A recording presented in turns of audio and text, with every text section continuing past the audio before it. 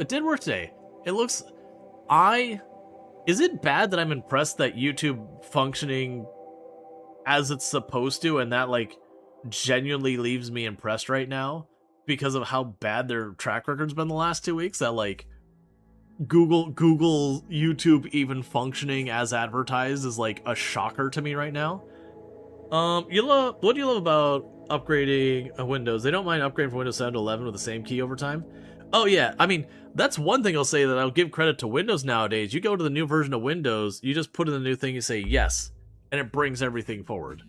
And stuff, like 95% of it works. You'll have like some driver that needs to be replaced, but otherwise it just, all your files, all that, like that.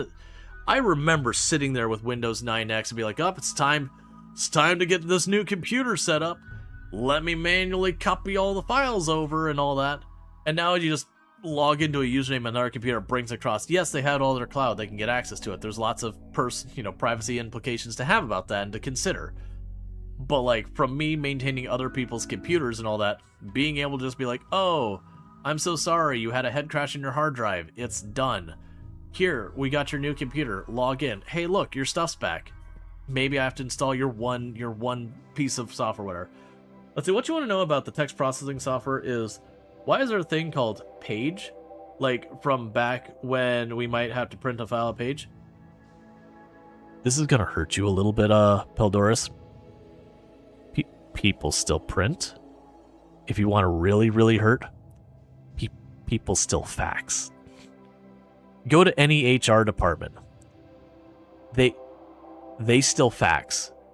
They still fax to this day. Like, I know, it hurts. It hurts so much. Like, you look at there, it's like, oh, I'm going to need to fax your file. And you're like, you're going to need to what now? What is this?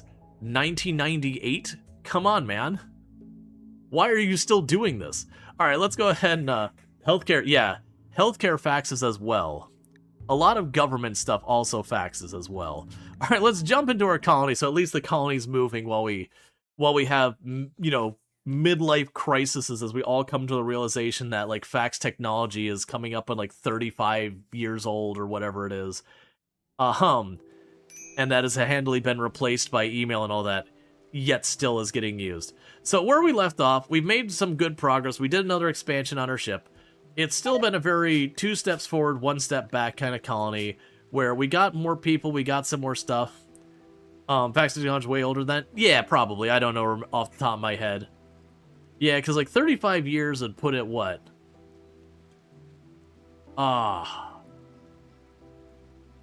Like right towards the end of the 80s? Yeah, it's before that.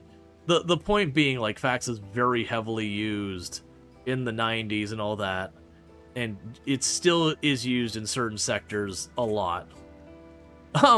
So it's like, where you open your software and you're like, okay, we need to go by the page. And you're like, why does that page is? People print banners. Banners still be on 1964 for fax machine? Damn, I didn't realize it was that old. I probably knew that once upon a time, but as a memory I've repressed. But, it's definitely a thing, like, you have, like, a lot of your use cases for, like, Office Suite nowadays, like, hey, I have a flyer I want to put up, or I want to hand out, and it's going to be on, your 8x11 page. That's a page. I'm going to be working on printing a book. It's going to be a page. Probably not 8x11. That'd be a pretty obnoxious book. So, stuff still based on page very heavily.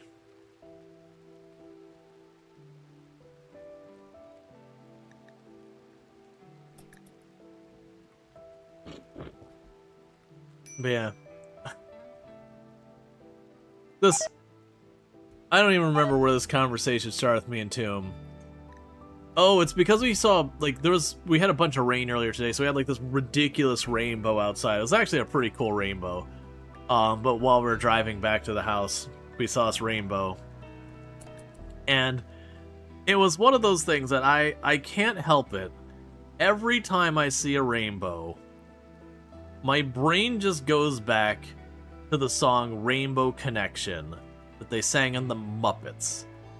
Because me and Tomb, Tomb really loves her Disney, so we end up at Disney from time to time. And it bothers me so much. Rainbow Connection, the song, which for those who haven't heard it, it's Kermit the Frog singing, and he's just like, why are there so many songs about rainbows, and what's on the other side? And you're like, Kermit, there's 3. There are 3 songs about rainbows. You sing 2 of them. I don't think it's fair to argue about the number of songs about rainbow.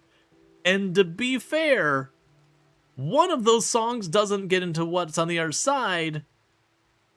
It's the song about reading rainbow, which is about books. So 2 of the songs, and granted, one wasn't made by the Muppets, but it was covered. So 2 of the songs about rainbows and things on the other side, you sang, and one was created for your show, which is the one whining about it, which means you were whining about the other song, singular.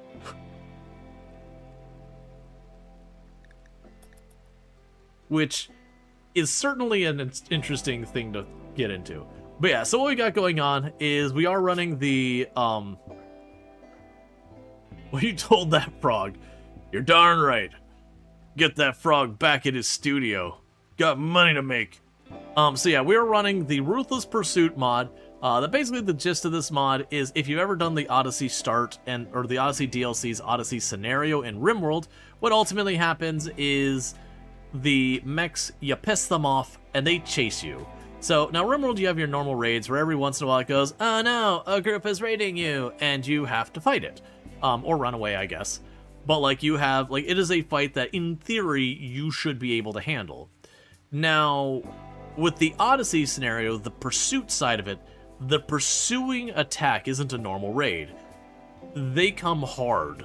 They don't take into consideration your wealth, they just drop the hammer on you. So, the idea is, you might be sitting on, like, 3 pawns, your wealth is negligible, and suddenly, like, 60 mechs drop on your face. You are not intended to win that fight. You can with enough cheese to be... Ooh, okay. Alright. Hold up. 1 second. Okay. Consideration time. 5 colonists to send off is a lot of colonists. For 11 days, so just short of a season. But to guarantee myself shuttles is not nothing. I'm not sure I want to go with that, and versus just taking my chance maybe getting the research the normal way. Because I also don't have a place to fit a shuttle on this thing right now.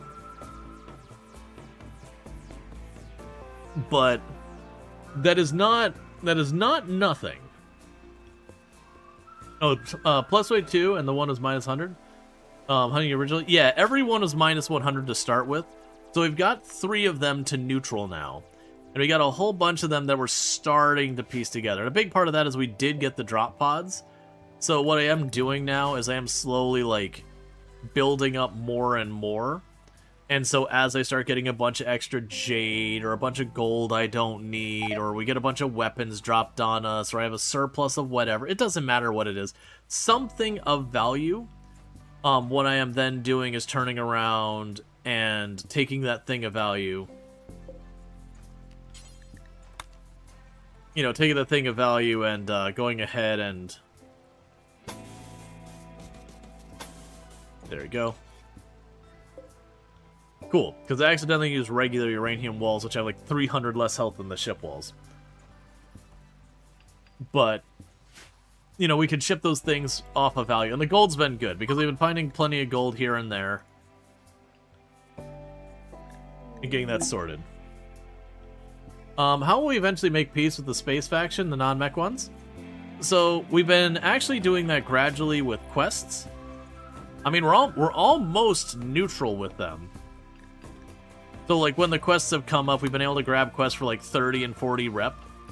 They'll also have a tendency... So, factions have a tendency to move one way or the other. Most of these factions, you'll see that their base value is 170 minus, that it's going to try and move towards, which means it will try to bottom out on its own if I leave it to its own devices.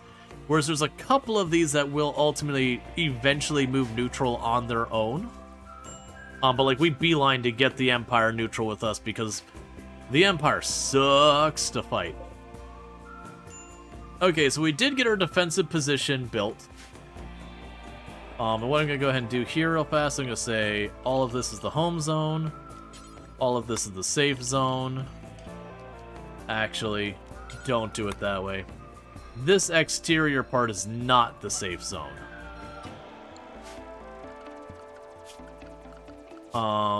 We can go here and go to nearby. All of that's the nearby zone.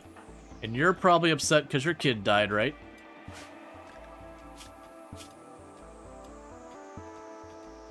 Oh, no, your friend was kidnapped. You have elite expectations. You're hungry. Unsightly environment. Darkness. Slept in the cold. Observed a corpse. I'm actually surprised. Yeah, we've moved to the point our expectations are getting too high. We're going to have to start getting things to be better for them. And this is where things can get tricky, where we are planning, once they get some more power production in here, I am planning on eventually making this into a freezer. What I think I'll probably do is I will get rid of these shelves here to make it so I have my double doors going in. And then I'll probably make a set of ACs over here. Now, generally, you'll usually also want to go in here somewhere and like double wall and all that stuff. Well, of course you're mad. You're staying out there till you're literally starving to death. Oh, right. We are on a timer because of Luciferum. I'm down to 5. Because, yeah, Hypno Butler got a brain scar last time. Mechanoid Cluster.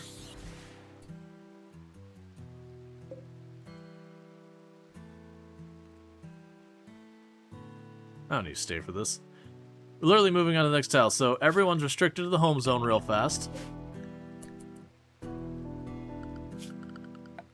Because we weren't, like, you'll notice we didn't plant anything or anything like that. We were only home zoning this long, or we were only staying long enough to, like, build some of the ship and get some other stuff done. What I want to do is get everyone on the ship. Because it's time to learn stuff. To go for a spacewalk. I'll check what that is in a moment. Yeah, because we're going up to the criminal area up there. We're really hoping for some good old-fashioned Luciferum.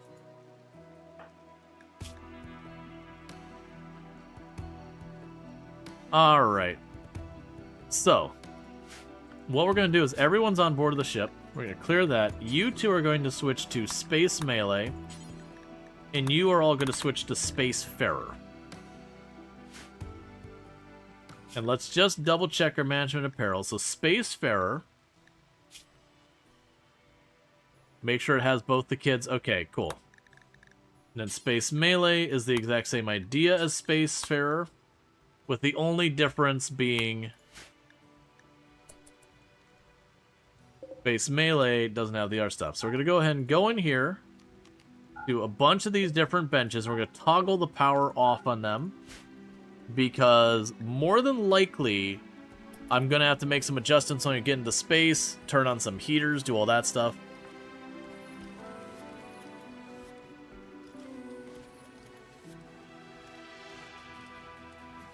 So we're turning the power on all our ships so that we should be able to run entirely on internal power. And we just need to get everyone a chance to get their vac suits on. And then we're going to mother heckin' space.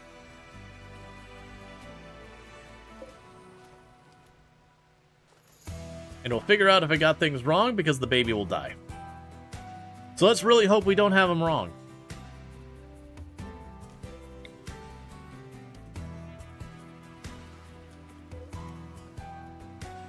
Yeah, I might end up needing an extra heater in here.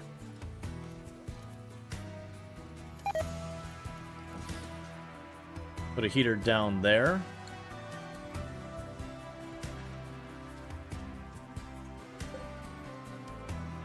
We're just waiting on Hypno here to wake up. So you can put on their vac suit. Insane Ramblings. Cool, that's helping everybody right now.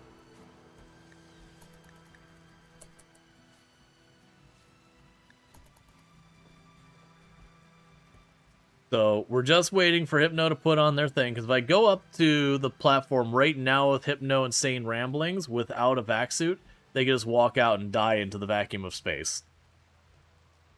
So everyone's just gonna wait.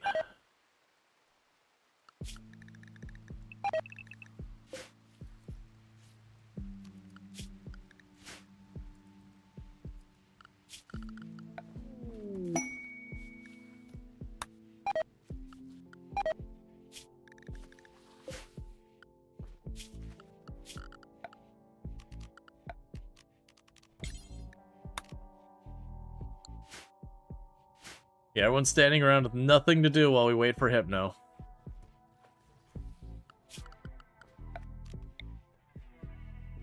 Here, build a fire outside. And if we can do the festival, we'll just do the festival while we wait on Hypno.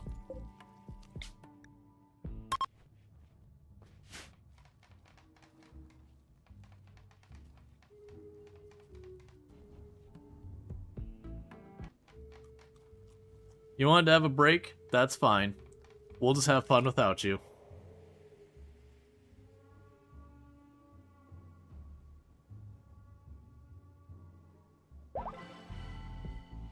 Alright, Unforgettable.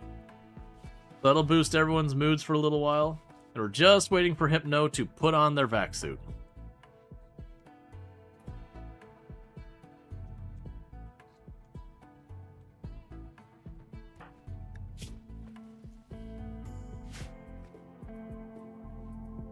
Come on, buddy. Get over your insane ramblings. We got places to be and things to do.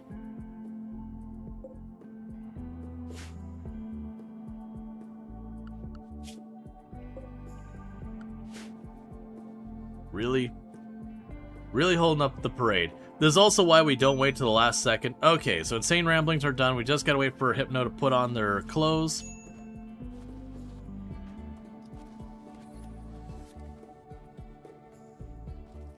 Alright, everyone's ready to rock and roll. So we launch. And now's where we get to see, did I design my ship in a way that isn't a death trap? Because it's a big maybe.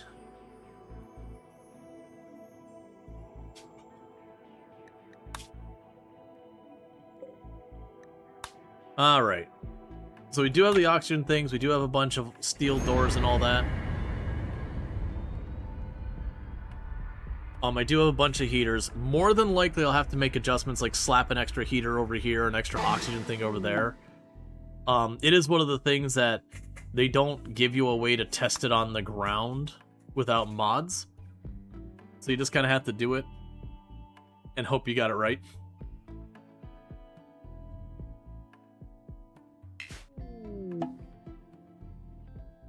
Okay, so we've got you. You got a Hellcat and a relatively good shooting. Pretty good stats on you.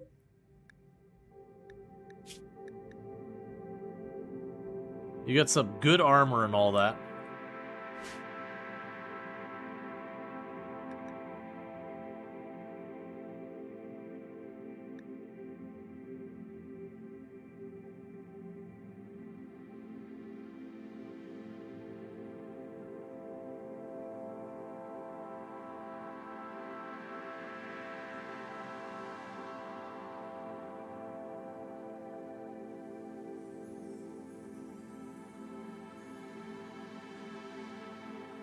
Okay. That should give me some options for kiting them around.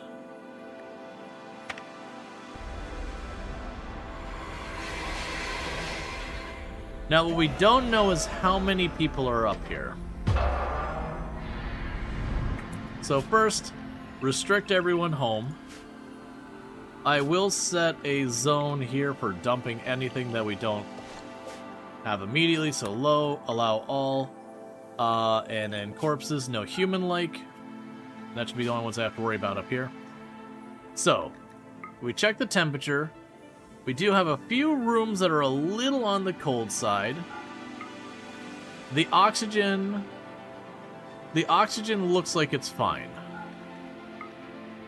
So it does look like we need a little more heaters going on. We're getting a little brisk back here. I'm also noticing that heater's turned off. Oh, we're going to want to turn you off as well.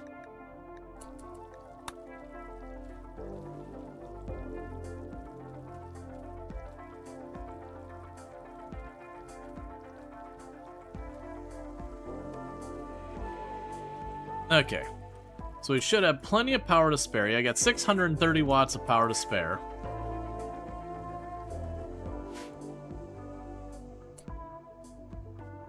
Yeah, so these rooms are staying at like 50 and 40 degrees. This area is all staying fine, and the big storage room here is staying relatively cool.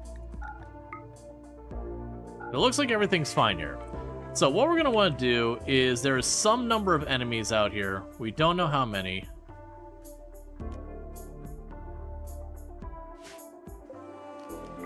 Right now, they can only kind of go in and out this area over here. We did see one of them had a Hellcat, and the other one had some other weapons. We didn't get a really good look at them. We don't know how many of them there are here. Actually, you know what? Don't hack these. Right now, they can only come in and out of the entire base through one set of doors, right here. Which does give us a lot of control over their mobility.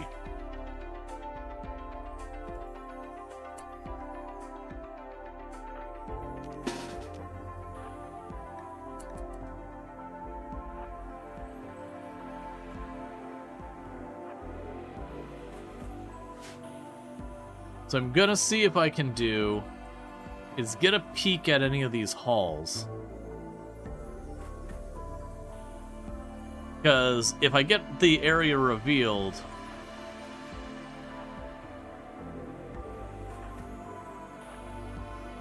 once I've revealed them, then I can see what enemies go through.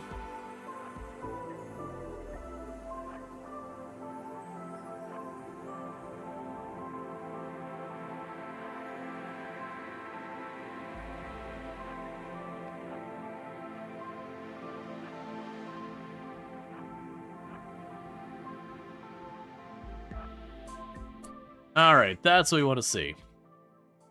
So, we have very strong range presence. There are 6 of them that we see so far. They have a sentry... No, they actually have a couple sentry guns covering those... Lots of sentry guns covering those main hallways.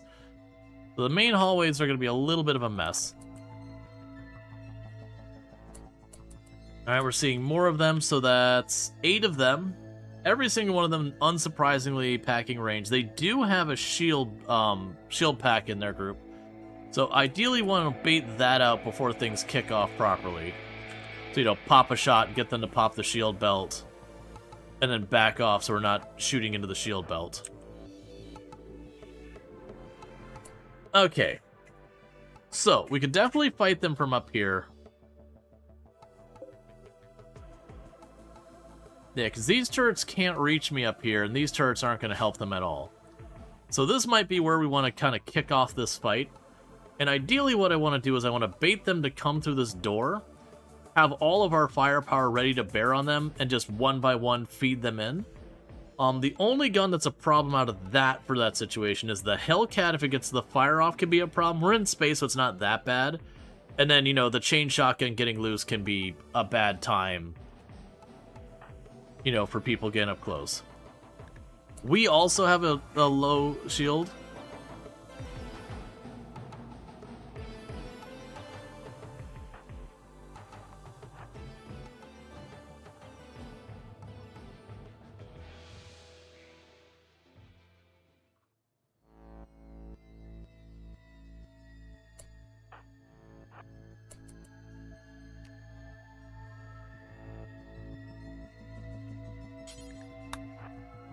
Alright.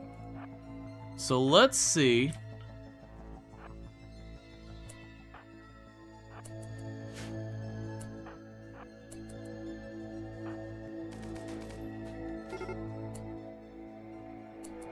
Crack a couple of shots. Get back to cover. There's a lot of firepower. Oh, I actually don't have that available. That's lovely.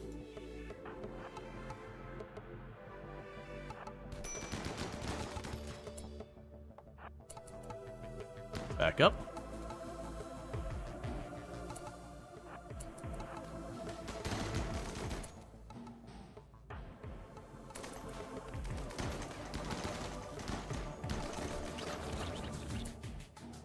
Cool, we baited that out.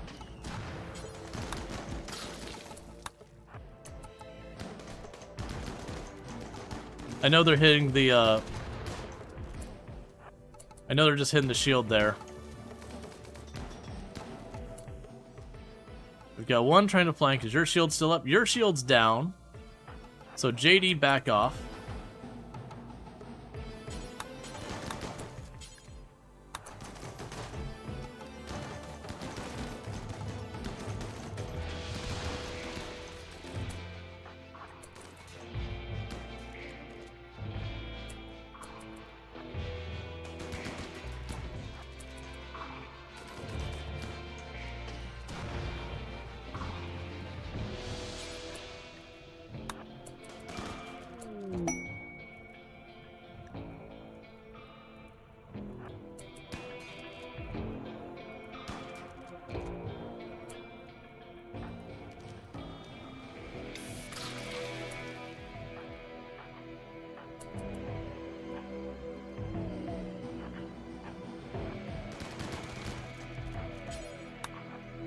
So you see the way that I'm doing this is I just have my melee pawn run up, get him into...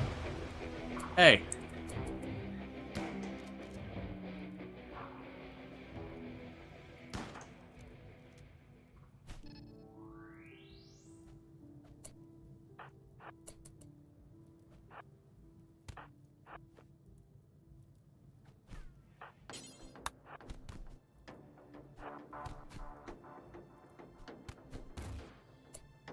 Okay. So we got all that sorted out. And this is the big thing we came here for. And they were kind enough to even leave it on the ship. This thing's a bit of a monster, so I don't really have a place to put it. It'll be really good when you get it. It is a shield generator. It's a pretty cool piece of tech. Which is the whole reason we wanted to rush up here. So clear, critical... grab shield generator, so I put it there. Okay. So now, how are you two doing? Because, ooh, you actually took a nasty torso hit. I'm actually kind of surprised about that. Meanwhile, you...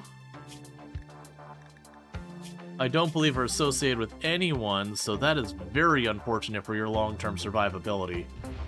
You really should have been associated with someone. You would have lived a longer life.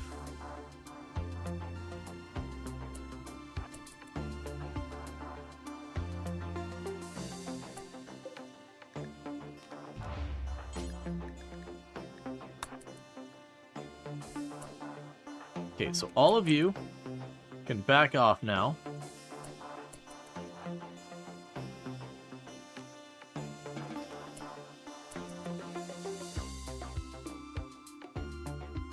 Alright, so we've defeated all of the actual pirates. And that's good news. Did they have a unique weapon? I thought I saw one use the underneath, grenade launcher?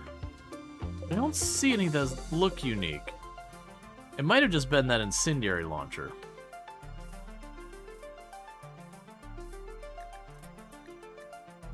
So can everyone let them get their,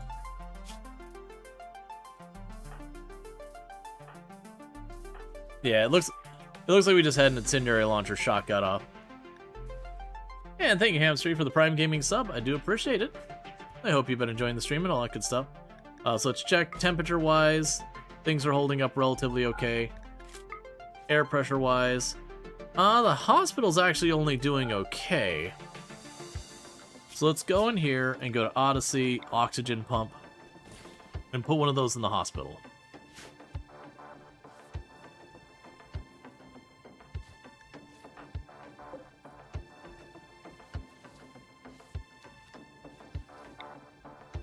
But yeah, so what we'll end up wanting to do is put this somewhere in here so that it covers this defensive position. So ideally I'd put it back here somewhere so that the shield ends right around there. Because if I line it up with that, that means I can have all my people stand in my defensive position.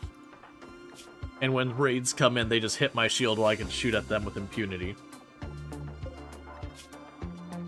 You know, considering I have you in vacuum, I'm honestly kind of surprised you aren't dying faster than that.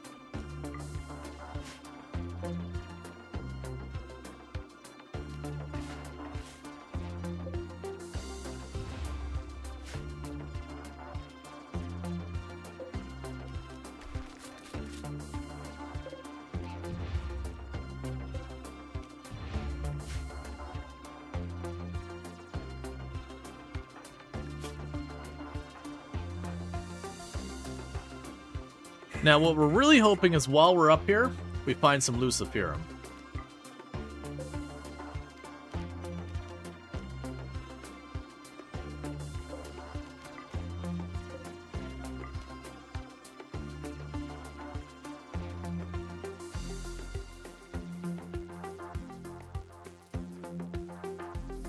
And once these two are patched up, they can basically take on this stuff by themselves. The sentry guns with their shields, they'll just run up and slap them down. You can systematically take the whole thing out.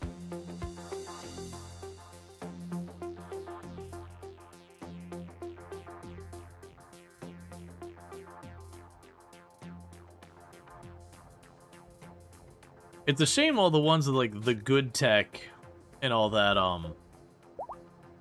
that stuff didn't make it.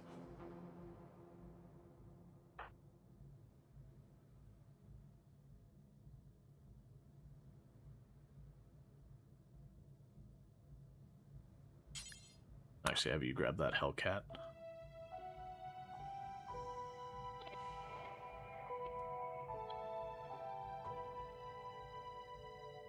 Get a little bit more of a blend.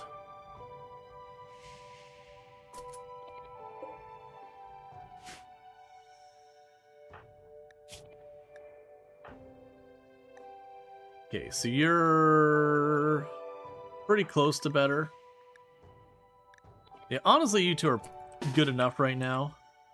If I can have you just run up and go punch that, that'd be great. Hey, Lucky Chimera. Not a whole lot. Things are just generally doing well. So we destroy all the sentry guns in this main hallway.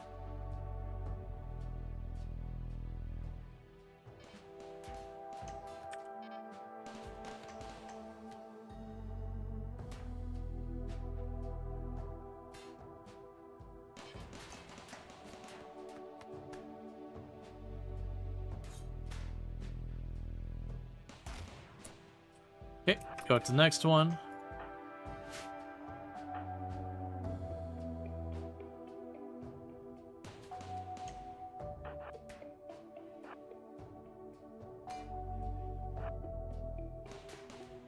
There's a hunter drone in the corner there.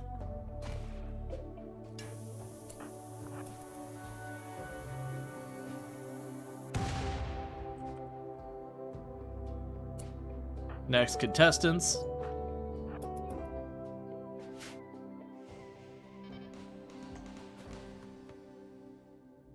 But as you can see, just having good shield belts, there's a lot of these threats you can just ignore.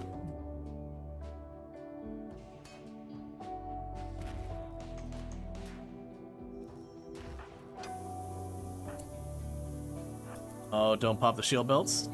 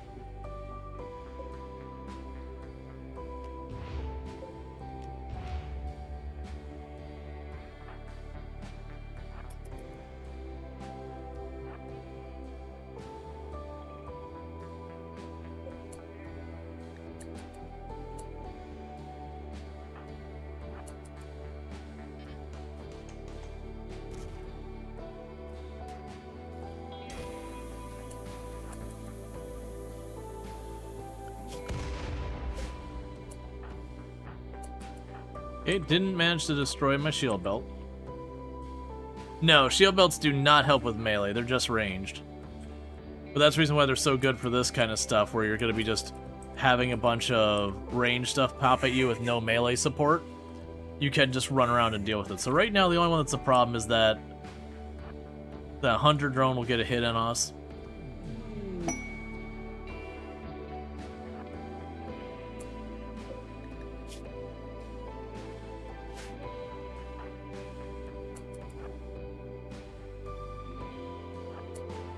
Okay, so grab the rest of you, shove you in this intersection.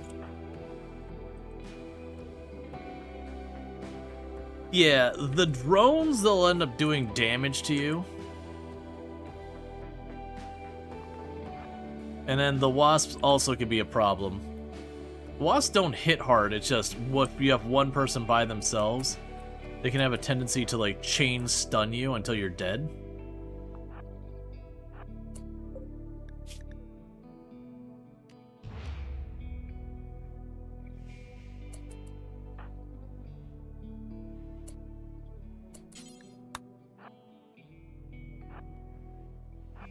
Yeah, so we got a decent number of hunter drones to deal with. That one's kind of rough because it's right on the corner. So there's not really a good angle for me to sneak around it at all.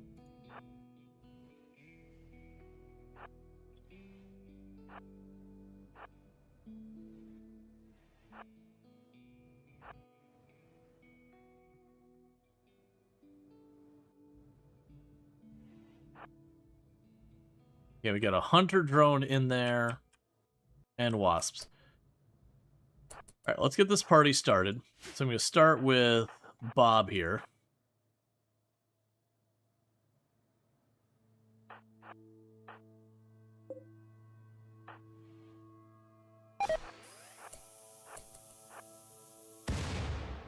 Get your shield held up, and you actually didn't get hurt by that, so that's one hunter drone down.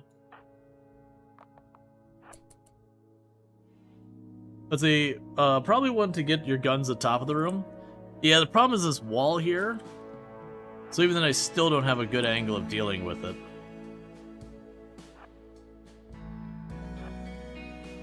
We got more wasps over here.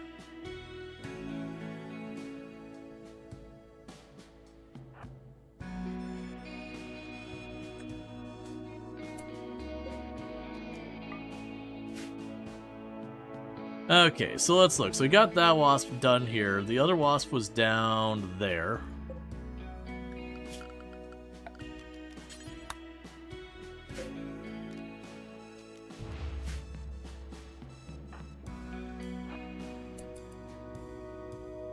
So grab our ranged people. Just shove them up in this corner.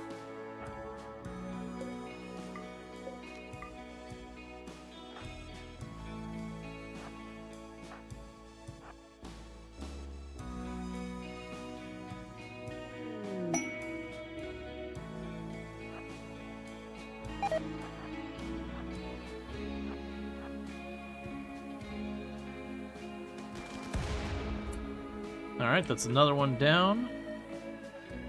We got 200 drones, one here, one there. We got wasps here and there.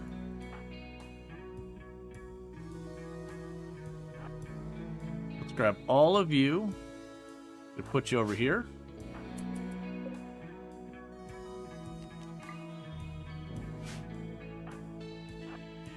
Same basic plan as before. Gonna run ahead here, try to aggro it, and then run it back to the group. That one's probably gonna catch Baghdad. Oh, and I actually got away with it. And then we'll go back around again.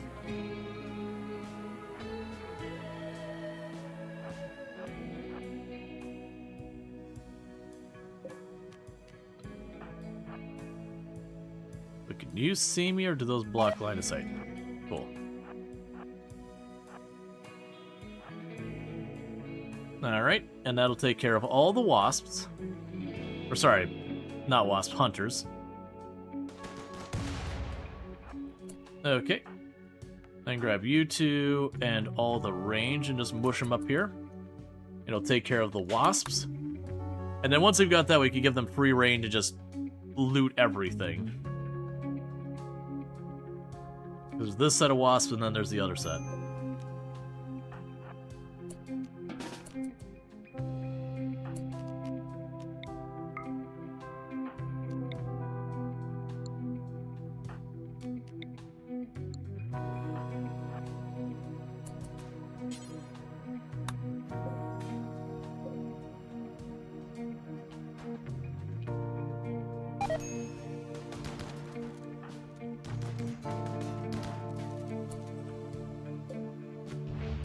Yeah, that was weird.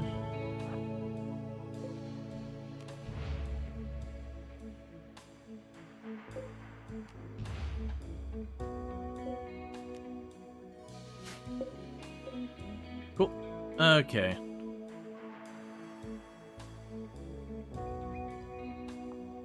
Grab you.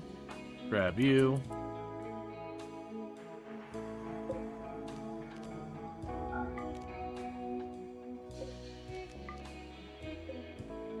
Alright. Let's just try this one last set of wasps, and then we can just cut them loose. Let them do what they want.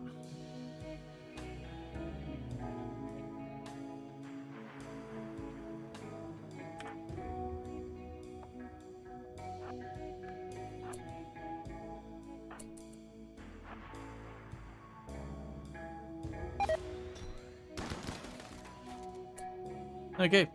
Schedule on restrict. Have a good time. We can go to you, open all those, and we'll go ahead and make a drop pile over here.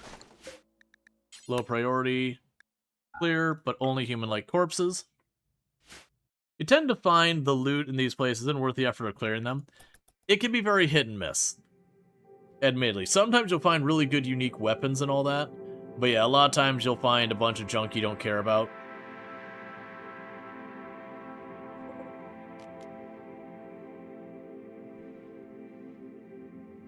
It's these containers can be a good one. They can be a source of stuff like gravlite panels. In these side rooms, sometimes you get lucky and find some pretty good stuff. Yeah, so you got one little nick to your leg, and that's about it. We still have those to deal with. Blast door opened, that's fine.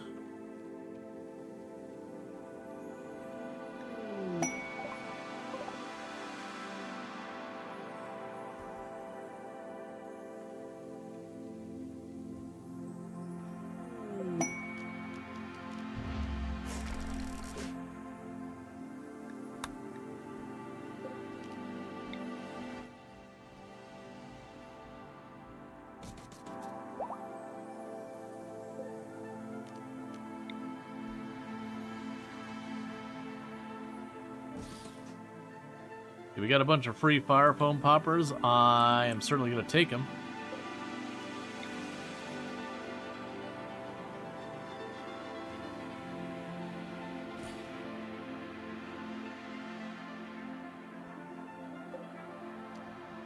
So we can shove them in a bunch of corners and all that inside the ship.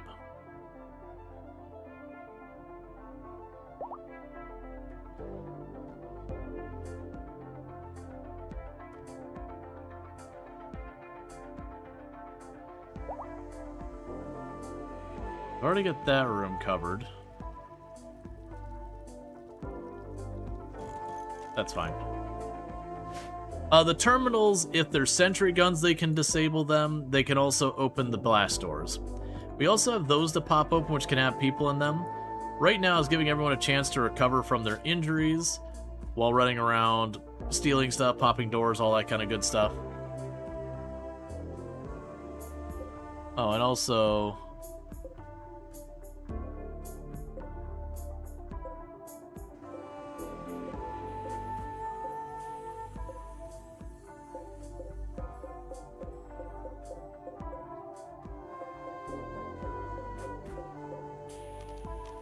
Link, storage. Do not allow bio-coded. And do not allow tainted. And what did you find? Deployable turret packs. Okay. Alright, grab everyone again. We got one last thing to do around here. So orders, allow all. And the thing we're going to be doing here is there's some cryo caskets. Let's grab our people here, grab all of you. So pop those two open, because there's what, 4 of them? Yeah, there's 4 of them. Because we might end up having people in there that we want, that kind of thing. Yeah, so good news, that was a bunch of Gravlite panels over there. So you had previously mentioned you had problems finding Gravlite panels. Bam, 160 of them. I was actually hoping for Luciferum, so this is honestly not what I was hoping for, but...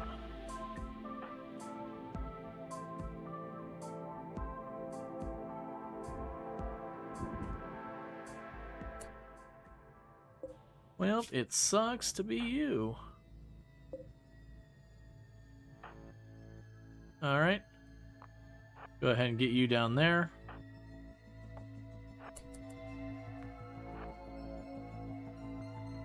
Yep, now we got those doors that we unlocked. Slowly poking those, because a lot of times those will actually have goodies in them. I think it's actually just the 2 of them.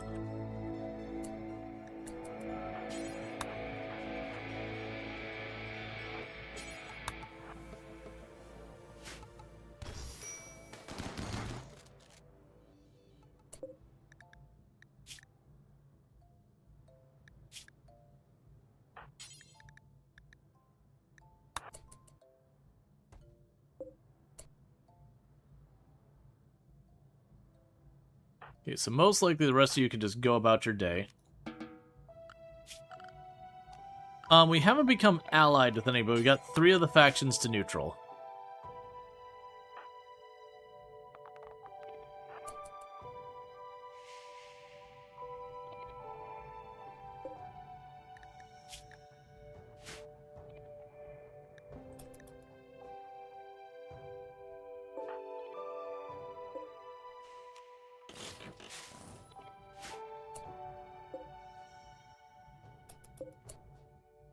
Okay, slight change of plan. Malfunctioning pods can be dangerous. So we will pop in here and deal with those with the whole team just in case, because you can have stuff like mechs in there. I've had centipedes pop out of them, scythers, all sorts of stuff. A bunch of sparrow eggs. Not gonna lie, that is not what I was anticipating.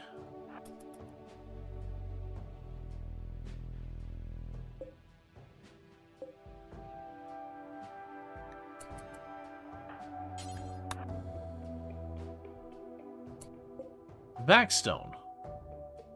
Alright. So with that in mind,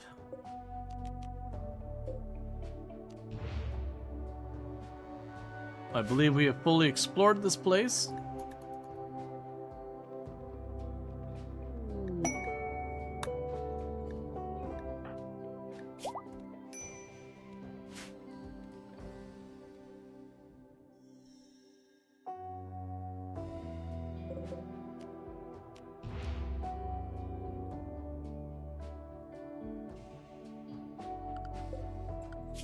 So now what we do now is we collect up all the goodies we've gotten and hope for the best. Sadly, we're down to 4 Luciferum, which is getting pretty sketch.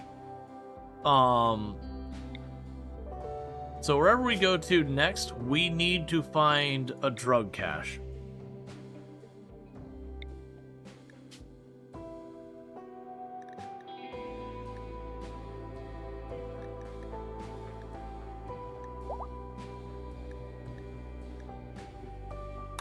So there's plenty around the world. We need to find one of those drug caches, because that'll be a good chance for me to get some Luciferum. And like I said, we got one person who needs Lucy, and we're getting really dangerously low at this stage.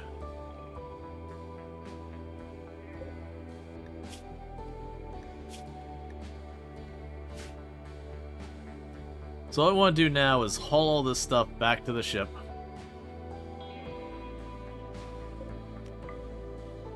Which was a lot of goodies here.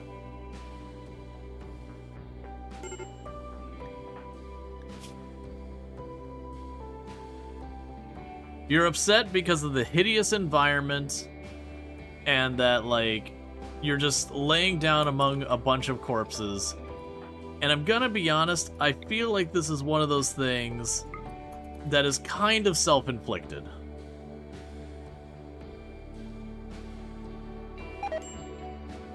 Okay, so we attempted to tell them to get over it, and then they got mad about it for some reason. Did you get bonuses with a faction training the station? No, it was a neutral party of pirates. So I didn't get that. What I got was I got this shield generator. I don't have a place to put it yet, but we'll get that all sorted. Yeah, because you see, like, that's its range, so I want to put it back here, I think.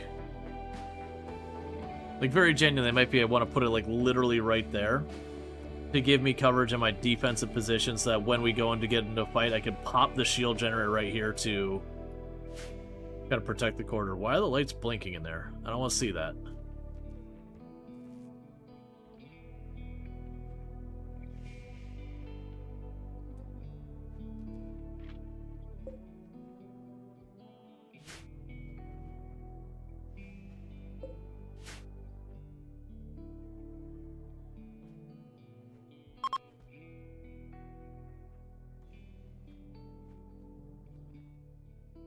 Keep on grabbing the goodies.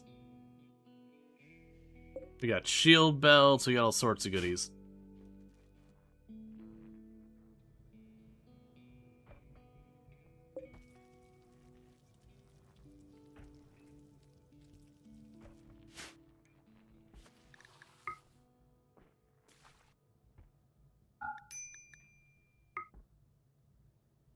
Okay, so the oxygen's getting a little low in some of the rooms. I'm having a lot of power flickering. What I'm probably gonna need to do is go out of my way to... Oh, Randall Thor. Buddy Palbrowski. Put on the clothes now. Okay. Clothes now, buddy.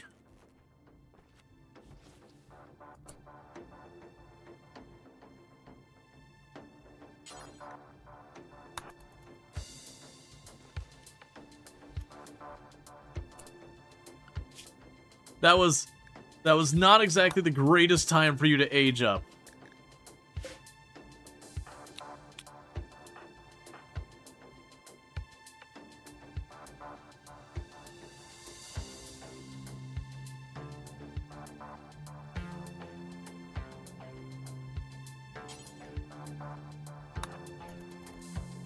Okay, well, we're fine. We're fine now. Randall Thor aged up from a baby, and what that effectively did was made it so they needed a spacesuit to not die. And so there's a minute there I had to, like, run around and get a spacesuit on.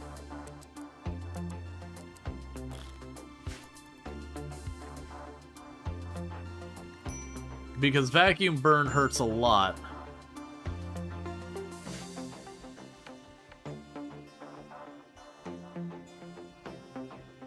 Why are you still flickering?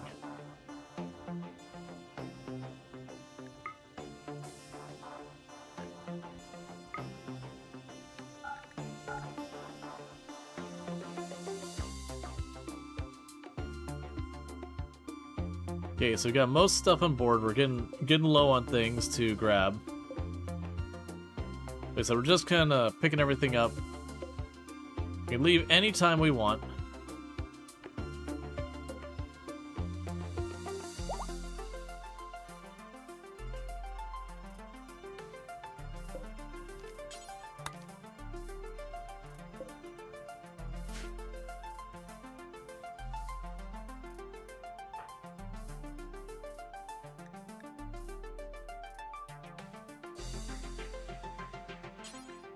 Manually make you haul those back.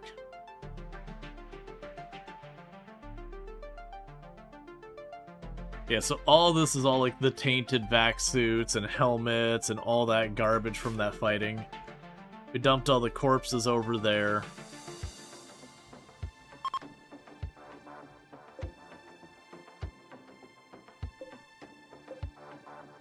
Still grabbing the shield belts and the medicine and all that nonsense.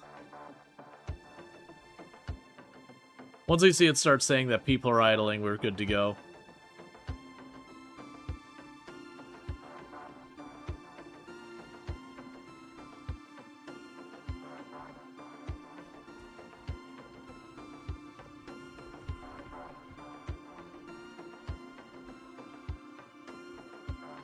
Alright, people are idling.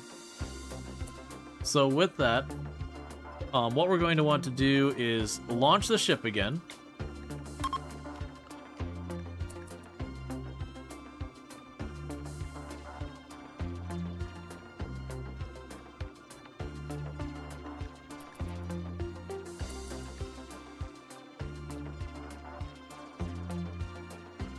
What are we waiting on?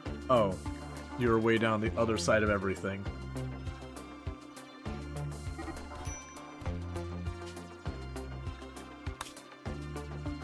Okay, so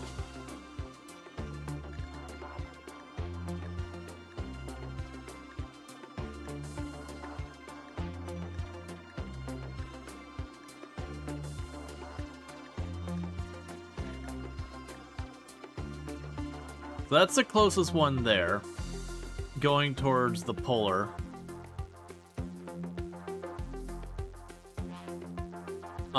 I'm gonna have to go that way, as much as I don't particularly want to. And the reason I need to go that way is just because if I don't get those drugs soon, probably have to go further down to avoid pissing anyone off.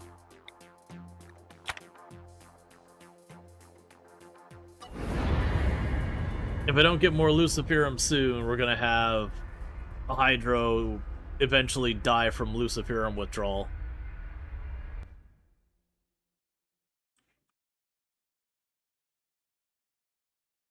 Yeah, so it's right down here-ish somewhere was the drugs.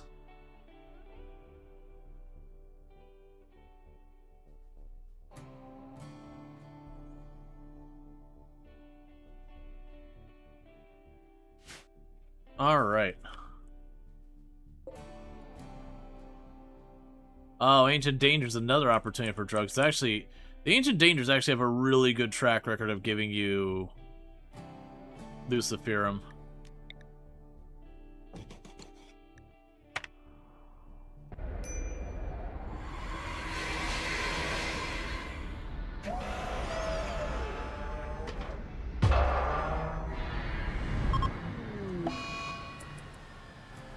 Okay, assignments. Go back to melee and go back to anything.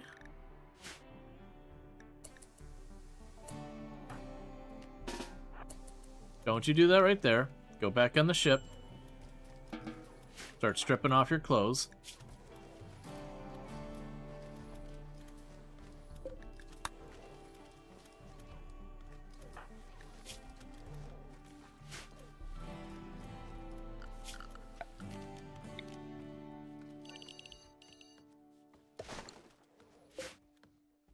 Pour out for the llamas who died during the landing. Look, they know what they did. They feign their innocence.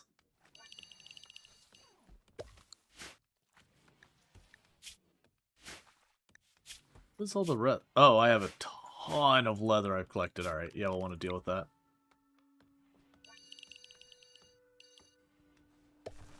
What's near the spot? Yeah, no, that's an international crime.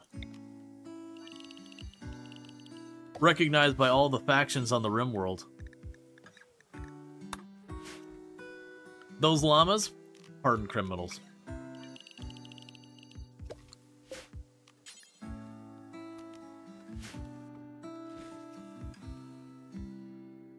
Okay.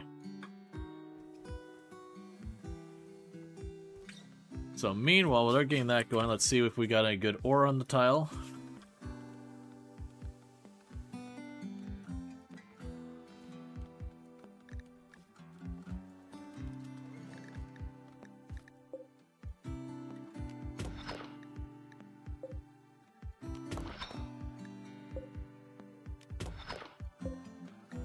They're right up there with solicitors. Get your blood boiling right there. And jaywalkers? Aw, man.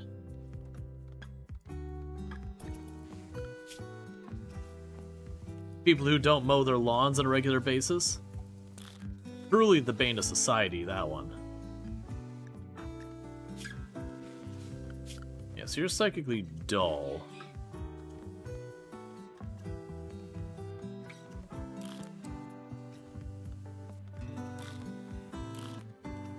The trees were criminals too, yeah.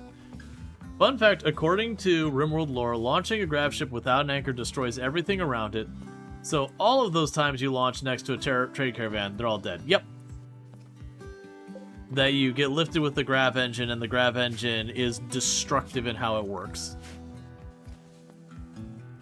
It even basically makes that. It's just an excuse into why you can never go back to a tile you've previously gone back to with the grav ship. RimWorld's always worked that way, even before the grav ships, that once you abandon a colony, that tile is dead. Everything on it dead. But the grav ship, they did lore onto why you can't keep going back to the same place again and again.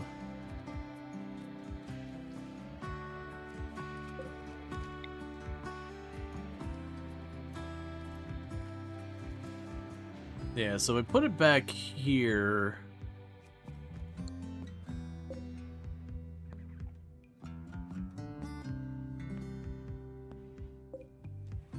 Let's uninstall these shelves here for a minute. What I'm trying to gauge is where I need to shove that shield generator in to make this work. Oh, turn these back on, turn this back on. Turn you back on because I'm going to need the fuel. Turn those back on. And we turned all those off because while we were in space, we need all our heaters and everything, so we wanted to make sure we had enough power. Ideally, I want to make it so I have, you know, enough power internal on the ship that I don't need to do any shenanigans like turning stuff on and off constantly. So one thing we're probably going to want to do is we've got this going on here. I've gotten our grav core to expand yet again. And I do have 150 grav light panels. So what I'm thinking we'll probably want to do here is I am thinking we start getting ourselves some more bedrooms over on this area. Just because we are kind of reaching the limit. Like, we're using this barracks slash hospital, and I'm gonna need to get that to be more of a hospital than a weird combo. Let's see, so you are 6x7. So that is enough for the actual room.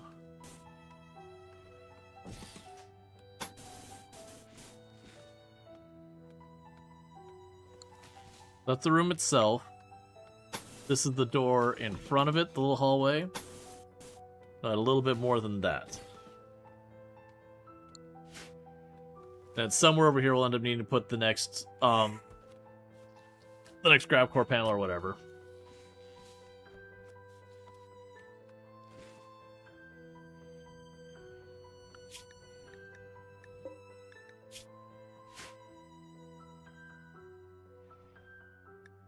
Okay, we're basically completely out of raw food. So I'm going to wait to murder all the wildlife until we start getting our crops up. Because if I start murdering them all now, that's just all going to rot. Okay, so I got a bunch of that all yoinked up here. So I put you here. So it's a bit too far forward.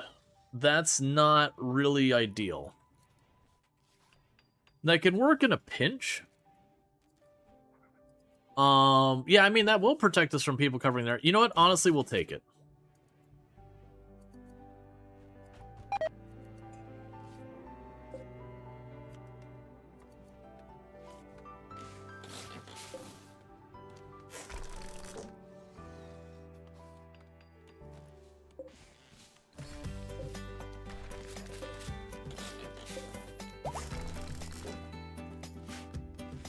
Alright, so we're gonna move all the stuff around. So I gave up a chunk of our storage.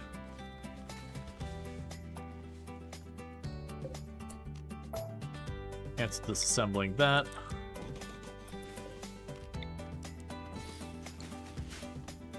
So we're giving up a chunk of our storage, or putting a shield generator, that the idea is when we get attacked, I can pop the shield generator, and it'll put a shield up to about here, where I can shoot out, they can't shoot in, so anything trying to cover by this front door, I can pop the shield to give me time to shoot at it for a little while before things become a bit of a headache.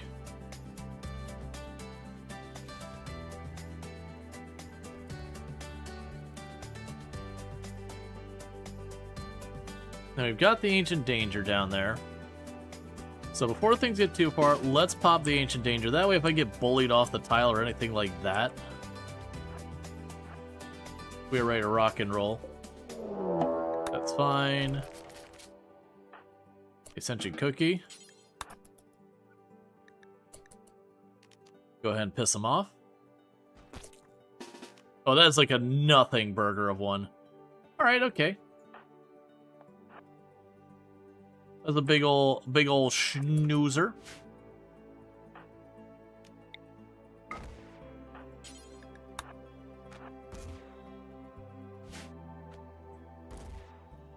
You heard the rate of Ancient Dangers is doubled to 50% of the maps? Well, I know it went up at one point and then it went down at another point. And there's already 17 Luciferum right there, so that's perfect.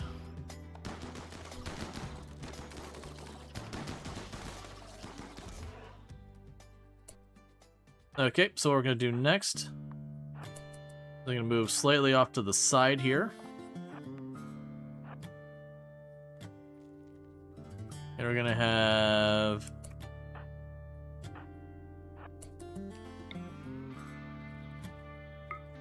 you pop a shot in here. Only one hostile. Jump on.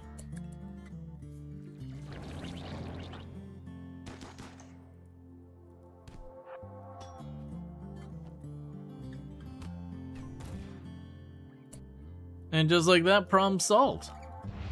And we got ourselves some new Luciferum.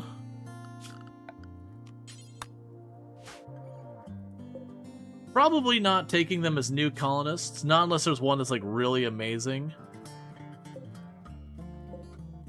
Of which they're not. But we certainly will liberate them of that wonderful armor.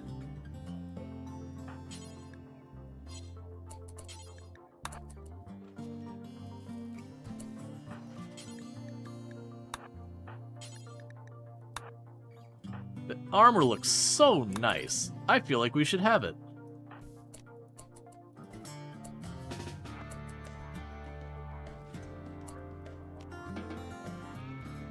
I'll take their armor and shove them back in the pods. You know what? Honestly, yeah.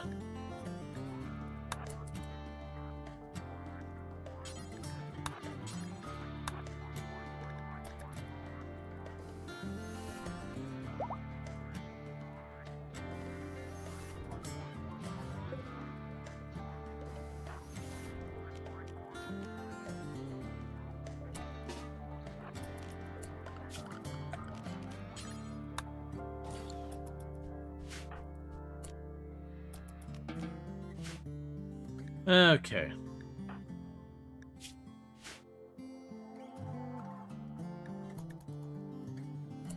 Meanwhile, we'll just go over here and be like, yo, zones, dumping stockpile, hello, clear, human corpses. What tech print? Oh, I wasn't even paying attention.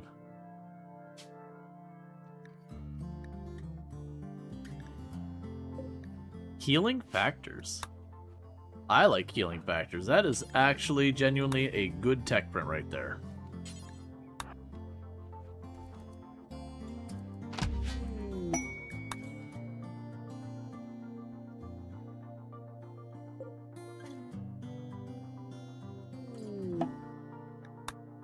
That's fine.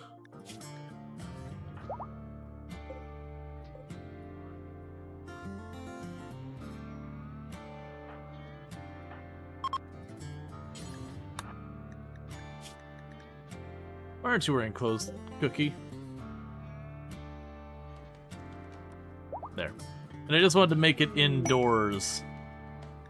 That way, anything that got left on the floor wouldn't rot.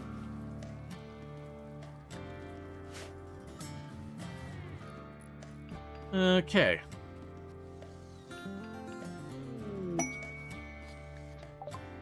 Oh, good. A trade caravan.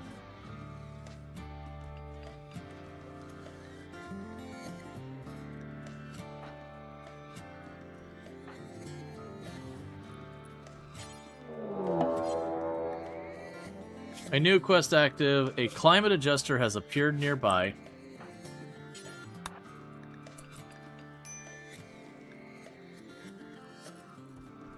We'll deal with that in just a second. Alright, so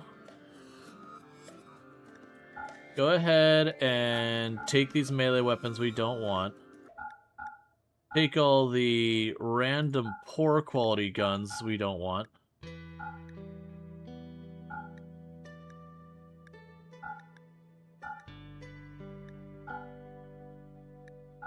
Take a bunch of the armor I don't want.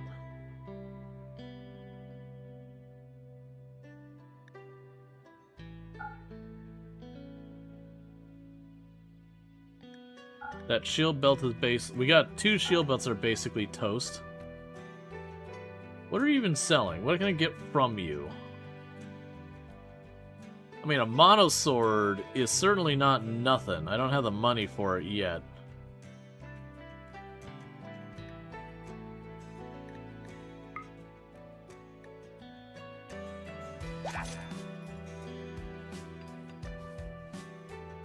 It doesn't matter with the genus, I don't have a place to store it. So, if I take it, it'll just rot. I think it was like fat body and then something else I didn't want.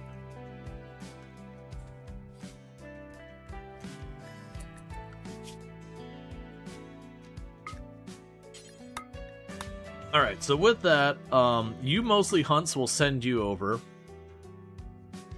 You're weirdly... Oh, you're wearing a recon suit now. Well, you know what, Bob? You grab the recon suit and that, so you two, you're on take out the mech duty.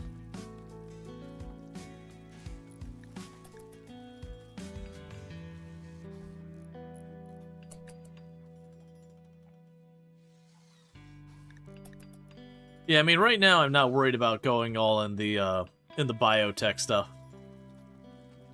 It can be fun to get there eventually, and I would definitely not complain about it. But we've been focusing more on giving ourselves some, like, really nice digs and all that. Which in a lot of ways means I'm not getting room for the biotech stuff.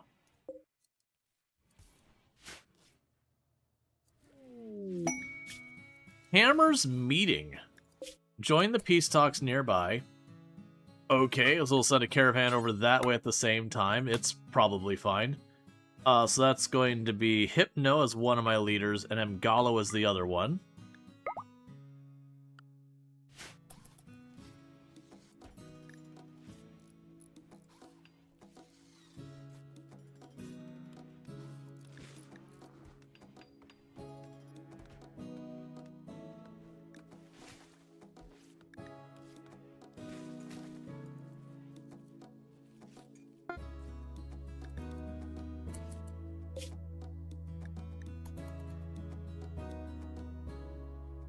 Alright.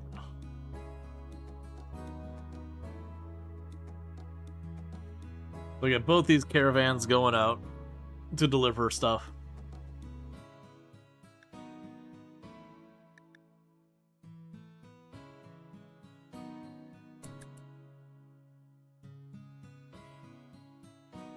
Alright, so you're about to be in the attack.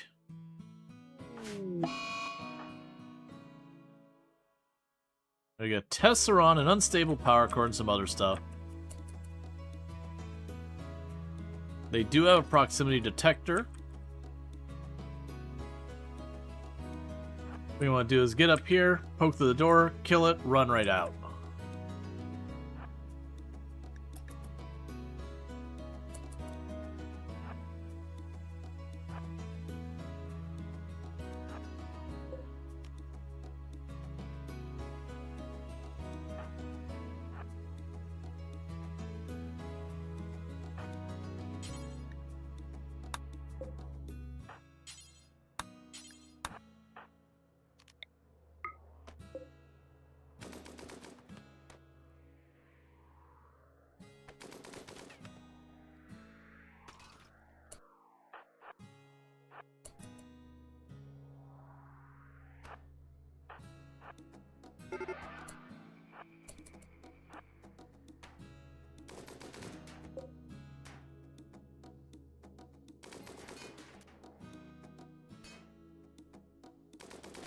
As much as I'd love that unstable power core, it just ain't worth trying.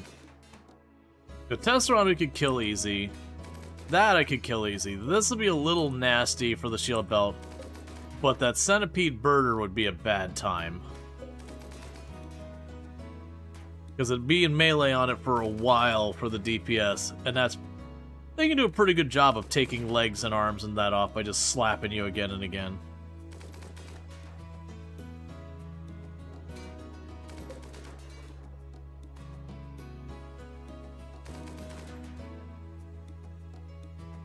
Yeah, we just break this.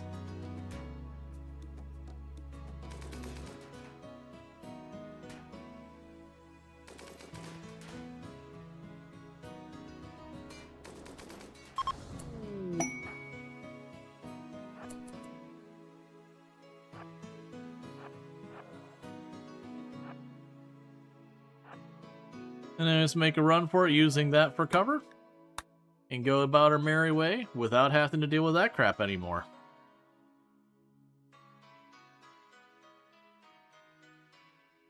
I do remember, was it my first Odyssey win that we had something like... I ended up with like 8 or 9 unstable power cores in the ship. So every time I was like, grab ship crash, you just kind of went... Like, just waiting. Because I think they can't actually trigger explosion on that. At least I never had it. But it was definitely one of those ones that every single time you had that little crash bump, you're like, please don't explode. I had them all like separate, like I had like a little plasteel box around each and every one of them independently. That way, if any of them did go up, they would be contained. I only brought exactly enough food that I needed there, which is a little annoying, because we have copious amounts of food.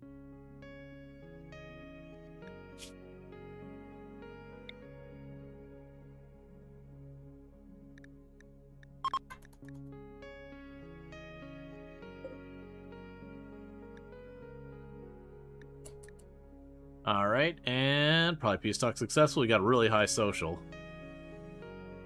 Come on, give me good things, give me a neutral.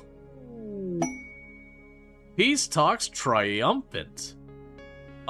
We improved our relations by 106.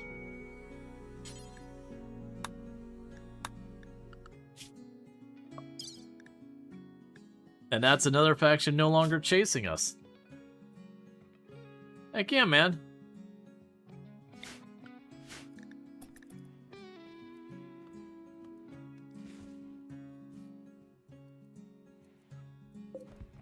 Meanwhile, we're going to load you up. And we're going to tell you to take all these random pieces of leather. Because they slowly build up. A bunch of the random drugs that are not the Luciferum. The Jade.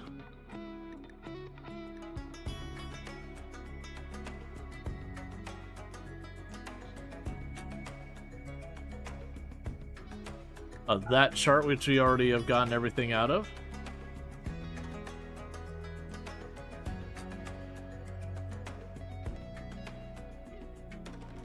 And honestly, it's probably good.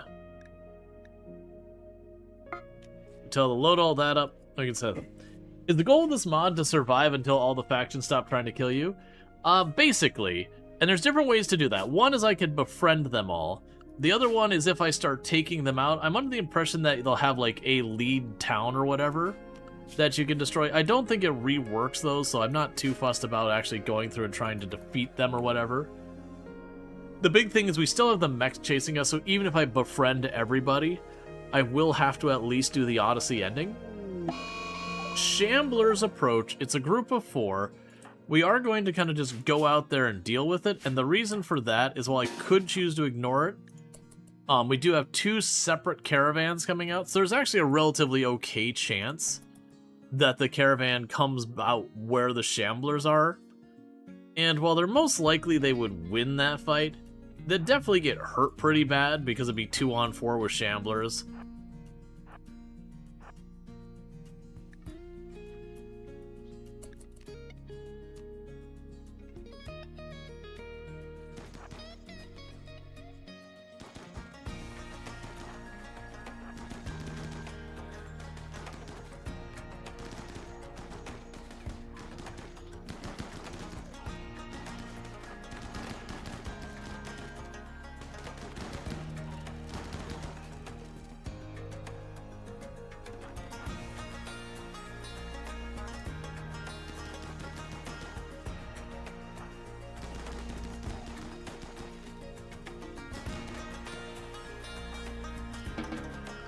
Okay. So there, now I don't need to worry about anyone walking in from the edge of the map and then immediately getting assaulted by shamblers just waiting for him. Medical emergency on you.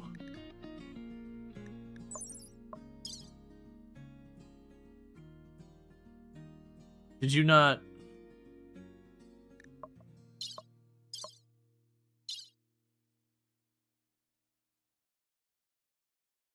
Oh, you have unmet Luciferum need.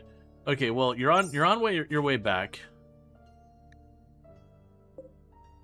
And in the future, we'll get you to hold some Lucy on your person.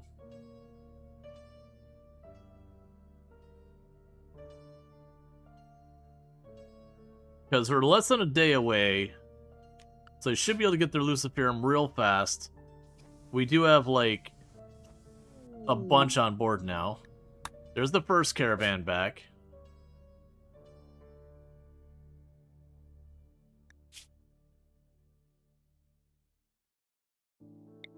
I'm surprised that they just didn't have the Luciferum already handled.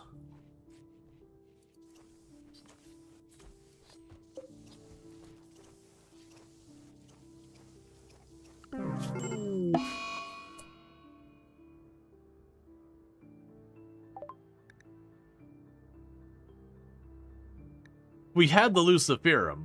He just didn't take it. Why is the caravan immobilized? Oh,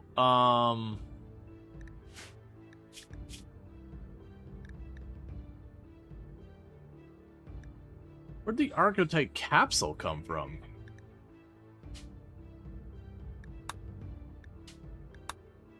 Well, that's kind of annoying. Because we even went out of our way to get that Luciferum and all that. And literally all you had to do is take it. And he walked away and then died like, not even like a fourth of a day later.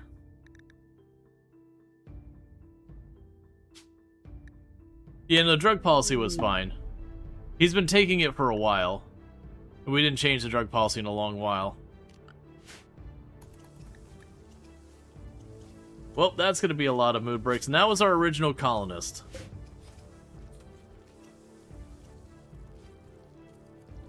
Yeah, no, I have it. The mistake is I probably needed to set it where he would carry at least one unit of Luciferum on him at all times. Well, since we have all this Lucy laying around, and, you know, we might as well get someone else on it. So now let's go to our drug policy. We'll switch you back all to Colonist. And what we're going to do is edit this. Yeah, so like they have Luciferum take for addiction. But what I need to do is for you. I was trying to remember how I would do this. It's been a while.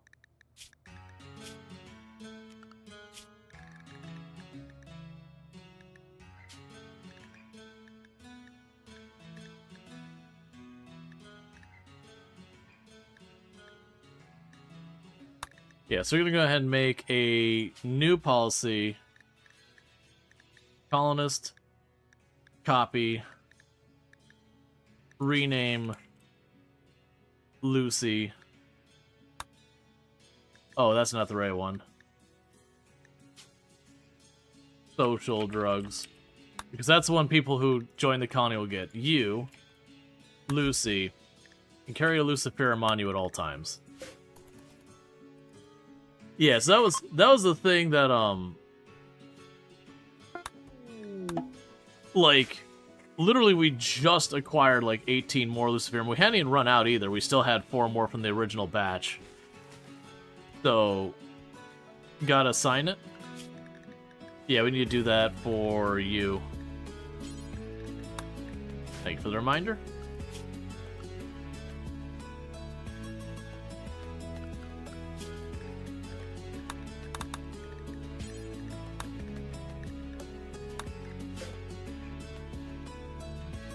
Well, that sucks. That was the original colonist. That was our fast walker and all that. Went to the county fair today after sleeping badly last night, and you crashed early. So probably still be asleep unless the big thunderstorm rolled in. Yeah. The Leafy Pew is our grower. So you are now going to start getting into growing as well. And deprioritize you mining.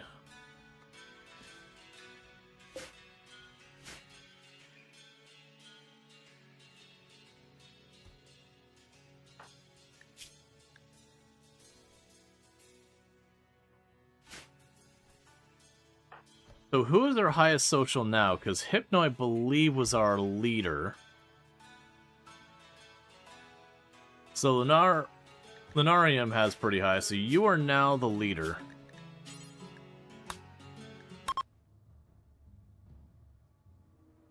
Yeah, no, Luciferum is a big gamble drug. But for situations like this where you've got a bunch of stuff, Luciferum will actually cure most ailments. Like, it'll cure scars and all that. But it's addiction that once you get the addiction, it is forever. It's how you dealt with brain scars and torso scars in the past. Okay, everyone simultaneously got food poisoning. That's cool.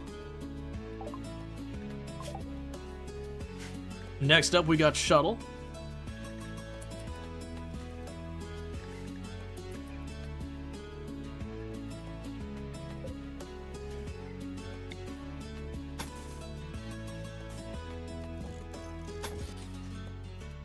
One, two, three, four, five.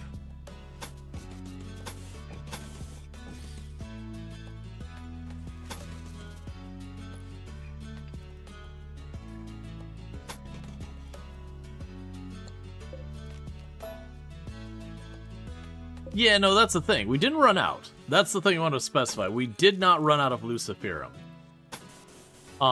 It's just the person didn't take it for some reason. And as a result, they were caravanning, and they died. Why are you downed? Oh, food poisoning, that'll do it. Because the warning I got was like, hey, medical emergency. I had no warning prior to that. And all that stuff. Yeah, Hypno died. Like, we caravanned away, and like, in just a day they went from everything was fine to dead. Because they went critical for not having Luciferum, despite us having plenty.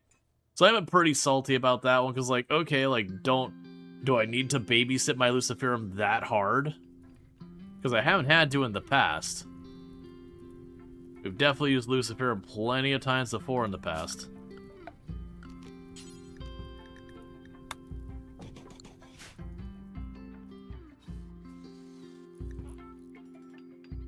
But we've got the role assigned now, and we told a person to carry an extra Luciferum on him at all times. Because we went ahead, since JD has so many health problems, we did give them the Luciferum now. You ever consider making sure every caravan has a babysitting? No.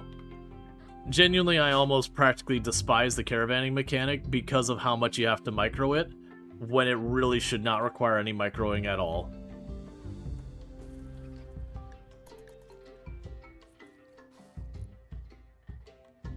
Like, it's fine when you have one or two people most of the time, but, like, if you're ever trying to caravan a lot of people, you end up having to, like, break the caravan up and sending it out in little sections and all that.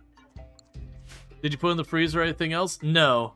Unfortunately, he was caravanned way down there, and the other person couldn't carry his body back. It was too heavy. So we did just ditch his body back over there. Yeah, I got transport pod research. We're sending transport pods out for reputation. Like, that's the only reason he died, is he wasn't on the tile, and he was at the far end. Luciferum triggered that he needed it, and it was less than half a day later, we were on our way back, and he just died. It should have been fixed. As long as they have one in their inventory, they have a lot of addiction, it should work. Right, and that was the thing, is I didn't tell him to go out of his way to have one in his inventory.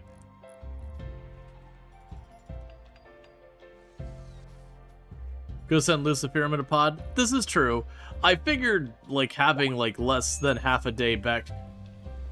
I hate RimWorld AI sometimes. Gil here just ran into the fire for the hell of it.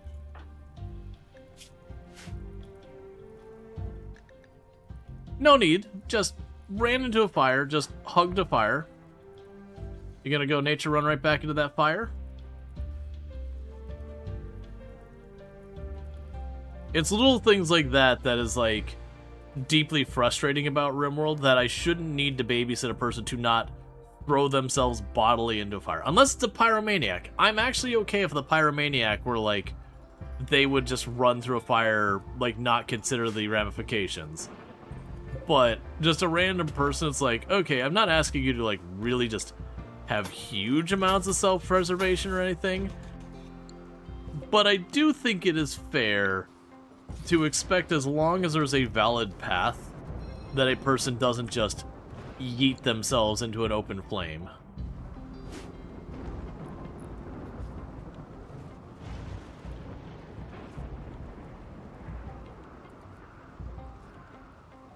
Yeah, no, but there's still stuff they could do to improve it, JD.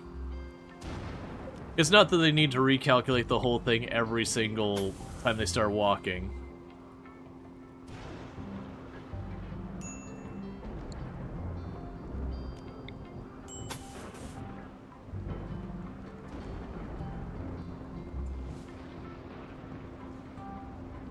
Yeah, so I wouldn't have enough tiles.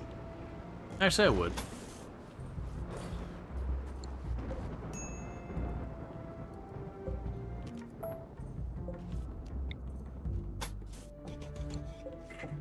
All right.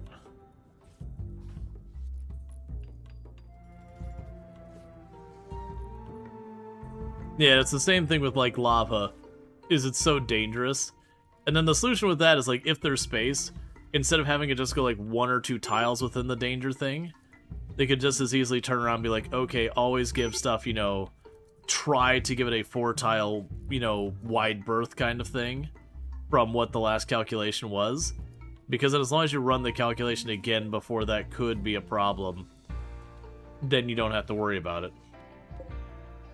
You would know with a fairly high level of confidence it would be, you know, quote-unquote safe.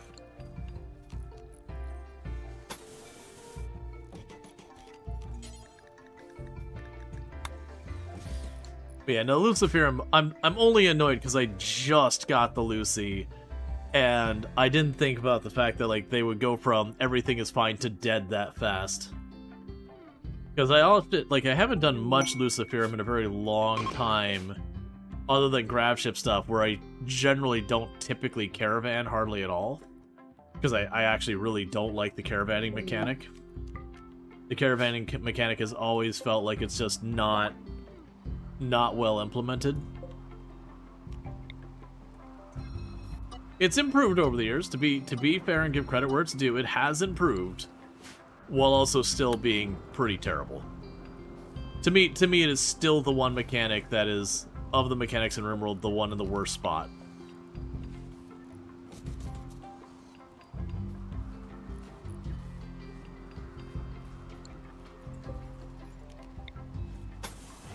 Because we've had the conversation a number of times, you know, over the channel about good and bad micro. There's good micro where the player's making meaningful decisions and, like, working on the survival of their colony, stuff like where you're going to be positioning in a fight, who you're aiming at, where you're moving, you know, doing cover, that kind of stuff. That's good micro. That's good, meaningful micro. You're making decisions to go into your survival and all that stuff. Sometimes going in and, like, microing to, like, prioritize one thing over the other, in the moment, that kind of stuff, that's also good micro. But stuff like, walk off the tile now, please, and then needing to micro to actually get them to do, that's bad micro. There's no decisions happening on the player. That's just the player having to, like, fight with the game's tooling to get it to do what they want.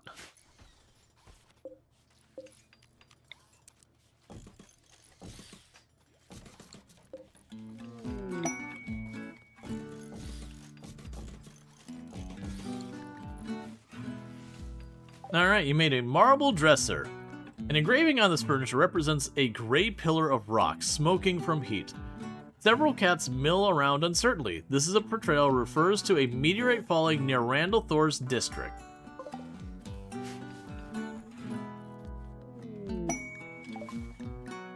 Okay, and we'll just do another one, why not? This one does not have any art on it, though. So you'll just have to live without the art.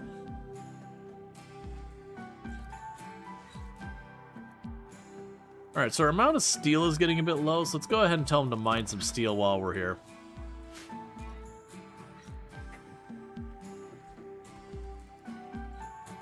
Okay.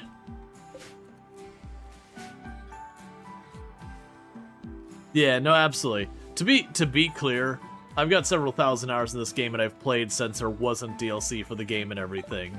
So I've been along. Oh, here we go.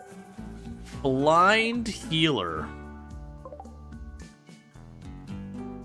Art concepts, 100% AI generated nonsense. They're not generative AI. They're procedural generation. There's a difference.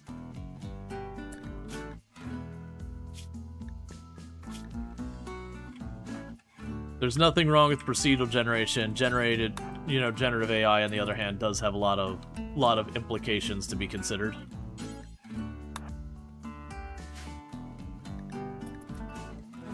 Procedural generation, someone took the time to make templating and structuring and all that sort of stuff to make it pull from a wide range of things and all that kind of good stuff. Generative AI is it just grabs a bunch of stuff, mushes it into a thing, and then vomits it out onto the table and says, do you like it? Alright, so we got Rattle here. So it's an unnatural healer for us. Now,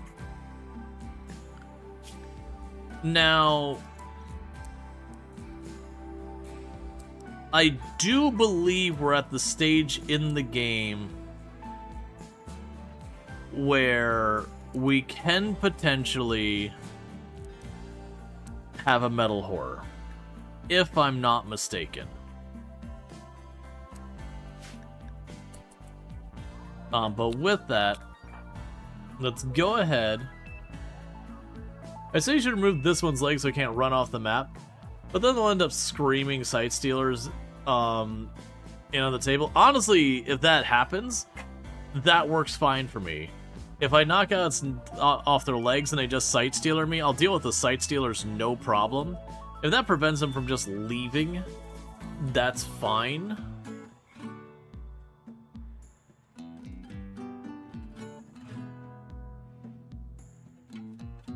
Because I really want to keep them, and I've had bad luck where, like, our people will be out of position here, and then this person will be over here, and then just walk off the map on me.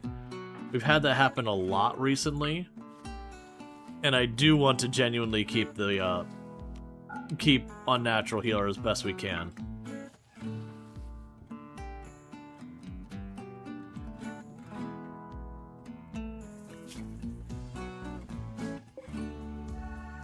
Alright, in the meantime, if you would like to be our unnatural healer, who may or may not stick with us,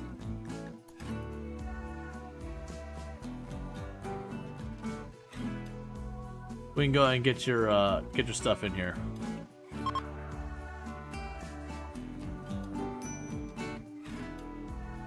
You can't remember the last unnatural healer you got with them all running away from you. Yeah, no, that's the thing. I've had, like, a trend of every single one of the unnatural healers. It just ends up being a thing that they'll get, like, way over here and then they'll walk off the map. And then it'll be, like, it'll be too far away for me to manage to catch them to bring them back. So we are going to go to this unnatural healer. We're going to restrict them to stay nearby.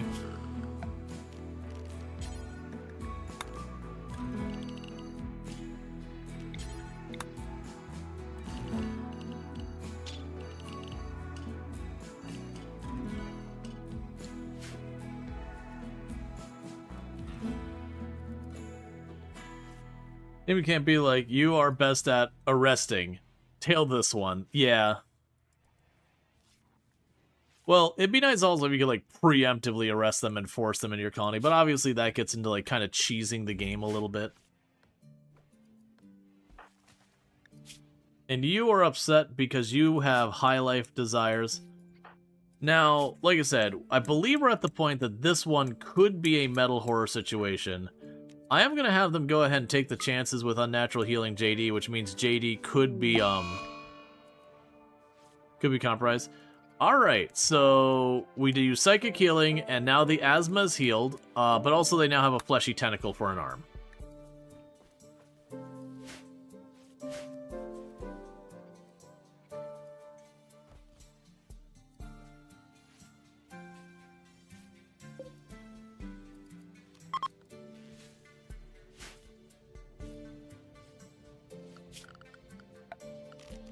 And something that's been way overdue.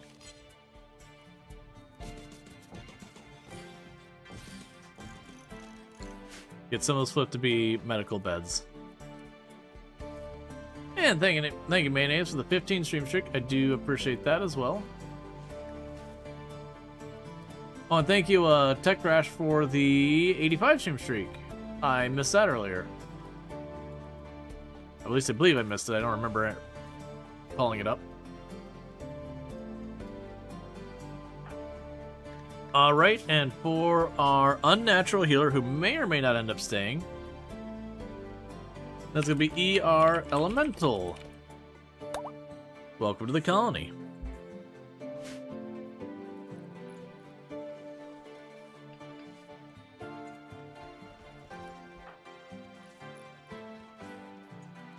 Oh boy, how will you die? Well, you are a creepy joiner in this colony, so there's always the risk that you genuinely might just, like, turn on us at some point. I've honestly got almost nothing but the lever creepy joiners for a long while recently. Which to some argument is a really good outcome. On the other hand, it's the hardest one to retain the person because if you're unlucky on their timing, they're you know, already over here and then they decide to leave and it's just like, oh, well, I guess I just won't get that person. No one nearby close enough to snag him before they get off the edge of the map.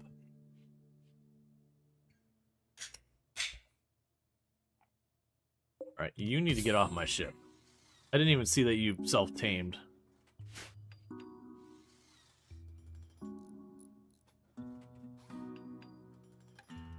You can fix their eyes. I'll also have to get a source of fixing their eyes.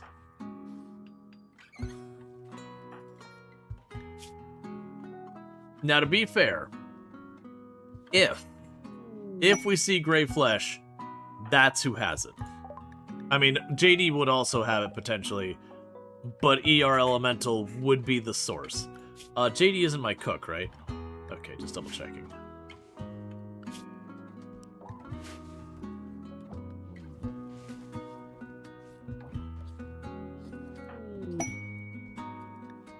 Masterwork cloth cape, cool.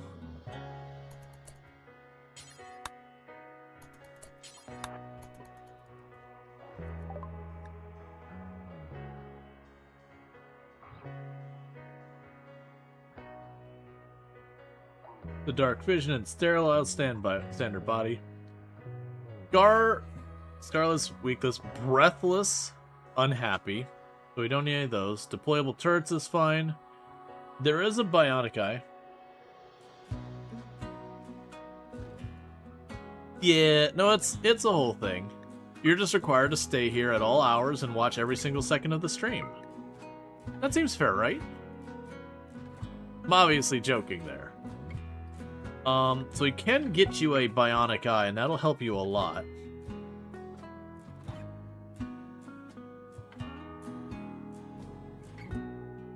Got a bunch of biomutation pulsars.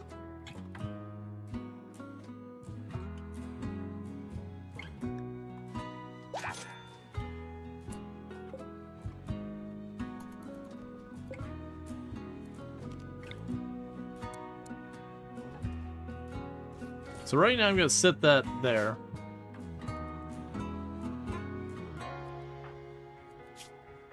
So operations add, install bionic eye left.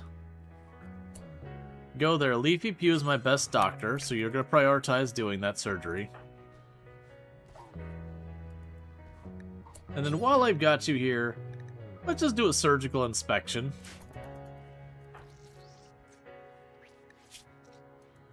Because it'll warn me if you're going to have some type of, like, failure or whatever. Health failure.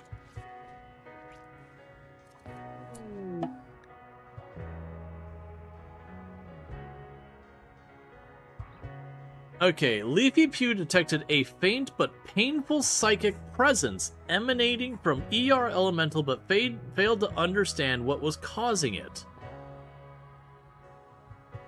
Huh. So it's not a metal horror. That's what I'm guessing. I'm guessing Agony Scream.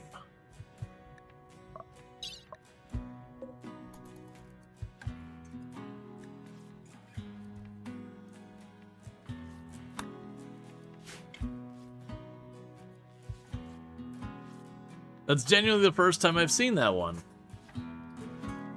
Well, if it's Agony Scream, I can live with that, because one thing that works for us is if we look at our people here, we are a guilty ideology, so we are down with the pain. So Elemental Horror might actually get to stay around this colony long term, and not just ditch us in 5 minutes. Oh, right, and did you already get that loaded? Yeah, so let's launch that. So 53, 33, 52.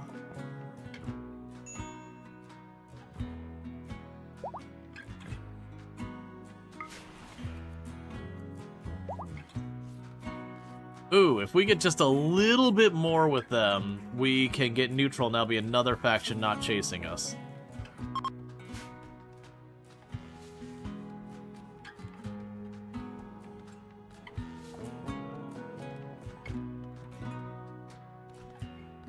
One thing I am observing is our chem fuel is dangerously low. Do we have a dedicated crafter anymore? So Cookie is our dedicated crafter. And right now they're caught up... Oh, turn that bench back on.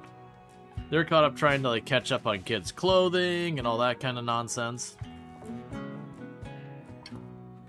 So that's the JD as So I wouldn't say we're necessarily cleared. We're probably in the clear, but I'm also paranoid. So I don't care about that. Honestly, I'll probably take the goodwill on this one.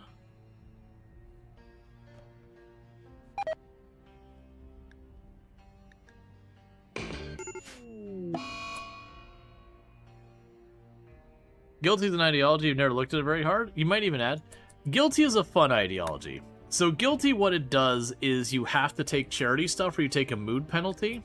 You do get a mood bonus for doing charity, so when refugees go, we want help, you're like, well, screw me, I guess I'm dealing with this.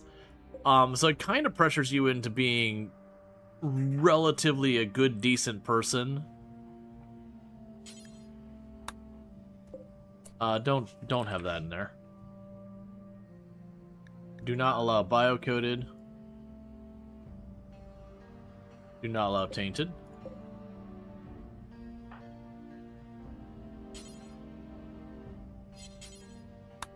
It's just full of biocoded weapons because they all end up there.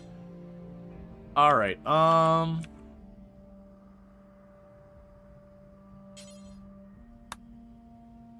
so have you grab one of the SMGs. I'm gonna have you go ahead and grab the Masterwork Nerve Spiker. I do want someone in the group to have the Masterwork Nerve Spiker. But one of the main things that benefits you a lot is it's actually the Pain Idealized is a really strong trait. Because one of the things that happens after a lot of raids is, you know, everyone's taking a bunch of damage, so everyone's getting really pissed off because they're in lots of pain and all that kind of stuff when you have a really nasty fight. So you have that fight that, like, genuinely is a rough fight for you. And then you follow it up by having a bunch of mood breaks as everyone's in agony and all that kind of stuff. With the Pain Idealized, it does take the pain factor and turn that into a mood bonus. Which, needless to say, helps a lot.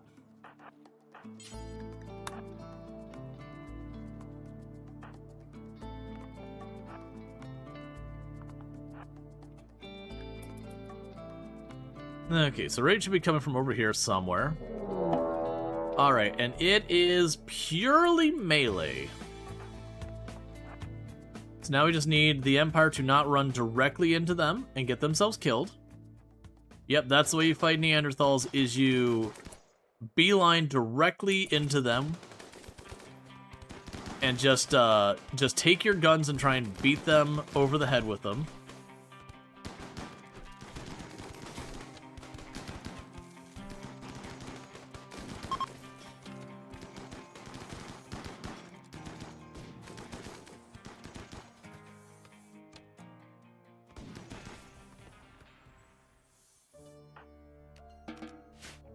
That's fine.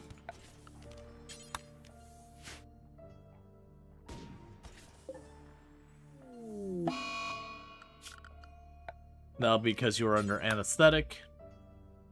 Yep, because of the surgery to get you your bionic eye.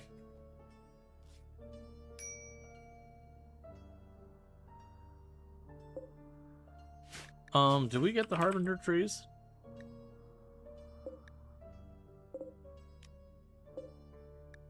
And then no animals. Cool.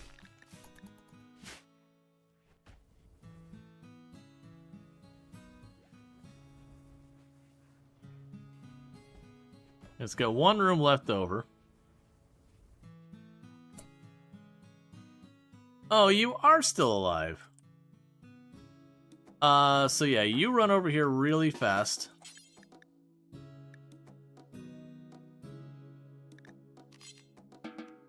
What? Oh, I'm grabbing the wrong person. Who's my really good doctor? It's Leafy Pew.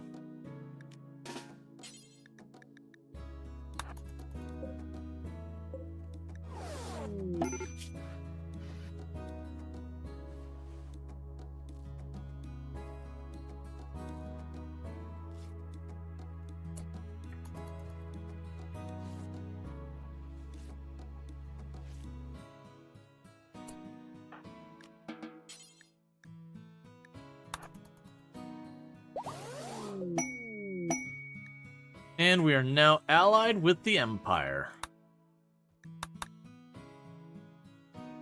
We've genuinely made a friend.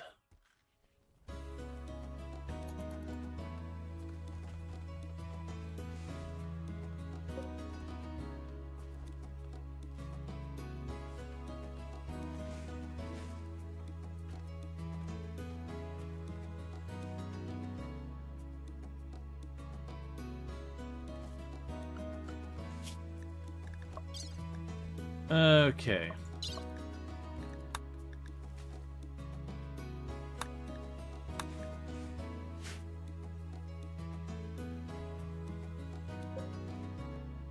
So just trying to get a bunch of stuff going. Like I said, the moment we start getting those up, we're going to start killing all the animals. Sorry about all that chasing you to exterminate you business. You understand how it is sometimes. Yeah, no, exactly. It's just the way you live on the Rim. Sometimes you just murderous rampage.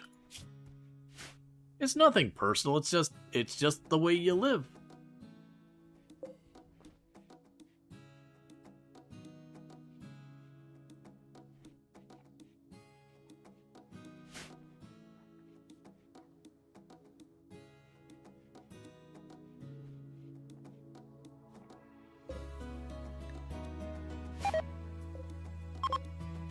Okay, so we're getting our fuel finally filled up. Sentient Cookie is slowly getting all the crafting caught up. How are all you doing? You've got about a season or so before you age up. You get about a season till you age up. You get about a season and some change till you age up, and you got a while. There's another baby on the way.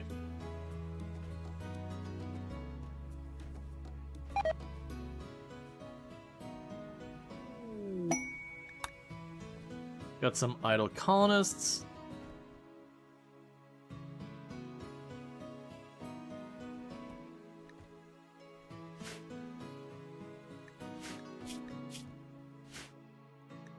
Okay.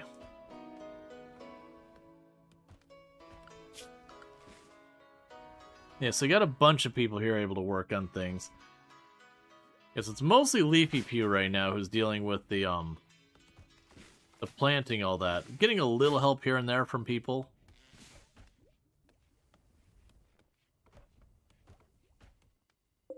Which is fine. Relatively soon, we should start seeing this stuff come up, and then a whole lot of animals are going to die. A whole lot of animals are going to die.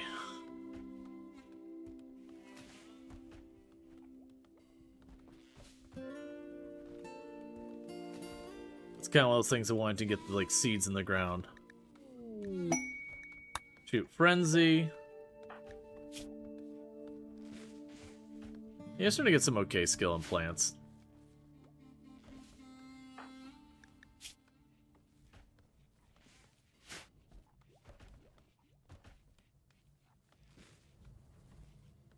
Alright, and the research is coming along. That's a shuttle research. So it would be good to get the shuttle soon. Oh, another thing we're going to end up needing is... I'm not loving this. We've started having JD, after so long of not getting into social fights, is starting to get into social fights.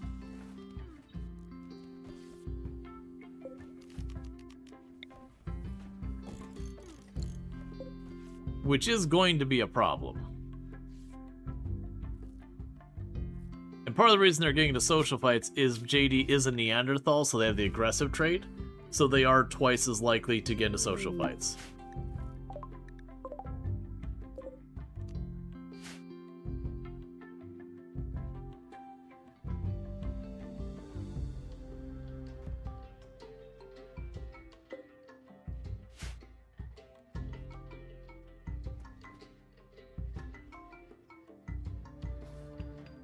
Alright, so one of the other things we're going to end up needing to do is I am going to need to expand where we put our fuel tanks. That's going to be a thing. And I think realistically the way I'm going to tackle that, we can actually do it now. I'm going to move this wall over here. And I'm going to eliminate this wall.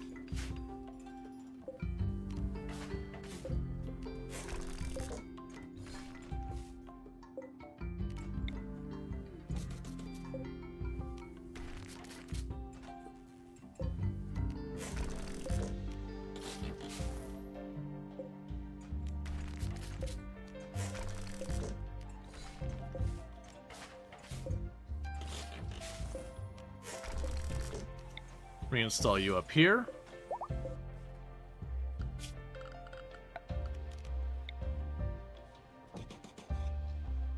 Put the large chem fuel tank there.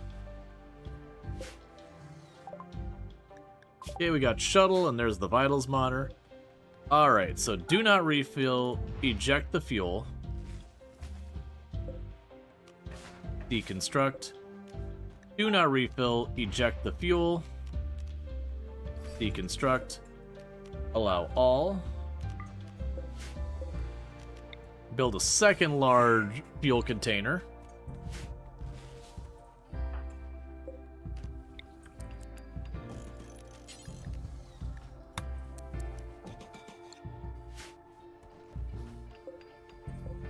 Alright, so with this, you are now changed to making way more fuel, so we can fully refuel these each time. So you are clear, critical. Chem fuel on that.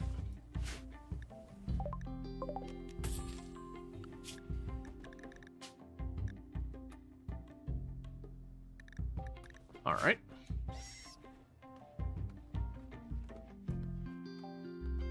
So that way when we're putting our bigger engines, we're already ready for them. This will have to move as well, because this is the area that the engines are going to go, is right there.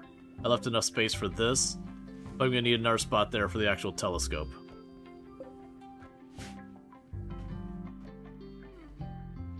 Alright. So you're at 73. So pretty soon I'm going to just start the wipe out all the wildlife.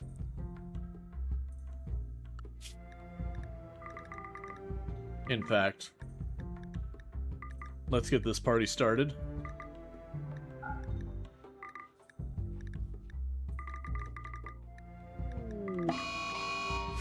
Shamblers approach. 3 shamblers approaching.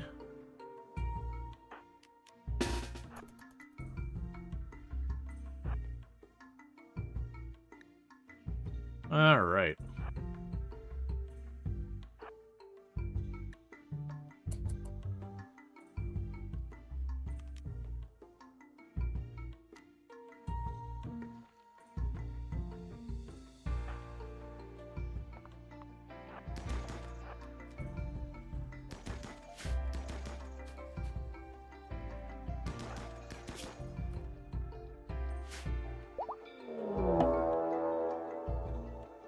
Well, you're a troll game.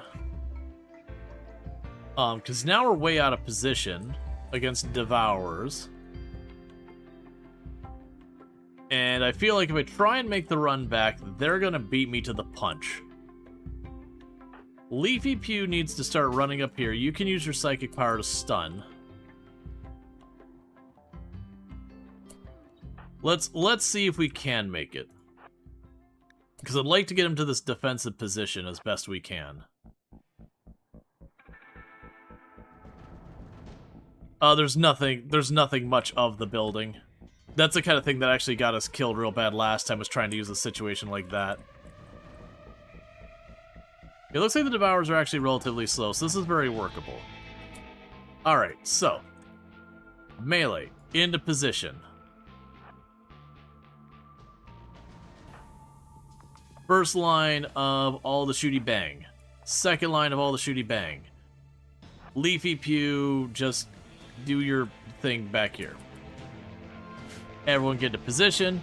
The Devourers are a little bit of a combination of, like, crowd control versus damage. Actually, I'm going to do something a little dirty here. Leafy Pew, have you ever wanted to stand in the middle of where things are about to start eating everybody? Cause, you know. No, I deliberately put one in the middle here. But I've switched it, because what's going to happen is the Devourer's going to jump on Leafy Pew. So I'm going to stun the first Devourer as best we can as they come in.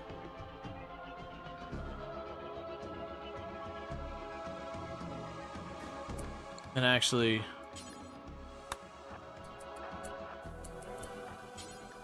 have that stun in the middle.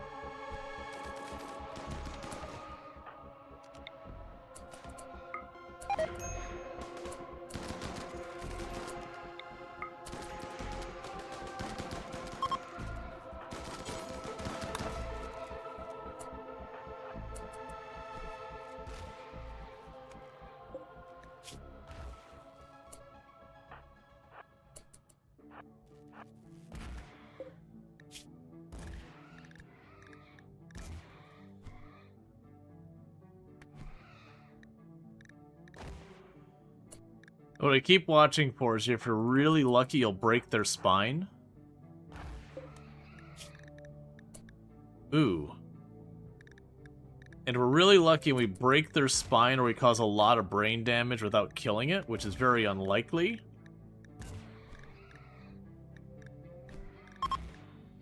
Okay, that's fine.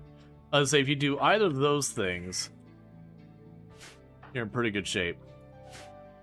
Alright, so Leafy Pew can get out of this. You two can get out of this. The rest of you, we're not done yet. We gotta go deal with these shamblers.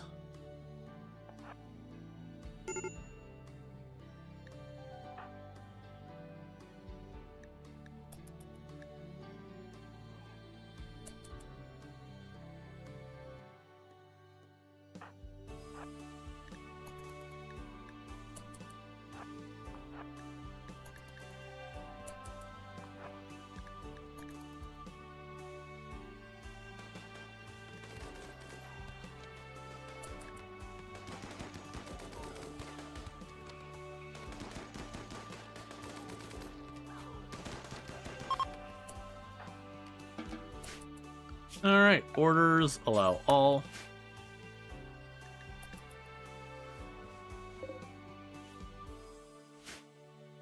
Yeah, no, they're very tanky. Like I said, if you're lucky and you break their spine, or you do a decent amount of brain damage, like that's one good scar. But you do a decent amount of brain damage to them without killing them, you can get them to the point where they're immobilized, and you can just shackle them in your area back here forever and never have to worry about it. Would you leave me alone?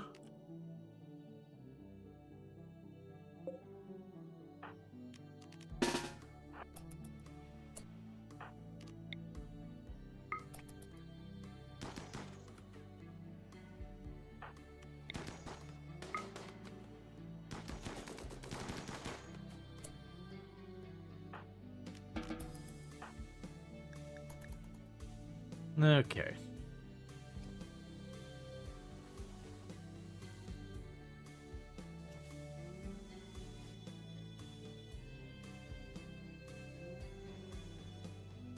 I can go down here, and you've already got entity listed there. That's fine. So we'll get that hauled out of there as able. Yeah, so like JD got pretty roughed up.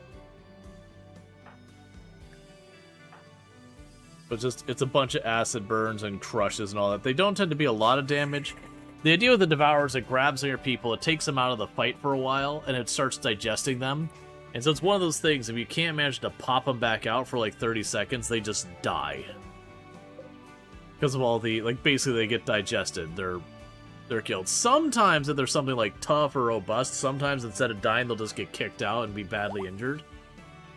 But it's not a thing you want to be depending on, if you can help it. But yeah, so we did use Leafy Pew as kind of cannon fodder, in the sense that since Leafy Pew couldn't do damage, having them like get to be the one pulled in means all my damage dealers got to continue to sit outside and wail on the Devourers. That would have been really messy if I hadn't been able to get over here in time, if I had to just fight out in the open. It means I would have had 5 people taken out of the fight. Genuinely, between the stun and everything, I probably could have gone through there with no casualties if that did happen. By just stunning 1 or 2 of them on the way in to give me a little bit more time, and then just focus fire, like, who get grabs first, toss them on, who got grabbed second, target that one, who got grabbed third. But it can get dangerous real quick.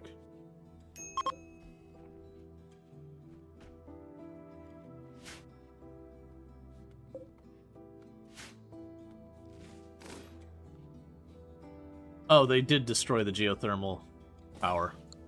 Okay, that's fine. So we're really getting low on components because we've just not gotten a lot of components out of the last couple tiles.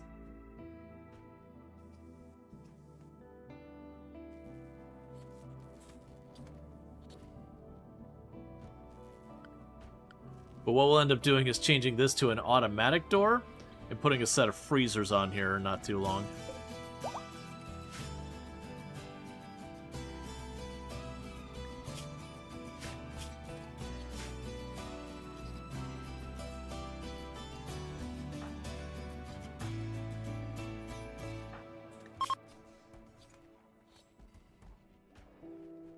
Alright.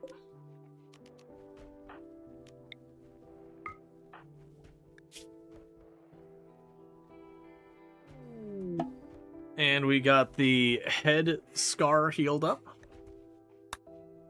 Honestly, I should probably leave those. Those scars will heal up from the Lucifer, and we should focus on some of the R1s.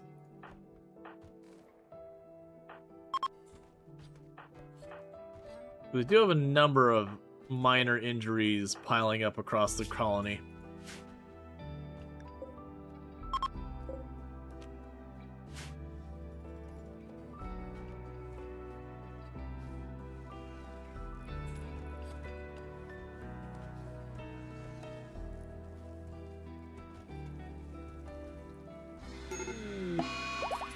Alright, there's the Psychic Agony.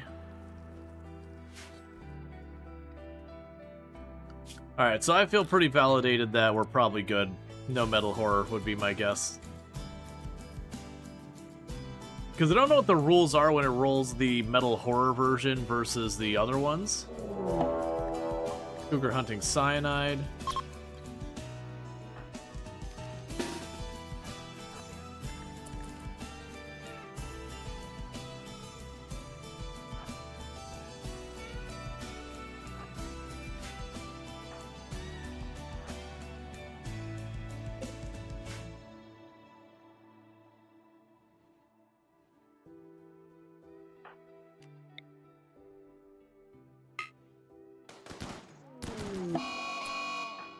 And now it's not. Okay.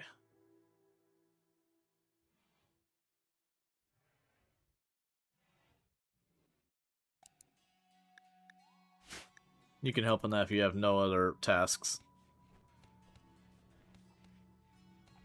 So probably do need another stove.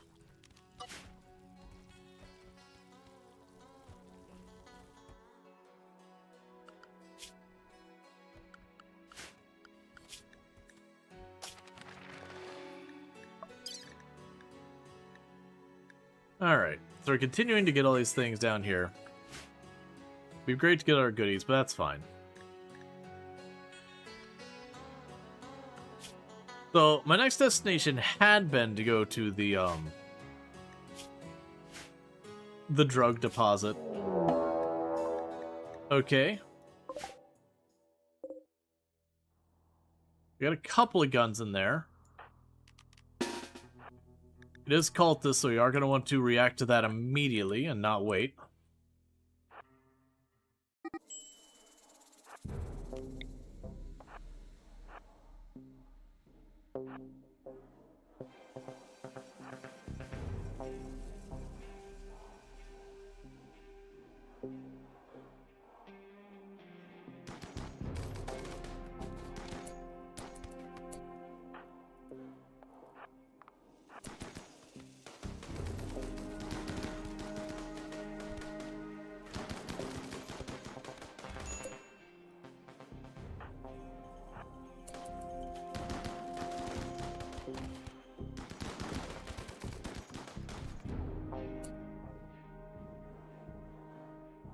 Yeah, how badly you get hit?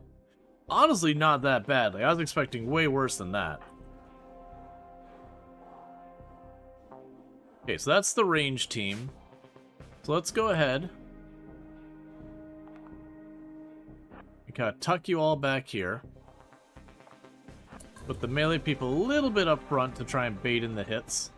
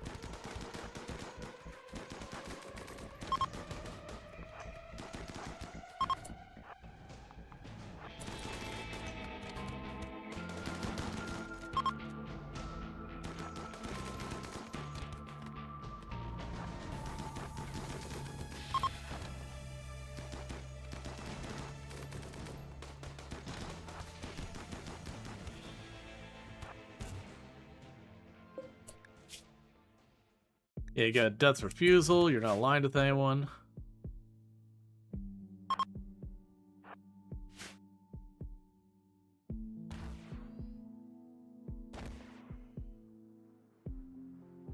No, it's when you have a leader, you can have your leader use an ability that boosts everyone combat effectiveness temporarily. And that's what I've done here, is we have our leader, Lunari, who's using combat command. So it boosts their skills for combat for everyone for 1 day, and then they can't use it for 10 more days. There's a lot of that kind of stuff in the game if you take the time.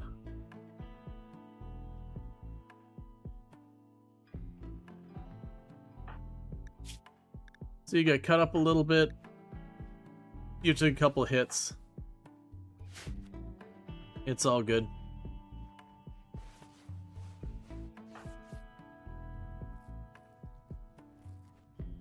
Alright. Was the black swirls by the enemies? Yeah, so with the horror occultist, it's an anomaly encounter. That basically what'll end up happening is you'll please go to bed. You'll basically, if you leave them unhandled for a while, eventually they'll do something bad. In that particular case, what'll happen... Alright, 6 days, that's not a lot of time, but that's some time. Basically what'll eventually happen there... preach health... is they were going to summon flesh beasts, so if I just left them alone, like unmolested or whatever, ultimately what would have happened is they would have just kept summoning flesh beasts at me again and again, slowly overwhelming me. They also have one where they'll kidnap your people one by one. Alright, 8 days. Alright, bear with me, chat. I need to use the restroom real fast, so I'm going to do that, and I'll be back in just a minute, and thank you again for tuning in. And I'll be right back.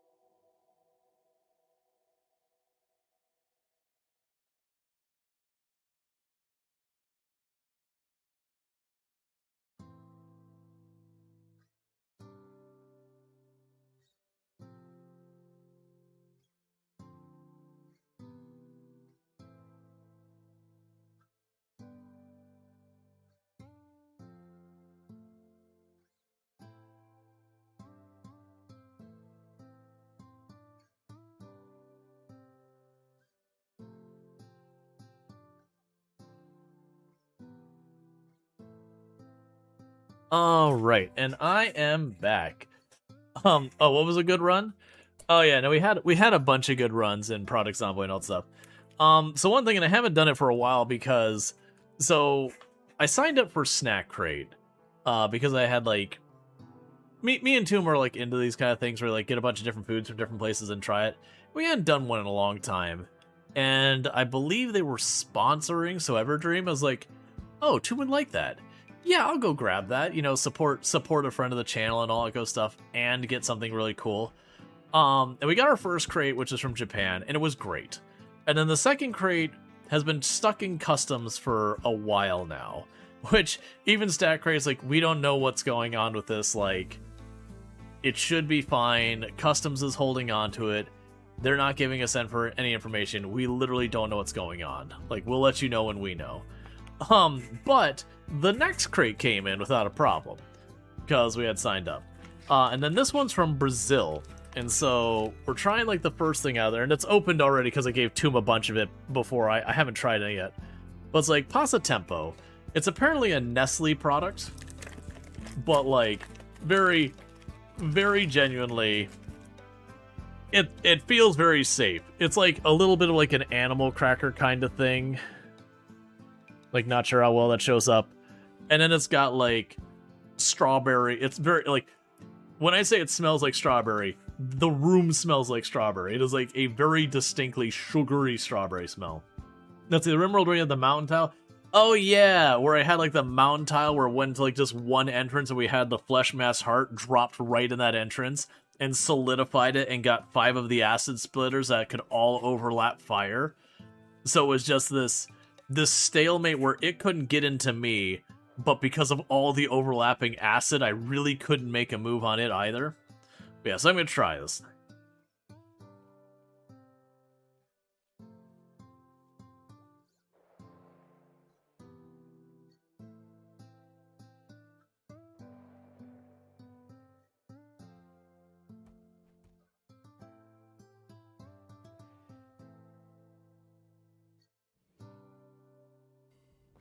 It's pretty good. It's about what you expect. I would say the amount of cracker it has versus like the strawberry stuff. You don't notice the strawberry stuff super much, but it's not bad.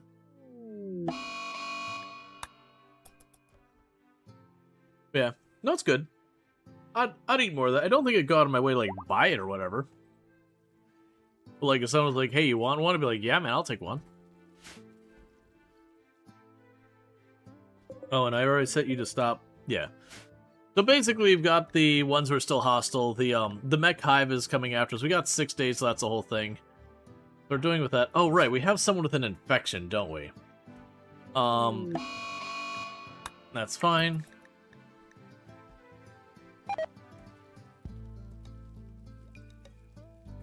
So that's fine. They're doing fine. Is everyone still naked, or you got them some clothes? Oh, everyone's had clothes for a while. Naked brutality is how things work at the very beginning. Usually you have, like, clothes within the first hour of starting a run in naked brutality, because at a minimum, if you down anyone and they don't die, even if the pawn is terrible and someone you won't take, you strip their clothes off and now you have clothes. Getting your early game clothes is pretty easy.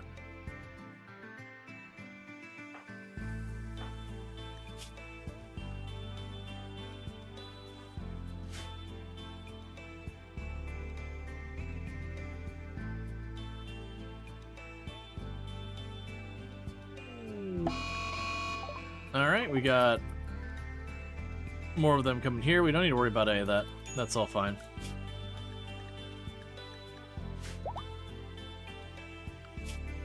Yeah, so you got the vitals monitors getting done.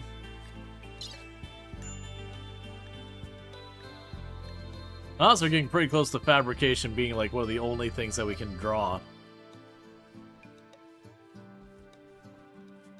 So you strip them and then kill them to not get the taint to be debuff? Yeah, that's one of the things. You don't usually go out of your way to kill them afterwards. Usually that kind of solves itself.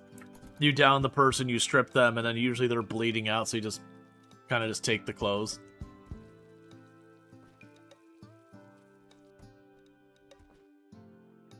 I mean, heck, it's worth doing that in the late game when you have someone show up with marine armor and knock them down, they don't die, you strip them the first thing to get that marine armor off them. Unfortunately, as the game goes on, you get more pawns. The odds a pawn survives being downed gets worse and worse and worse. We'll take apart those 2 pods.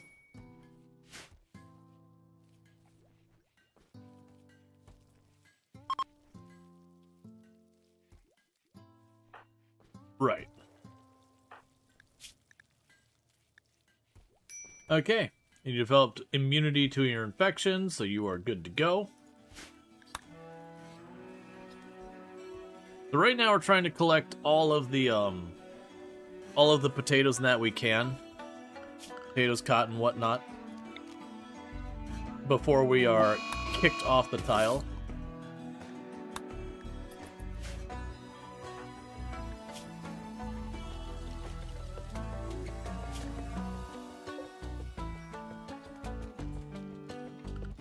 So now the question boils down to is down here somewhere was the drug stockpile. Yeah, the drug stockpile.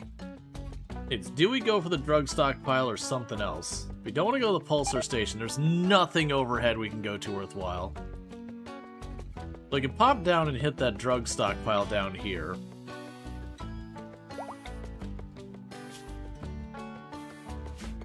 That would help us secure some more Luciferum to give ourselves a much better duration before we have to worry about JD being in trouble due to their drug addictions.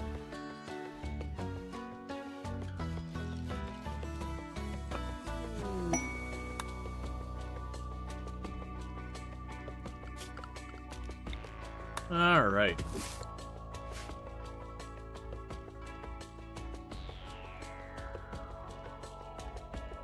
We got another problem here. Orders. Cut down trees as well. That's actually a big problem just because we are reaching the point now where I'm going to be able to use a lot of fuel very rapidly.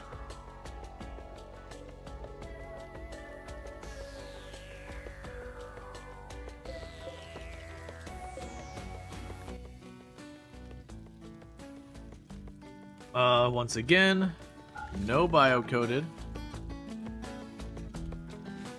No tainted. Get them on my ship.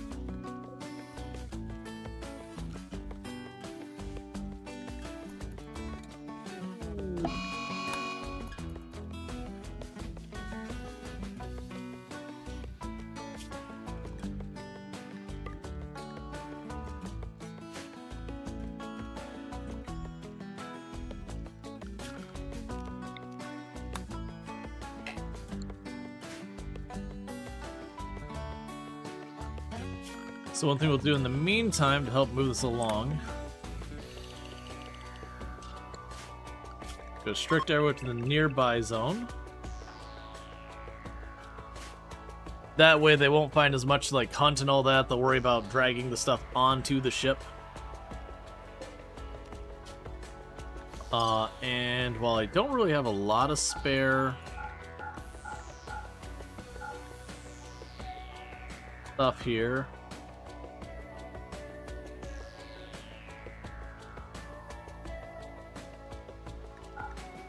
grab a bunch of this.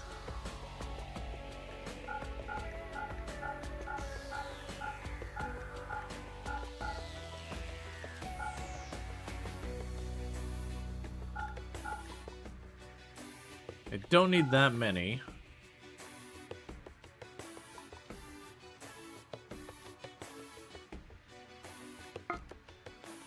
Start loading all that up.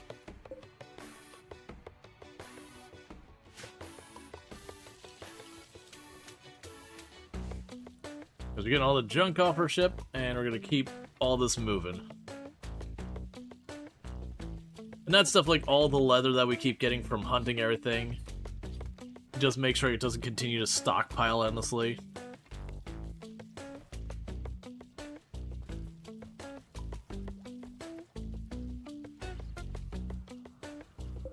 Alright.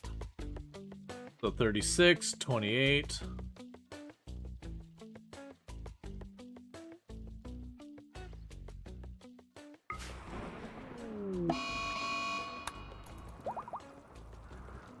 we dropped we improved their reputation a bunch more. Little by little, we're starting to win them all over.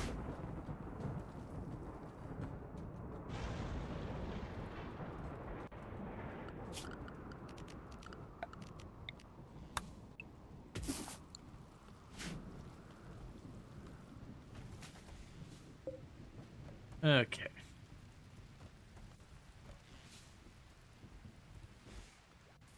And Senchikuki is continuing to make chem fuel, that way we have enough to fully refill our fuel tanks each time we stop.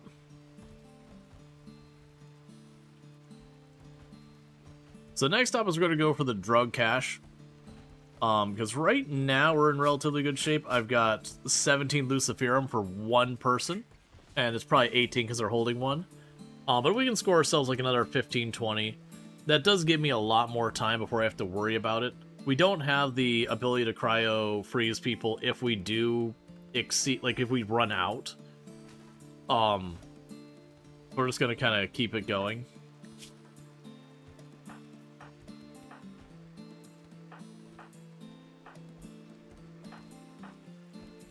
So get Lenaru next for the next healing.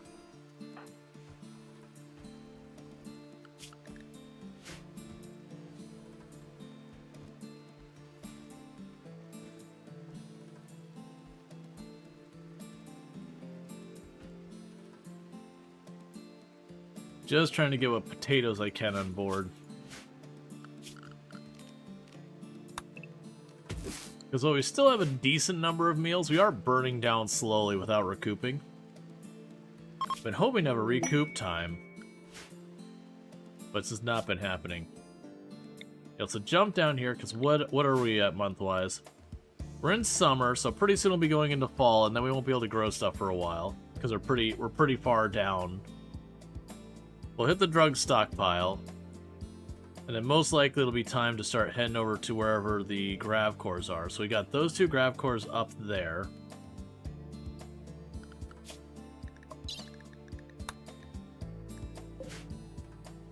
I got a grav core way over there.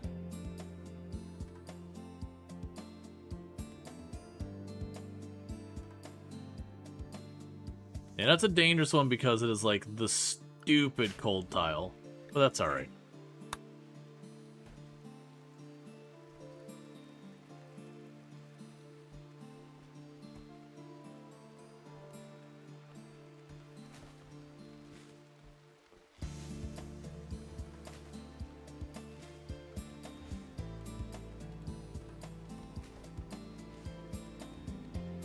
Yeah, so we're desperately trying to get all the wood into the ship and all that. You don't have plant cut set really high, do you? No. We're just prioritizing plant cut. These aren't fully grown. I'm actually okay with that. Because I do need the wood as well.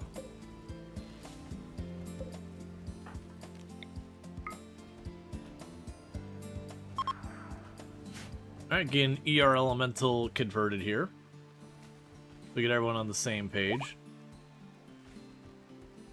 We got a new baby who's going to be happening relatively soon.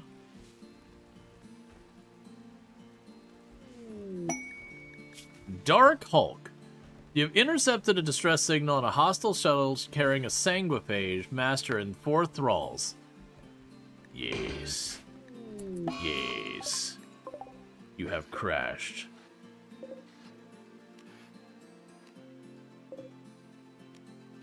Okay, so I actually do have some decent firepower.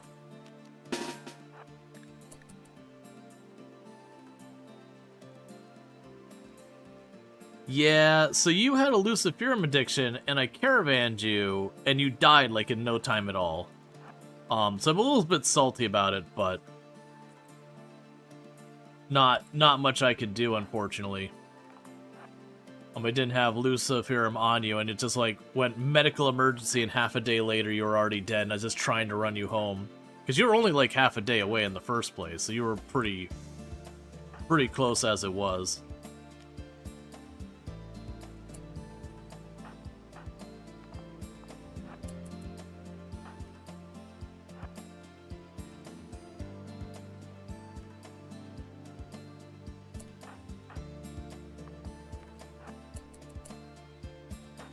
A little bit more dangerous than I want to be, but it is what it is. So run up. Grab their attention.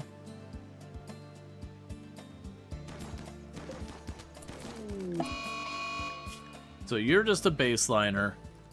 Which one? So Sanguiphage is Lou, who has a revolver.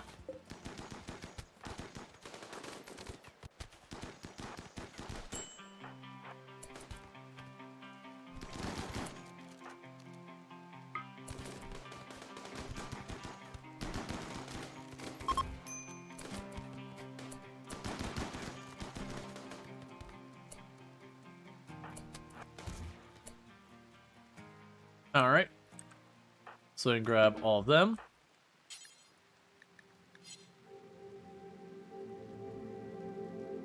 And then for right now, since I don't have anyone else here,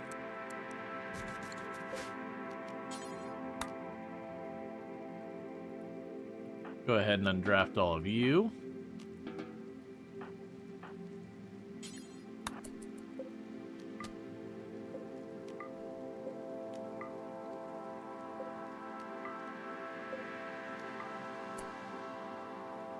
And actually, for what we got here, you got a unique one? Yes. You grab the Hellcat there. Sorry, you grab the assault rifle, you grab the Hellcat. That's a plasteel axe? That's probably better than your sword.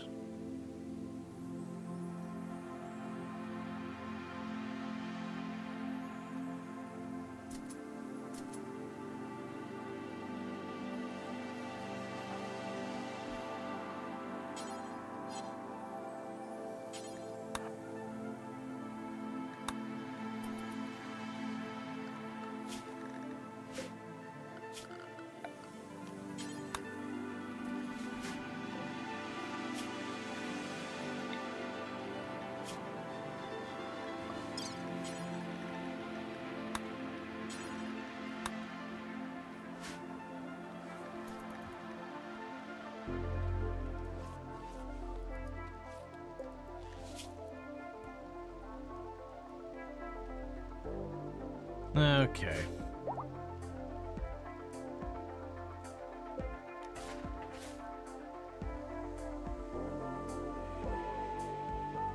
I'm honestly okay with all that being left behind.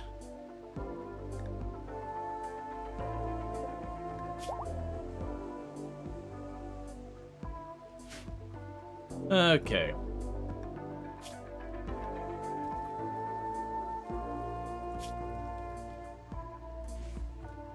So I'm honestly okay with the surgery being done. And that's so that when we get a chronophagy, you know, we have an infant fountain of youth. Oh no, we failed on the surgery. That is such a shame.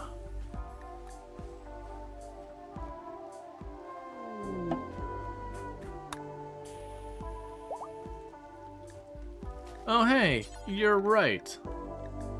We can just go ahead and remove that bionic arm.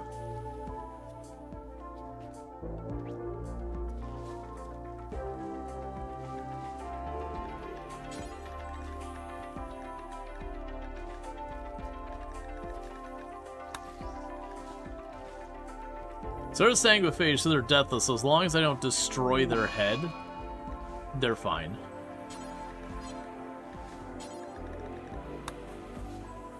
We're just committing medical malpractice. As you do.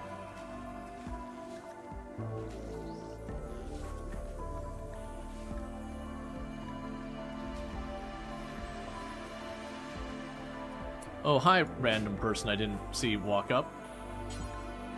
How are you doing? There's nothing unethical going on in here. You have no evidence to the contrary, and I don't want to hear about you saying there is.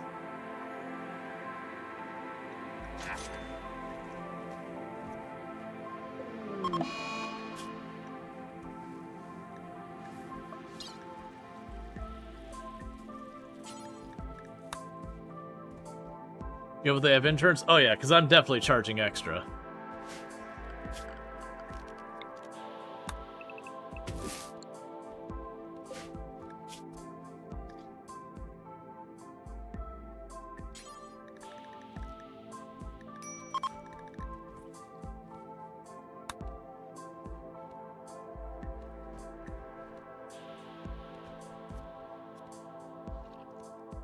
Okay, and I'm not using them for vampire purposes. I'm hoping we'll get the... There we go. Yeah, that way if we get a, the chronophagy, we just keep chronophaging them more and more.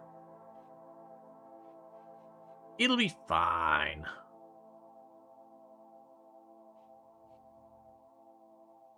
We've actually increased our range effectiveness.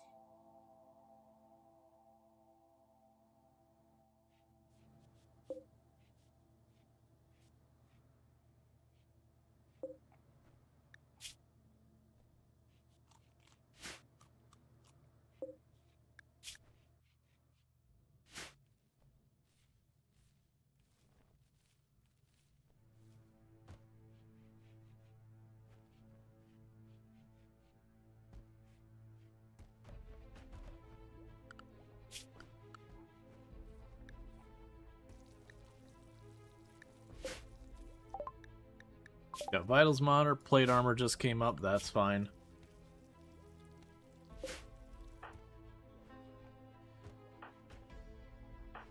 Okay.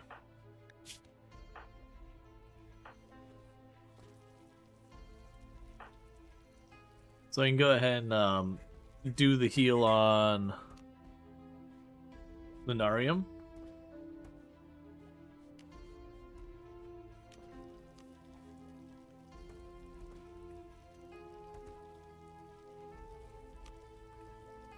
Okay, so we're down to just over a day.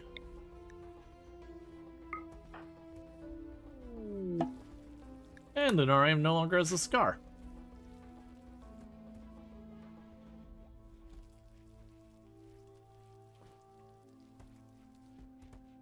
So the good news, we're definitely getting plenty of wood on board. We're getting plenty of that. We've got our chem fuel produced.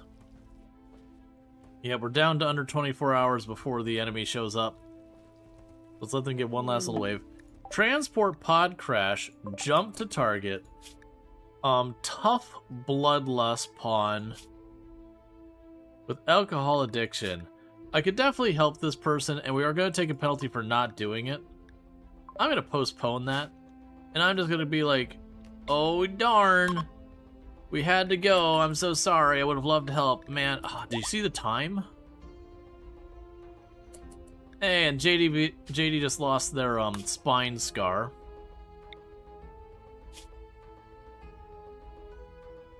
Okay, so that's the caves. That's a cavern. There's a drug stockpile.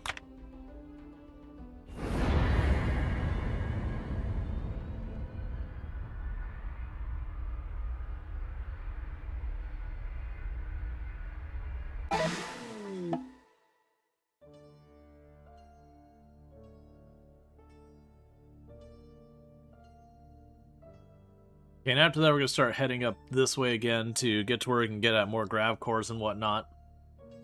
As well as hopefully get up to where I can get to Vaxstone. Okay, so there's the drug stockpile.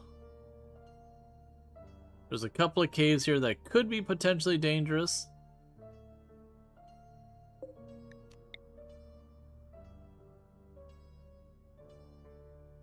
I won't be able to fit you back there, so it's probably the best bet anyways.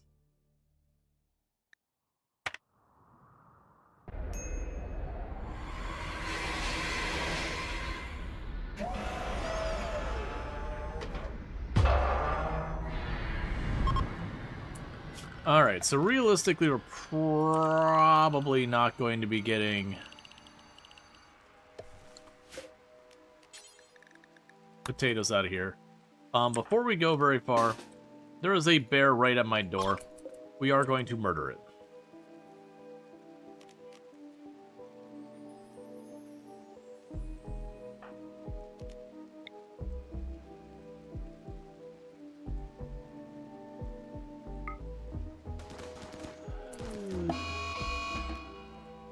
Good job, team. Doesn't have the right to bear arms? No.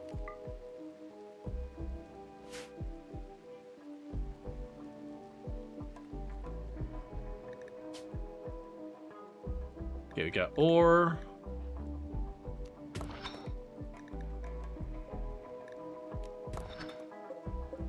We got silver ore there.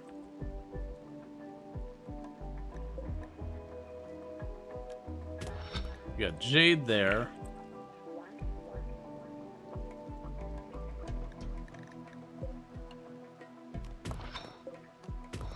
Got plasteel there.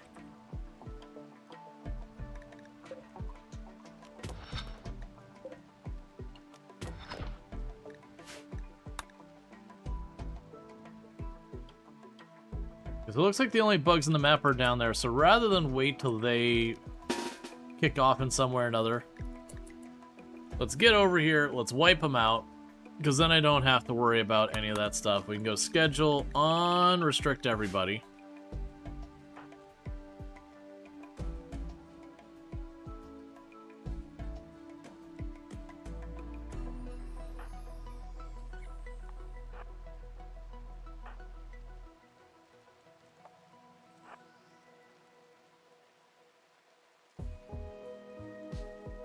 Okay. Also, assignment, attack, attack.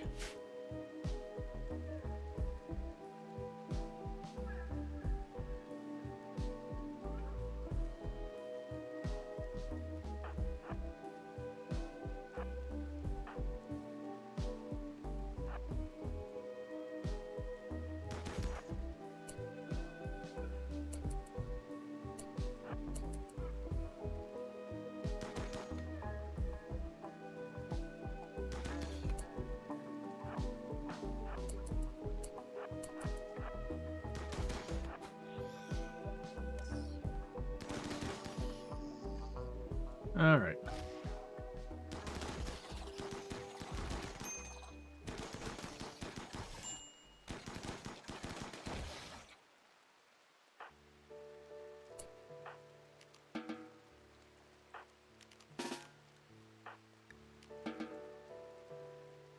And JD can go over here and finish it off. I forgot to draft them. Orders and allow. So this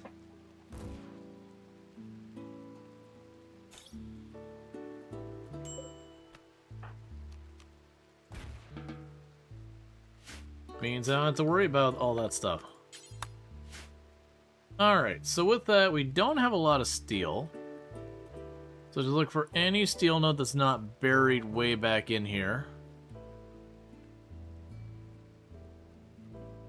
Steel node over there, that's kind of useless.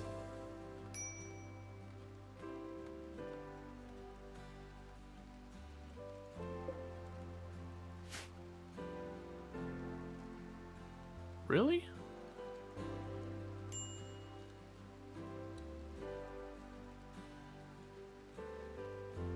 The only steel node I'm saying I'm able to get access to is that one up there.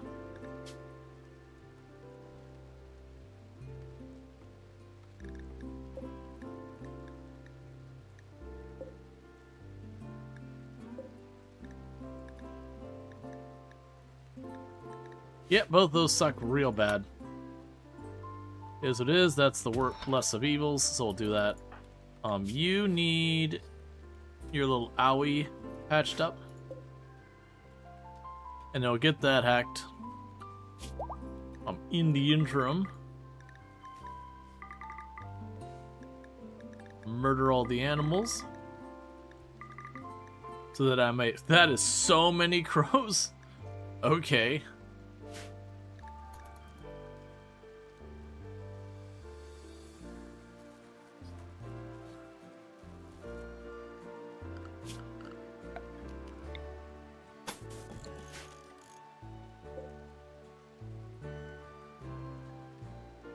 Alright, so I actually can't build that.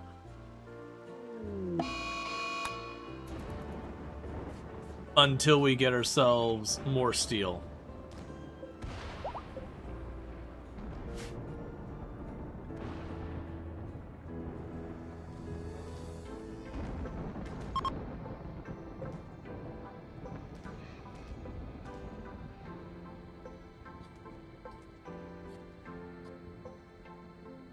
Alright.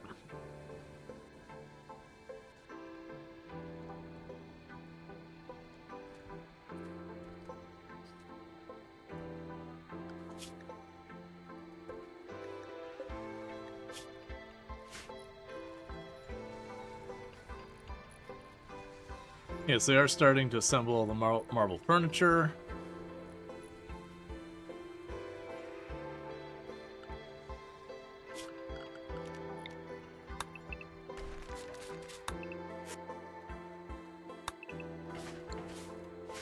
Yeah, this might be what we have to do to get some steel, is just take apart all the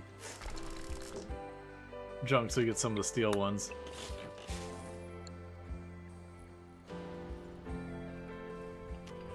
This will also lead to a bunch of stone, but I don't care.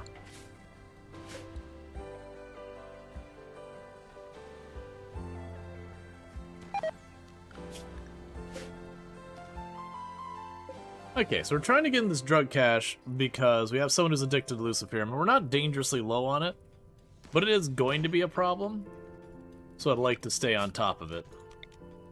So get ourselves some extra, and then we're going to advance to working on our ship again.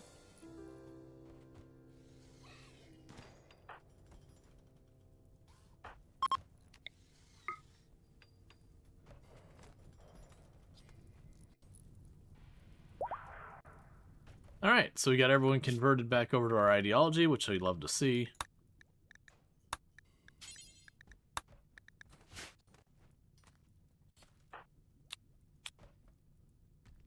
Okay. So you are getting close to aging up. You're getting very, very close to aging up. Alright, fabrication. That's good news. With the fabrication bench, I'll be able to make my own components with steel, which really alleviates some of these tiles where we just don't have, like, we don't find much in the way of components. Usually components are not that big a deal in Odyssey runs, but it is worth, you know, making sure you have a plan for it. They've struck plasteel. Love to see it.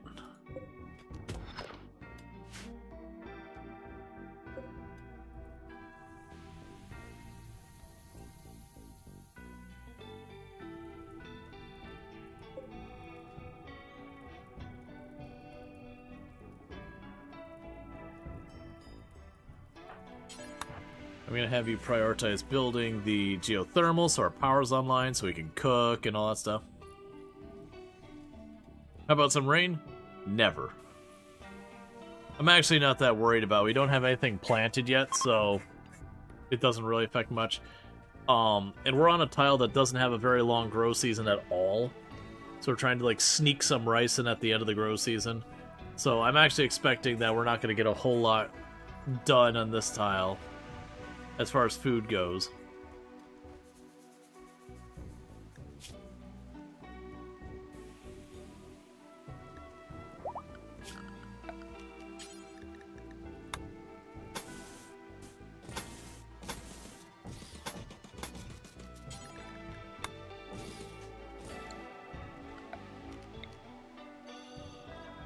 Okay, and we'll get that all tied in so it's at least defensive. Alright, so let's see if we can't manage to get into this underground area and get the drugs. Safeguarding aristocrats, you'll give me a big old pile of glitter world, a big old pile of plasteel. They'll send after 2 mech clusters. That's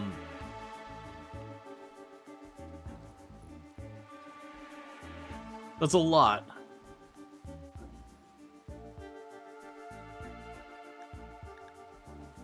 I'm actually gonna pass on that. Like, it's a lot of good stuff. I could really use the glitter roll. The plasteel, I'm good. But with the 2 really big mech clusters and not really a whole lot of space. Yeah, that was the other thing, is the mood requiring it to be 35%. It's like, well, they're already gonna have the penalty because they're not making fancy meals. It's not that it wouldn't be manageable. I'm willing to bet between, like, full-time recreationing them and all that, they're probably fine.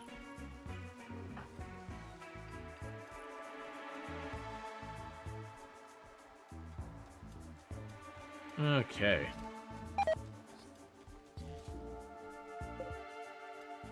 Alright, so we're halfway research there.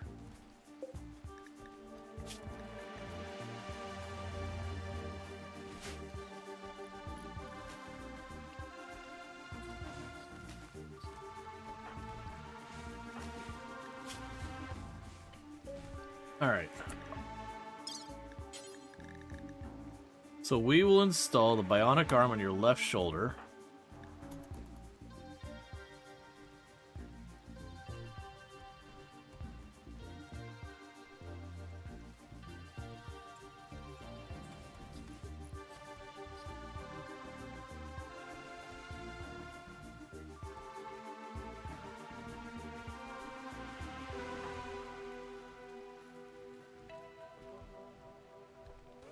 You were just juggling all the entertainment things. There we go.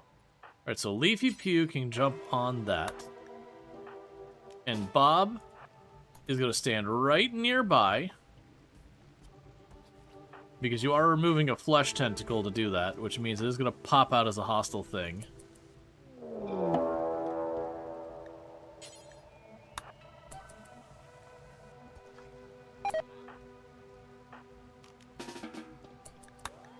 Alright, now JD has a bionic arm.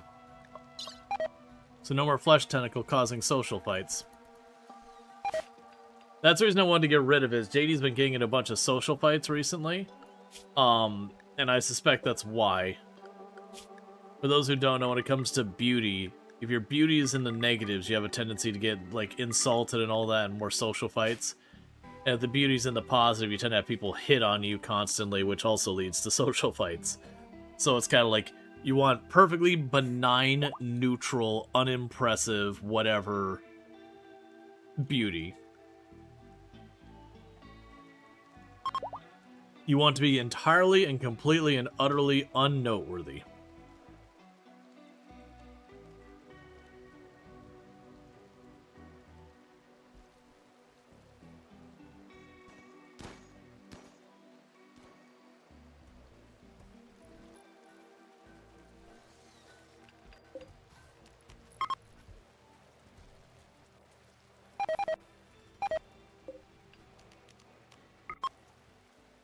Okay, we can put more of the chem fuel in here. It's all ready for reloading the ship when needed.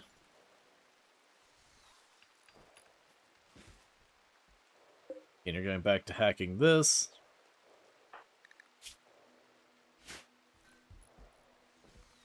Gotcha. That'll be another thing for some of the ones that have like prosthetic legs and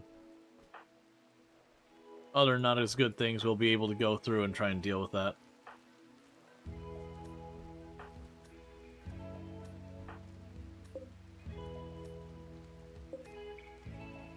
Alright, because as soon as we get this in, we're running down there, we're going to try and secure the drug cache as fast as we can. So we can get all that stuff. Get what we can out of here, out of here.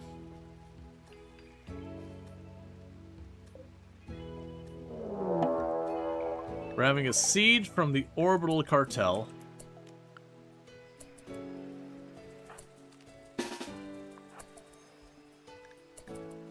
Orbital Cartel has a tendency to bring some serious ordnance. Not this time, though.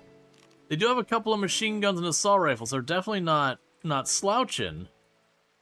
But it's not like we've seen in the past where they roll in with, like, doomsdays and triple rockets and a whole bunch of nonsense.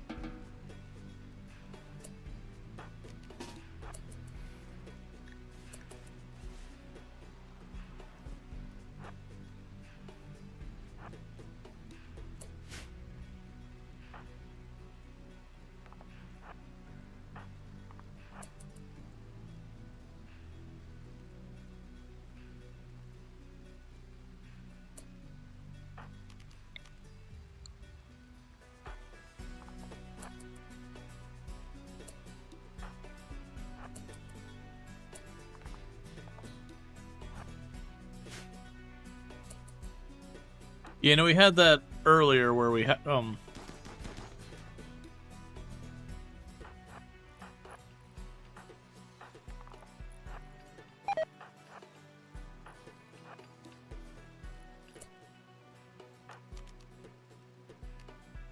where we had one of them get set up and cause us grief.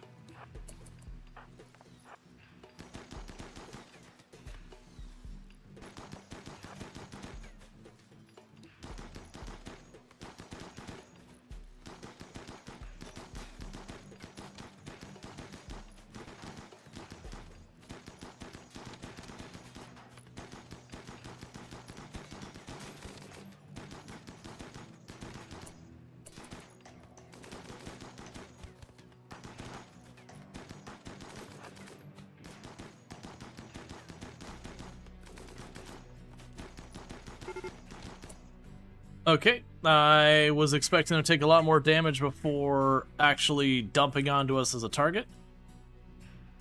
So it's gonna get real messy real fast. Okay, so they're starting to rush in. Let's retreat back to this position.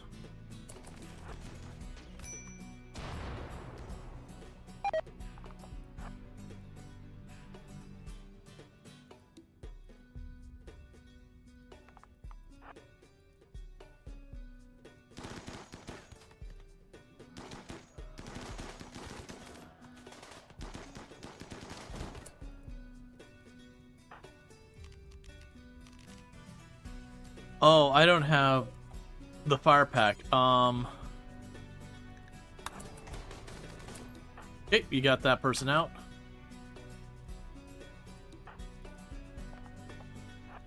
Again, retreat your position.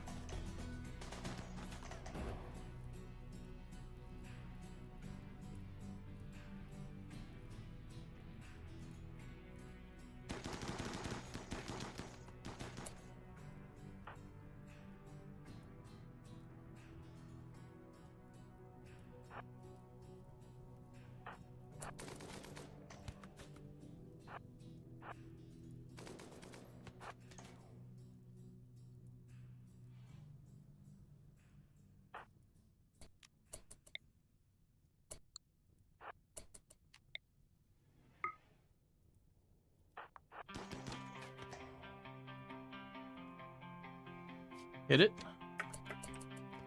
Ah, that's not what he wanted. So the hope had been that I'd hit it there.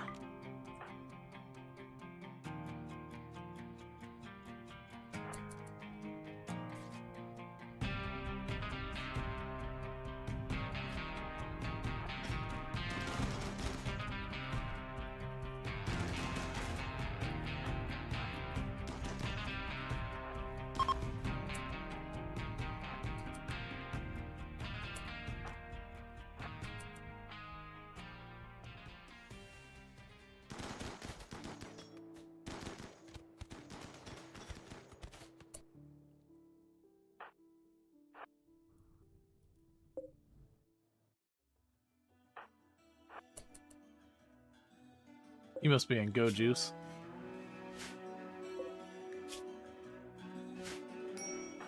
Okay, so those two are going to get in the clear. Alright, so we have a really good chance of getting your stuff back. So what we can do here is I'm going to make a second prisoner spot. Leafy Pew, capture that person.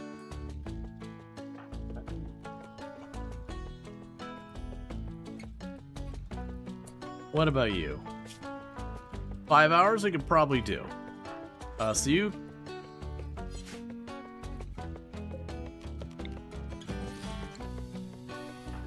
go try and capture this person.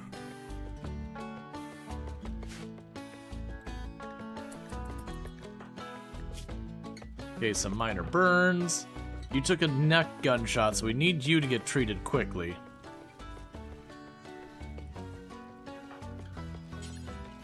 You need to be treated now, we're not waiting.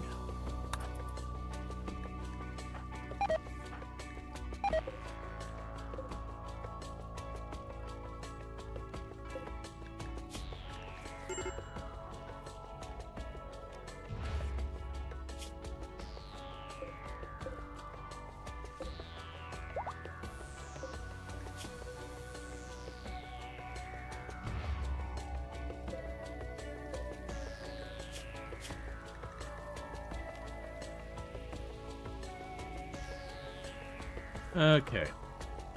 And then we'll release you when we're done.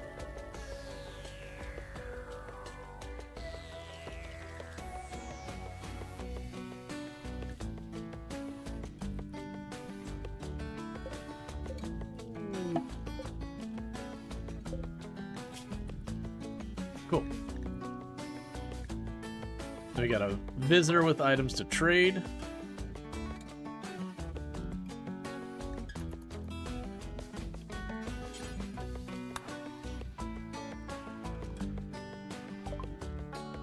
Alright, so you don't have a whole lot of money, but that's okay. Give me what medicine you do have. Give me the components you do have. Take the Sci-T. The chain shotgun. The EMP launcher.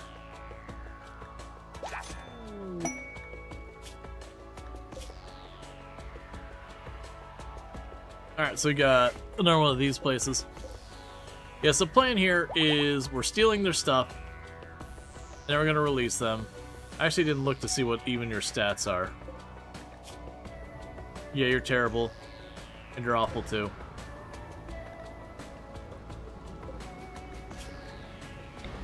Because between the two of them with the orbital cartel, that might be enough to push us to neutral.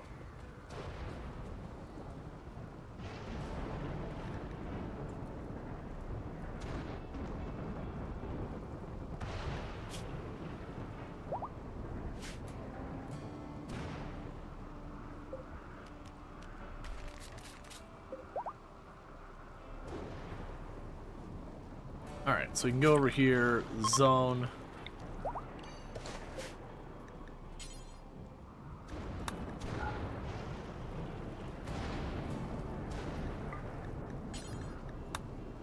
I will let them take the mortar that they built, and I'll load it up here, because then I could put the mortar back there later. Alright, so masterwork light leather pants. That's fine.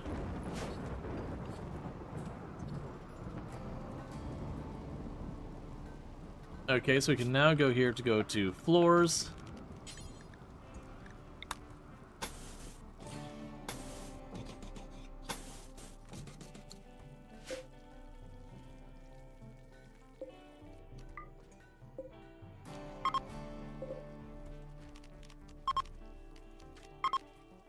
There we go. Got all those set up.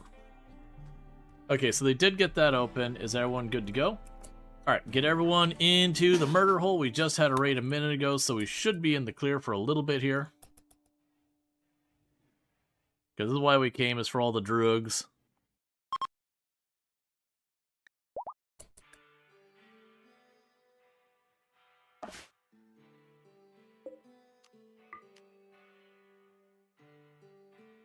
Okay.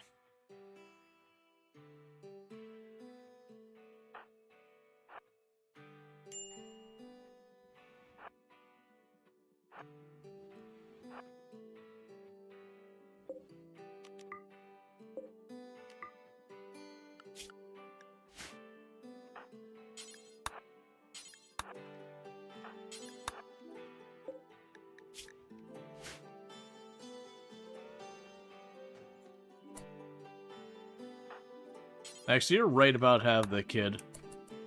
So you just chill for him, Gullo. You just do your thing. We just make Sentient Cookie do all of the work by themselves individually.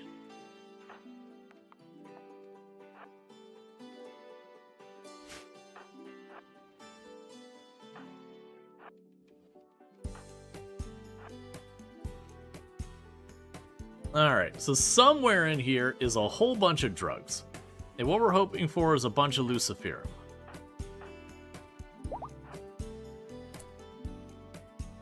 Okay, so with this, we'll grab everyone but Cookie, run them up here in the corner. Actually, that'll be a better corner for them to run into.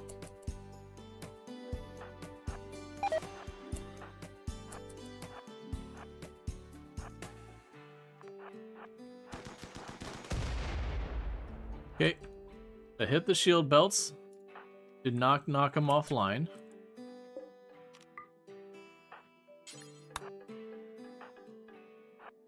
Alright.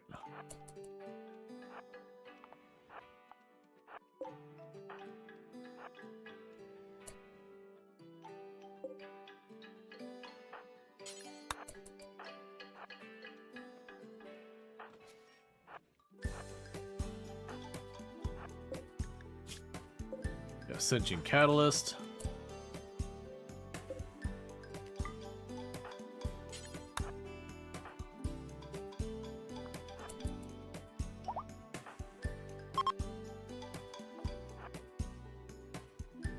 Okay. So running around having Cookie just hack everything.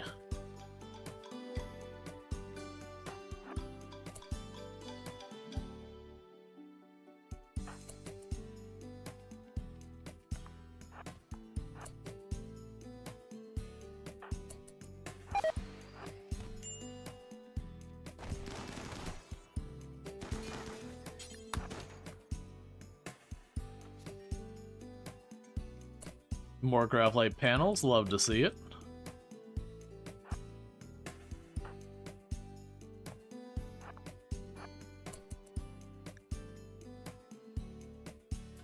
Actually, I'll go here first.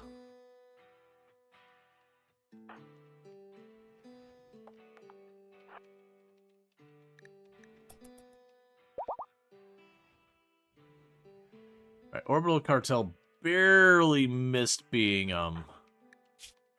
bumped up to neutral. They're right on the cusp of it.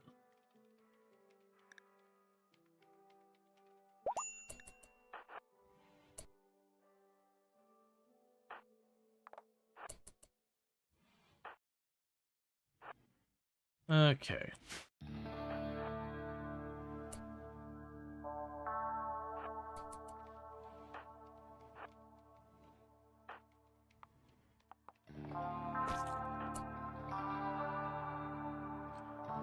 Alright, don't really love that position for this.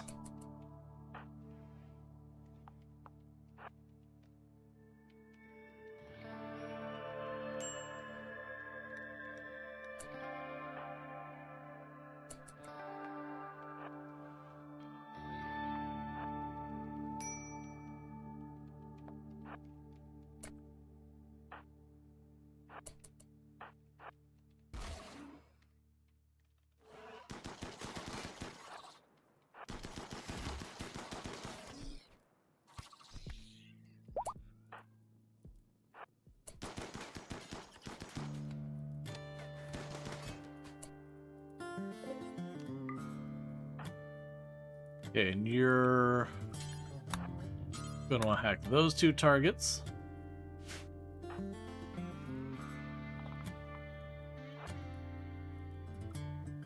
And actually, hack that, then this, then this. You all go there, scented cookie, don't worry about it.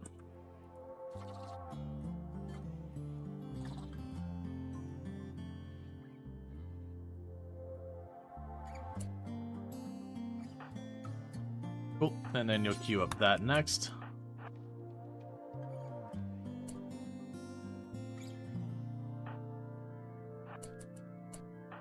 There's the drugs.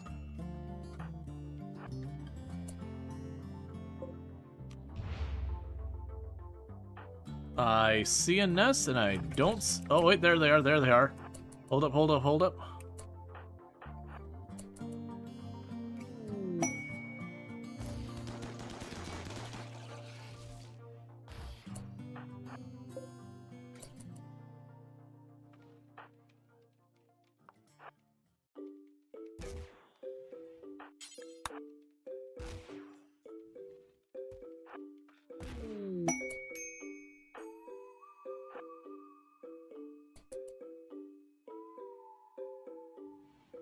Okay, we're almost done here. People are getting pretty upset.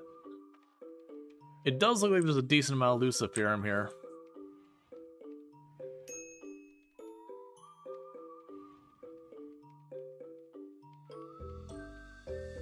Okay.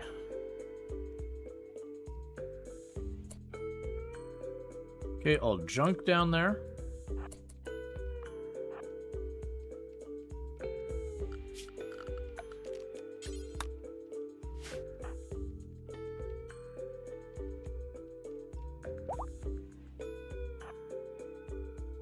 Now I need to hack that door, it's not relevant. Okay, so once we get this last door open down here, we can just get everyone set up to grab stuff on the way out.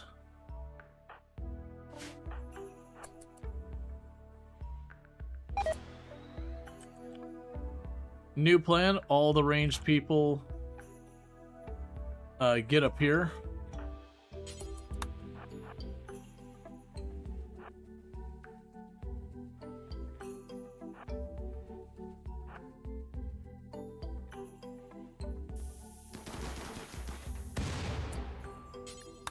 Alright.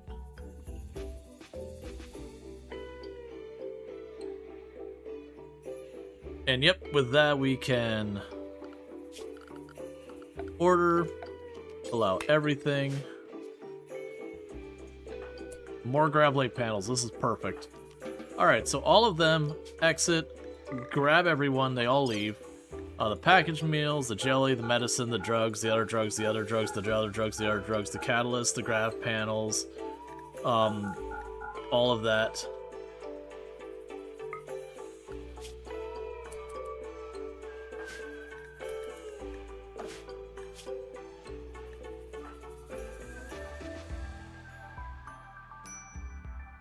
I really need you to potentially get out of here. And soon.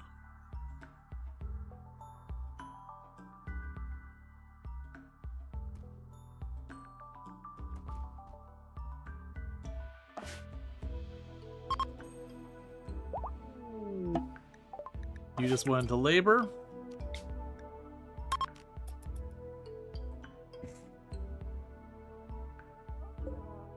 So it's good that we didn't send them down there. They would be actively having labor in this, you know, horrible hole of awful.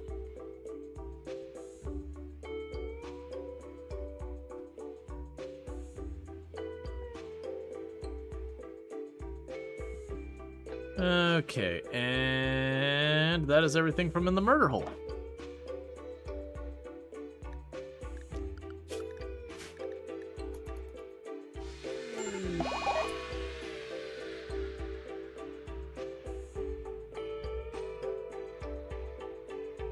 Okay.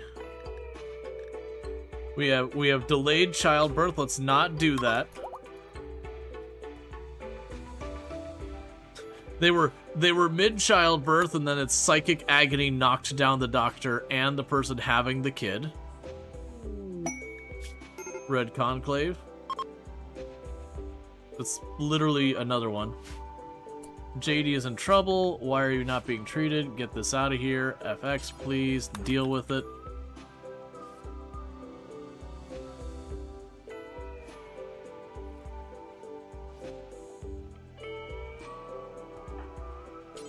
There's your gun. Grab it back.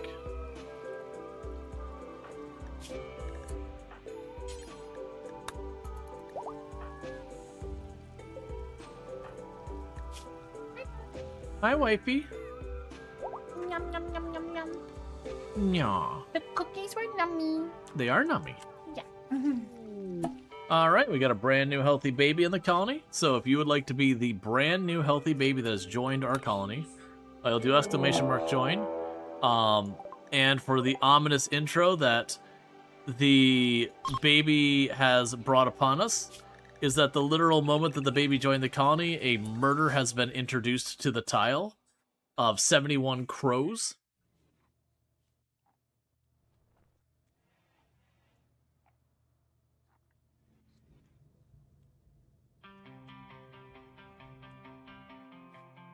So that is ominous tidings.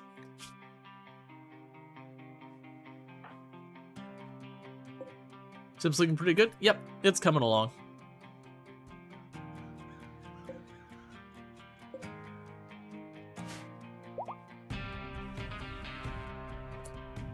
Oh, don't make me lose that because there was a body in the door, because there's always a body in the door.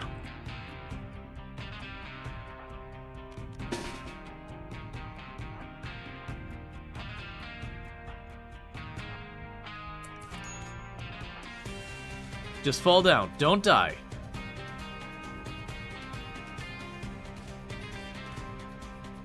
Come on, get in there. Help him, help him, help him.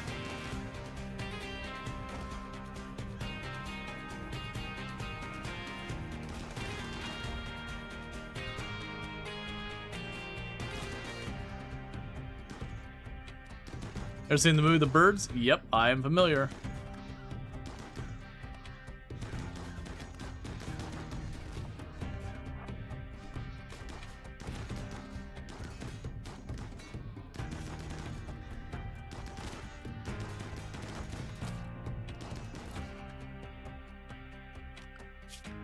The good news is, like, generally speaking, these all don't do much damage. Alright, so get everyone back inside. We're gonna leave that door alone, and for right now...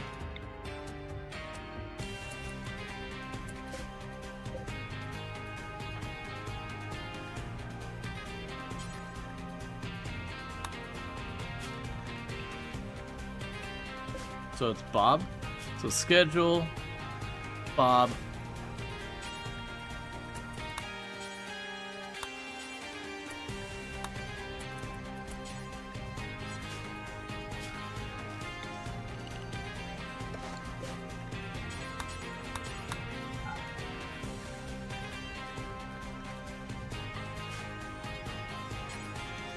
So haul that body out before we have problems. And try and be fast before those crows figure out what's up.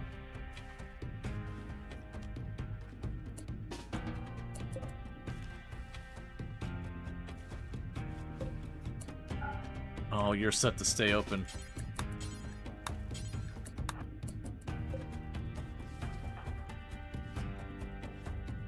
Nor corpse dump? We didn't have a chance. Don't do that. Don't do that. Go around this way.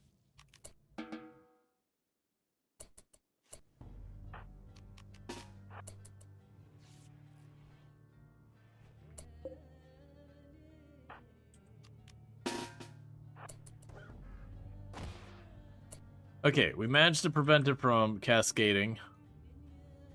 It's this spot here is also an issue. We're just gonna try and hold it.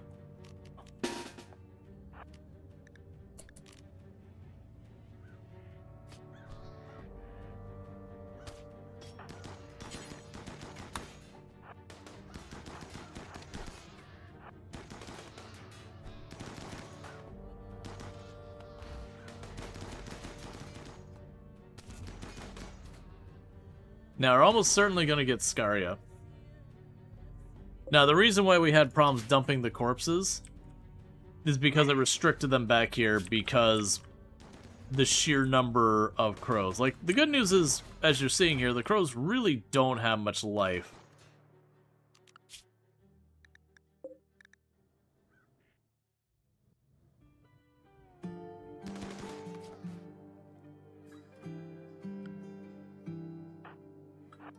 Alright, get that last one sorted.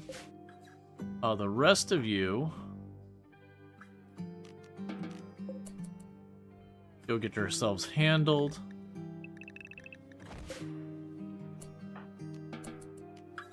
Okay, you're unrestricted, but everyone needs treatment.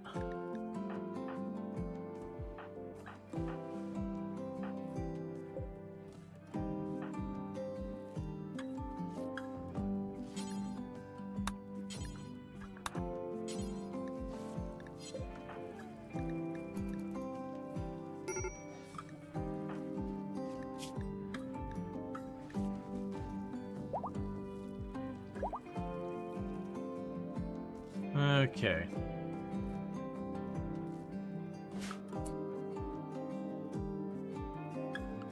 Let's go over here, dumping stockpile. Low. Clear. Human-like. Dumping stockpile. Low, clear. Animals, but not the fresh. It really was ominous. Yep, just the fact that we had them join and immediately a whole, like, 70-something goes, don't stand on the corpses. Growth moment on Earth Rush Stony. Alright. You're gonna take tough. I will give you melee, cooking, mining, and plants.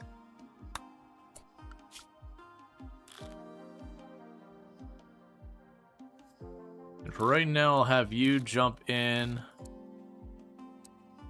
on being able to help with the,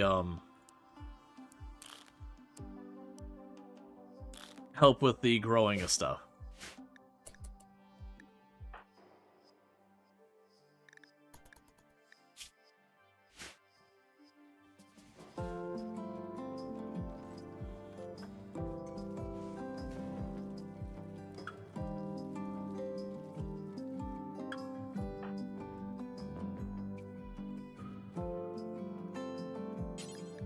Okay, haul the Luciferamin. That's kind of the most urgent thing anyways.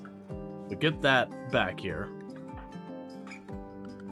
Why is Megalo not doing anything? Okay, so let's go ahead and draw who our ominous baby is. So that's going to be Mandible. The ominous bringer of the murder baby.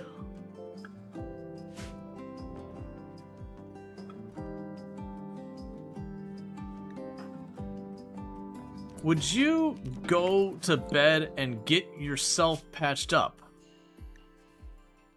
More than likely we are going to get at least 1 or 2 cases of Scaria with how many people got hurt there.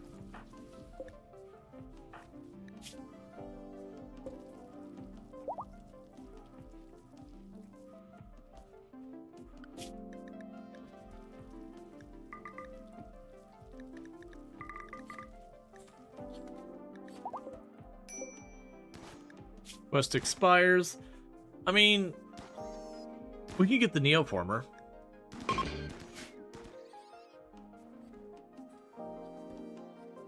There's a little bit of a risk, but...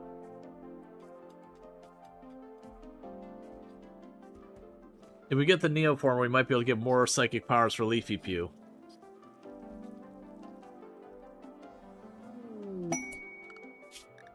Alright, so one thing I'm going to do is I'm going to go zone. Nearby.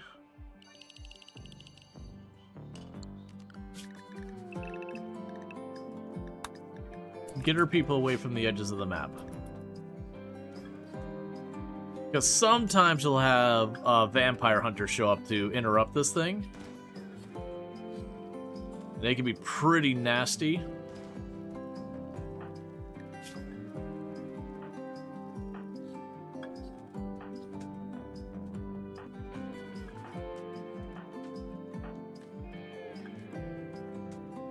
Alright, so it'll be you next.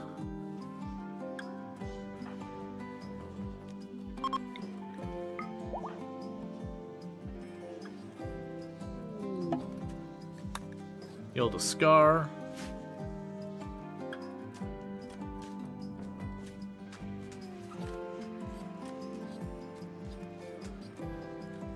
Okay.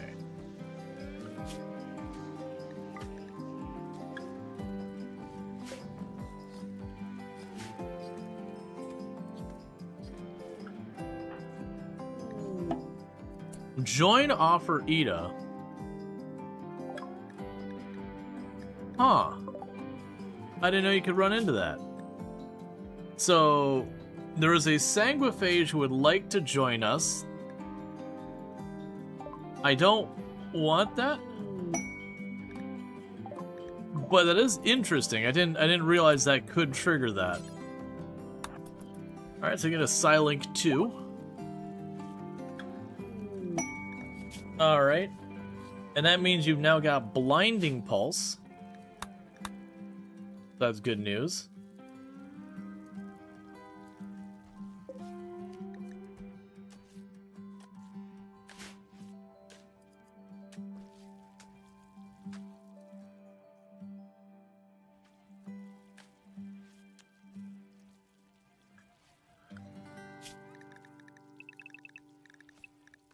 Yeah, we can unrestrict the people again. Because we would have had the hunters, they would have been here already.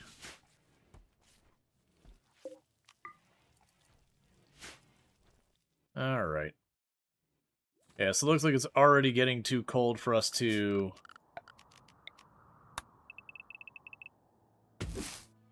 get crops out of that. That's fine.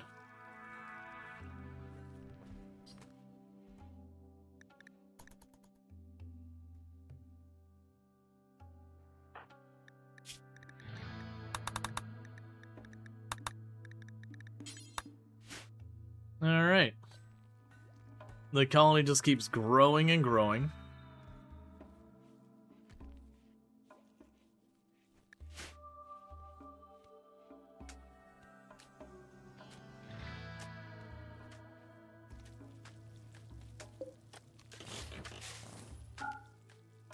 So get rid of the blood torch.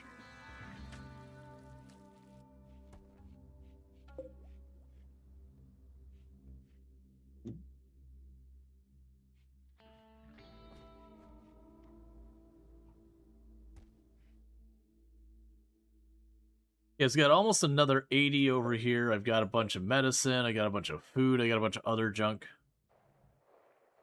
We're just hauling as much as we can.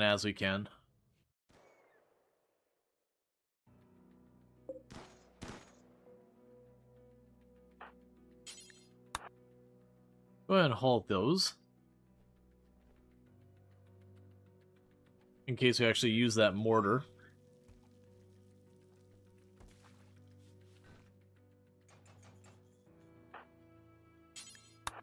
And haul the mortar itself back.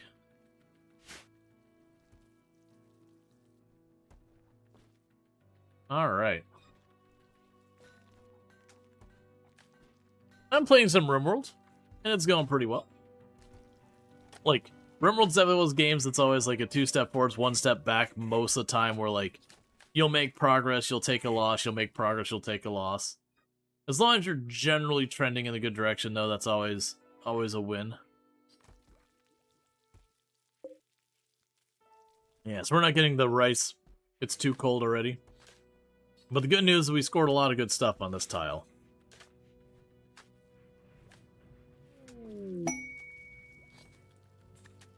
We also got a combat supplier, always a good time.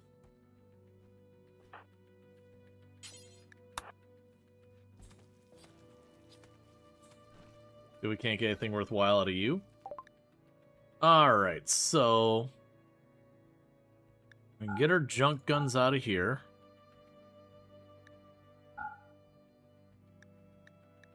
Also, at this point, we can go ahead and sell that too. Got a couple of worn out vac helmets we can go ahead and get rid of.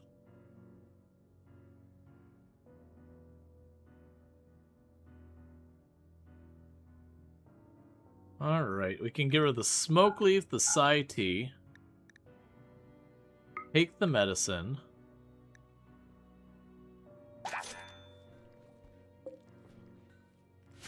Can you build a space communicator thing? Yes. If I get myself some room, I can get a trade beacon. The thing is, the trade beacon, it interacts with the orbital cartel, which we are not neutral with, so I cannot trade with them. So I would have to wait. But we're very close to being able to actually use it. A bunch of pigs joined. That's fine. We'll go like this and say, hey, maybe no more pigs.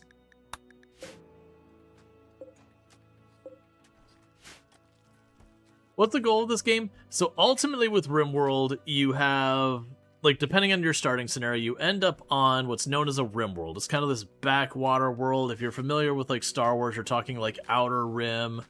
But it's like this backwater world that's fairly lawless. Lots of, like, tribes and pirates and all that sort of stuff.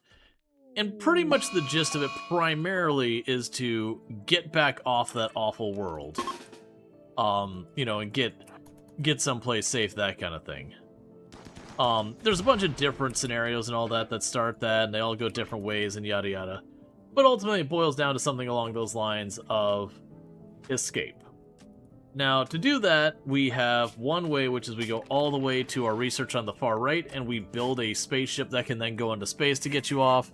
There's, like, the royalty where you can become buddies with, like, the Fallen Empire. And, you know, you get yourself a high royal rank, and they let you hitch a ride. You can find an already built ship and all that stuff. Kind of like Stranded Alien Dawn? Yes, Stranded Alien Dawn is directly inspired by this game. Stranded Alien Dawn is effectively a, they kind of got inspired. They looked at how this game is implemented and did their own kind of twist on it. Not in any kind of negative way or anything like that. But they're very thematically very similar games.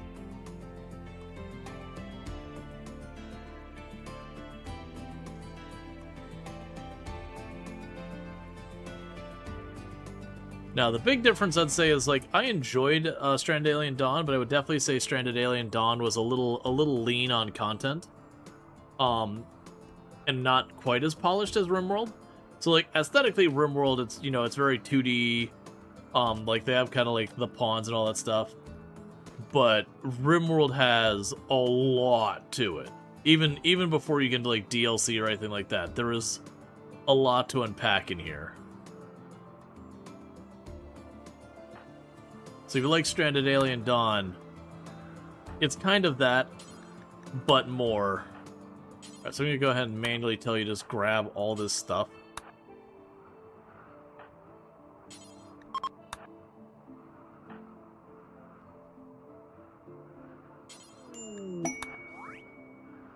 Alright, so one of the kids grew up a little bit.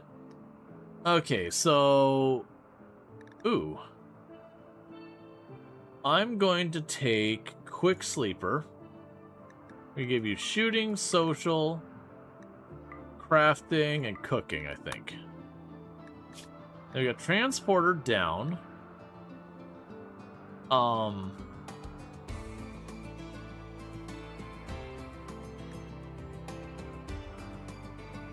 And I think we'll accept the second one. Because if we don't accept it as a guilty ideology, we'll get all whiny about it. Alright, so I'm imagining the enemies are going to come from over here.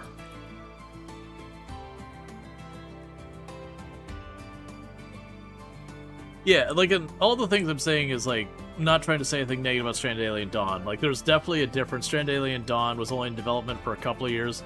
RimWorld's been, like, continually updating and adding to its game for basically a decade. So it's just not an equal comparison kind of deal.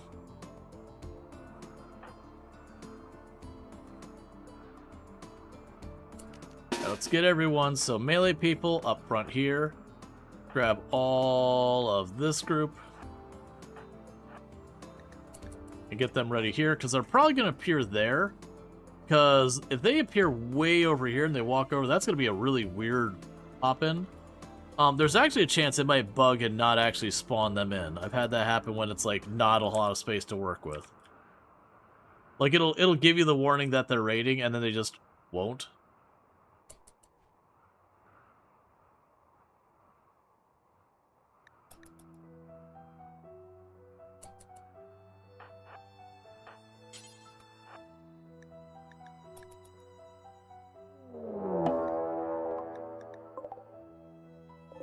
Yeah, they came from the other side, which is a bit interesting.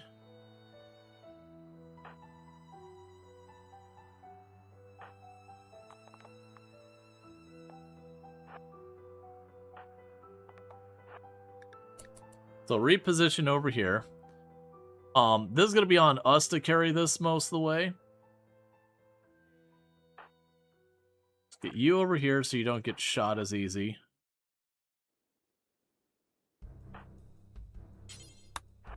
We have way too many kids in this colony.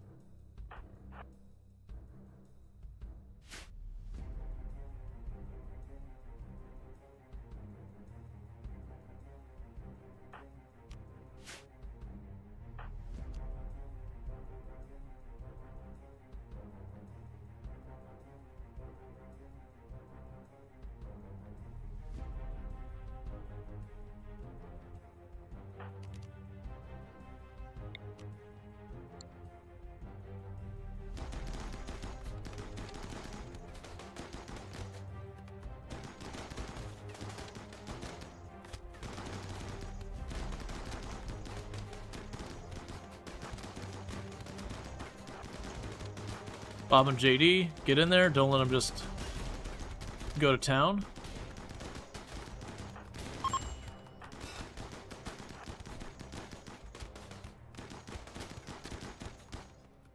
Alright, well that was an absolute slaughter. Okay, so how are you doing? Are you going to get back up quickly? Alright, so let's have... Oh wait, you can't doctor. Let's have you capture that person so we can take their stuff. We can allow all that. Have you played Farthest Frontier? I have. Farthest Frontier is very good. Very different game.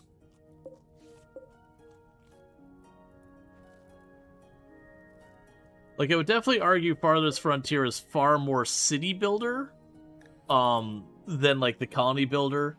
Like, this one of the things you have is, like, if you look at an individual person, they have things that are making them happy and things that are making them upset, which can lead to mood breaks and all that. That's all kind of in this, that, like, you have that in Stranded Alien Dawn, that kind of thing. Do we want to take your gear? Nope. So wait till you're all patched up, and then we're going to release you. For the standing. You're like the city colony building games? Yeah, so I definitely say Forest Frontier is far more focused on the city. They do have raids. Ooh, okay. So we've got our book and everything in here. Let's have you carry that inside so it doesn't rot. We can also reform our ideology, because we've done enough stuff. And like a artificial rule I've given myself is I may only make one change each time we pop in here.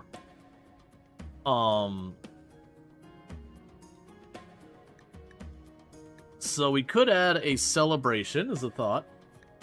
I don't have any roles I can add there. The precepts I'm all pretty happy with. We could add a meme. If we did, like, human primacy might not be a terrible one. It would let me get a production specialist. And it would kind of be neutral otherwise. We can't do the transhumanist and all that. The ritualist can be fun, but we're not really doing that one. Shipborne's another interesting one for the temperature benefit. And we would get a bonus when we're in space. But yeah. You bought Oxygen Not Included, but you not played it yet. Oxygen Not Included is also very fun. Very different from the other ones. Yeah, pain is a virtue, but that requires scarification. I'm leaning towards, let's add a new ritual. No, you know what? I'm going to add a relic. So for our relic, it will be... Where's the cube? Where is the cube?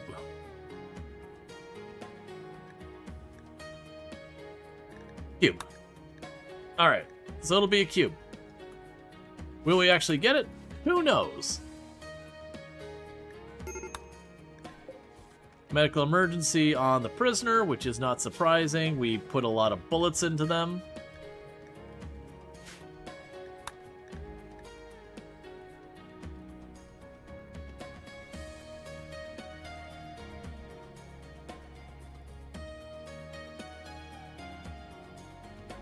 And you're still collecting all the goodies.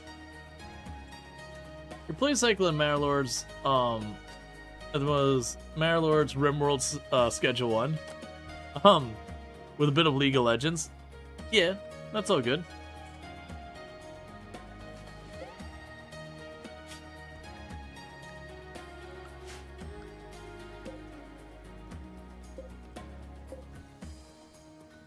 Alright, if you could go ahead and haul this in, though.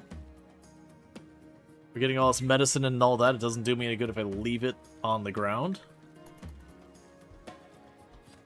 So Vintage Story is excellent. I enjoy Vintage Story a great deal.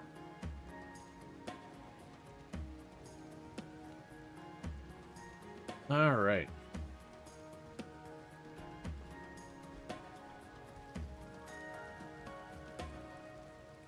So we checked on our medicine. I'm now sitting on 25 Luciferum. Meanwhile, let's load this up. And what we're going to do here is we can go here and say, take all the little shreds of leather we've collected.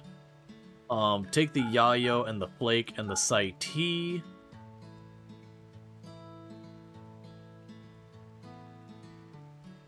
The rest of this is relatively okay. Take the random bio-coded weapons we don't want.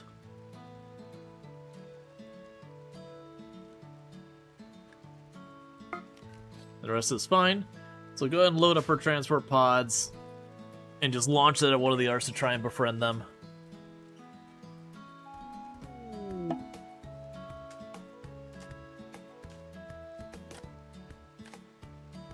And thank you for people watching both on the Twitch side and the YouTube side. It's actually been something that's been kind of pretty cool recently, seeing that, historically, there's just not been much viewership on YouTube. Because a lot of times, the way the algorithm works and YouTube live stream experience, it just wasn't being promoted. But whatever's changed, I've definitely noticed it's been far more noticeable and prevalent on that end. Alright, so... we're good on medicine, we're good on packing meals. I actually guess I don't need anything from you. You've had a lot of fun with the recent past with Elite Dangerous, Stranded Deep, Kenshi. Yeah, we done a lot of, like, I think it was last year or the year before, Kenshi was like our second or third most played game. I haven't streamed Elite Dangerous, but like one time briefly. Elite Dangerous is one of my most played games of all time. But I kind of fell off when they added the space legs. I was very much, you know, there's a lot of people very adamant that they wanted to be able to run around and do the first person shooter. And I'm like, I just want to do my spaceships, man. And very much when that first came out, it was pretty rough.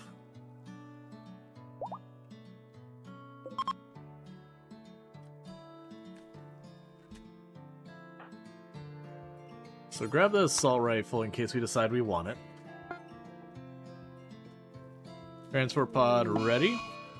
Okay, so we can send it to you for 35 standings. 33, 46.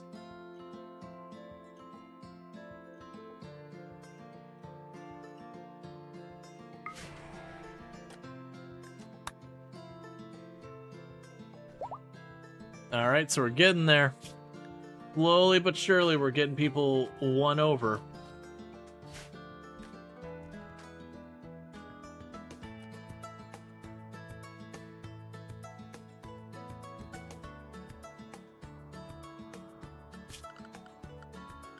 Martial arts is broken. Oh, yeah.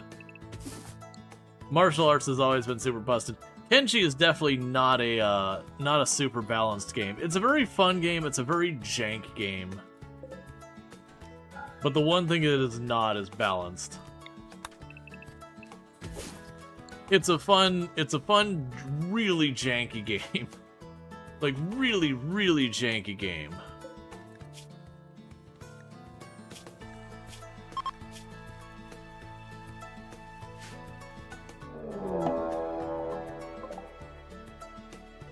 Where's Randall Thor at?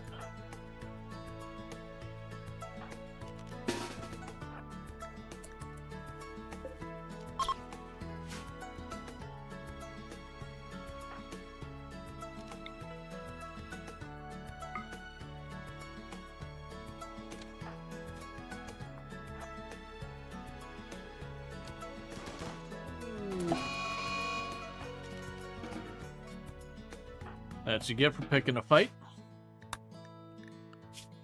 We're minding our business. You don't need to try and murder us. Waiting for Kenshi too. I want to be hopeful for Kenshi too. But like, it's been coming forever and we've seen so very little from it that it does not inspire much confidence. And thank you for the Gigantipie, Randall Thor. I do appreciate that. Like, this isn't me being like, oh no, it's not coming or anything. It's like, I am leery. I would assume they would want to show more if it was going, or would hear more or something. But, it's been like radio silence over there for a very long time. So I'll go ahead and get a spot for mortar right there.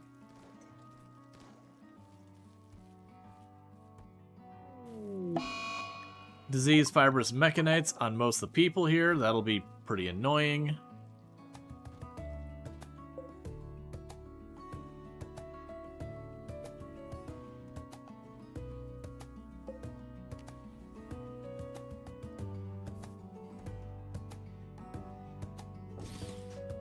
I'll put a grav field extender over here so we can grow this out more. Oh, not right in that one spot though. So it's not perfectly lined up with the door. You're also waiting to see a WoW Classic Plus game you heard that's called Camelot or something? Camelot, I thought, unless it's a new version of Camelot, Camelot was out for a very long time, like, hell, 10, 15 years ago. But it could be like a new one, a new version. I haven't really kept up on, like, the MMORPG scene. The game I'm most looking forward to this year is Grave Seasons, which is very, the way I would describe it is, it's Stardew Valley, where, you know, you sit there, you could do your little farm, it's all cute, you got your neighbors, maybe you get to know someone, maybe you get married, There's an active serial killer murdering your neighbors who you don't know who is. And part of the game is kind of trying to suss out who is the one neighbor who is murdering everybody. And then you can go to the festivals and all that. So basically, it's a twist on that genre,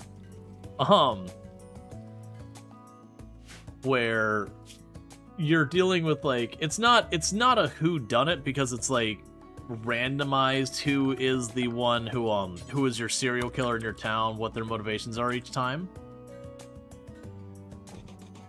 But yeah, it's a pretty cool idea.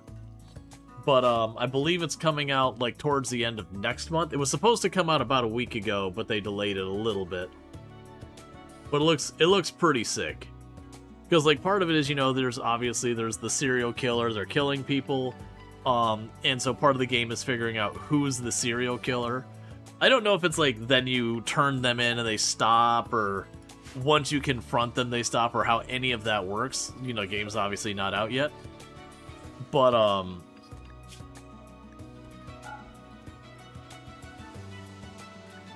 alright, so I'll carry the mortar shells. But it is a whole thing where they're yeah, you can end up married to the serial killer whether or not you know they're the serial killer. Part of figuring it out is, instead of Stardew Valley where you just walk into a house, you just walk into a house and people are generally chill with it. You break into homes. So, you might go by your neighbor's home and just decide you're going to go ahead and break in, whether you pick the lock or I don't know how mechanically it's going to work, but you break in there. And so, maybe you break in, and oh no, they've been killed by the serial killer, you found the body, maybe you get some evidence to help you figure out who done it and all that. Maybe you're rooting around and they're looking for anything suspicious, and then they get home and they catch you in their house, and understandably get extremely pissed off and upset with you. Because, I don't know, people seem to respond very negatively to break-in and entry. But yeah, so it sounds like it's gonna be pretty awesome.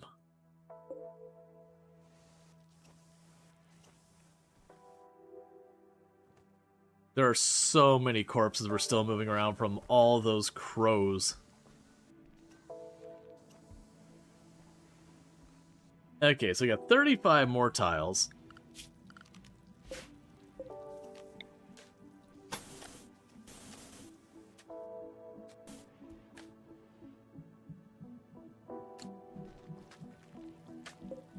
Now, the guy wants to be working Kenshi 2 without distractions or making promises about releasing it before it's ready and talking about things that may or may not end up in the game. Yeah, no, I mean, but part of the thought is, Randall Thors, is just, how long it's supposedly been in the pipeline. It very well might be in a place that's just fine, but it's definitely one of those things that, it's been pretty heavily radio silenced for a while, and that doesn't inherently mean anything is wrong, but it's definitely one of those ones you're okay, this has been a while that it's been kind of sitting there that we haven't heard anything. So, is everything still going smoothly? What's the deal?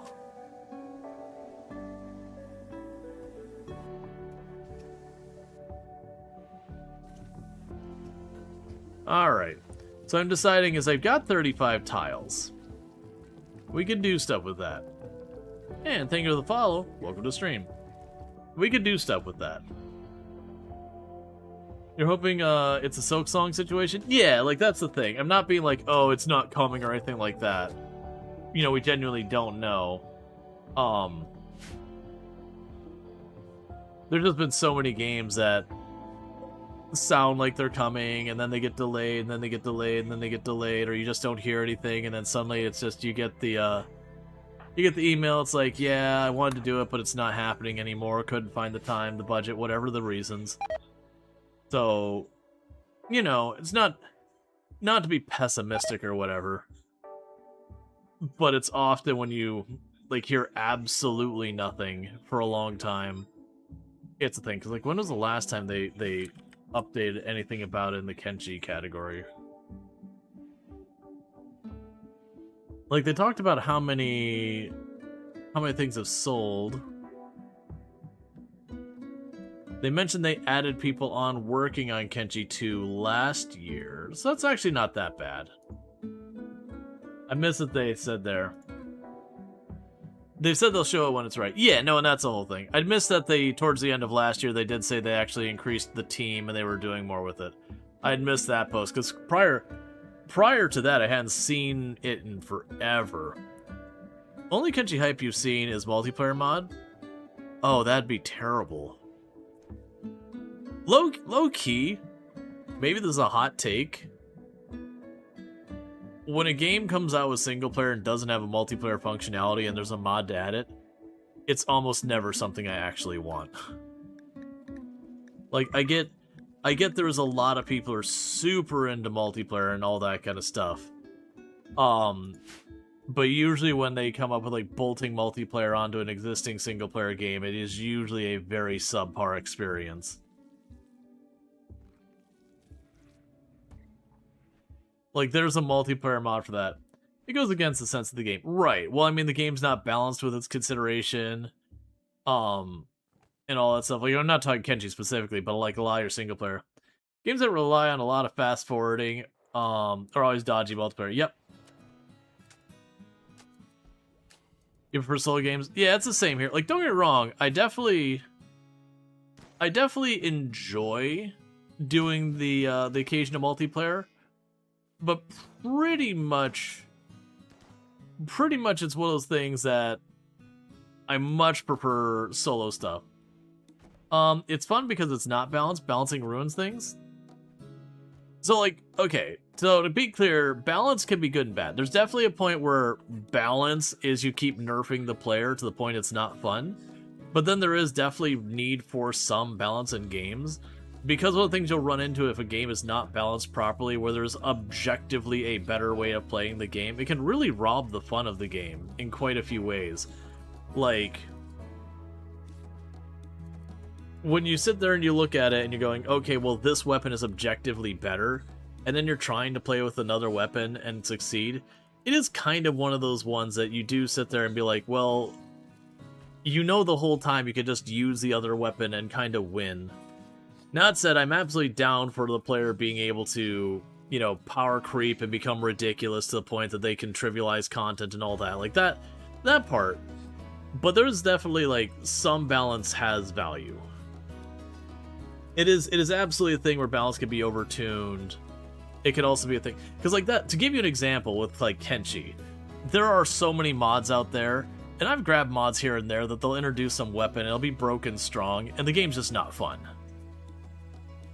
Like, when you get that weapon where you're going up to stuff and you're blocking almost every hit in the animation, it's like you're using, what was it? There was like a Buster Sword mod, and it was basically better than any other weapon in any other category, because, like, it took the advantage of almost every single weapon.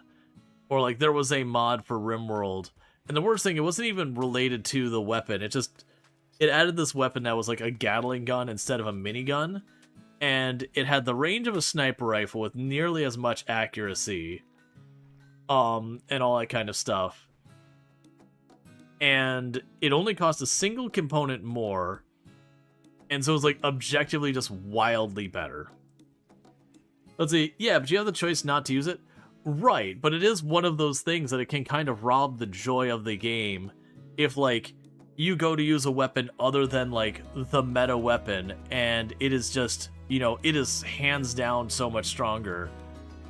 Like, it can be a thing that you're like, okay, this is difficult, but, like, I know I can make this not as much a thing. You can choose not to use it, but, like, not talking mods, but when it is base game, it can be a thing that sucks the joy out of the game, at least for me personally, when, like, you almost feel like the game is actively pressuring you into using a certain weapon or using a certain skill or using a certain talent, where there is one that it's not, like, nuanced better or worse, but, like, just genuinely this one thing is just better.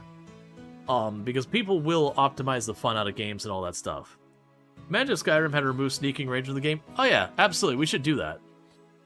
No, but to your exact credit, Power Reset, to your exact credit, I go to play Skyrim, and I'm like, I'm not going to do sneaking ranger this time. I'm not going to do it. We're going to get a big two-handed weapon, and we are going to fight with our big two-handed weapon.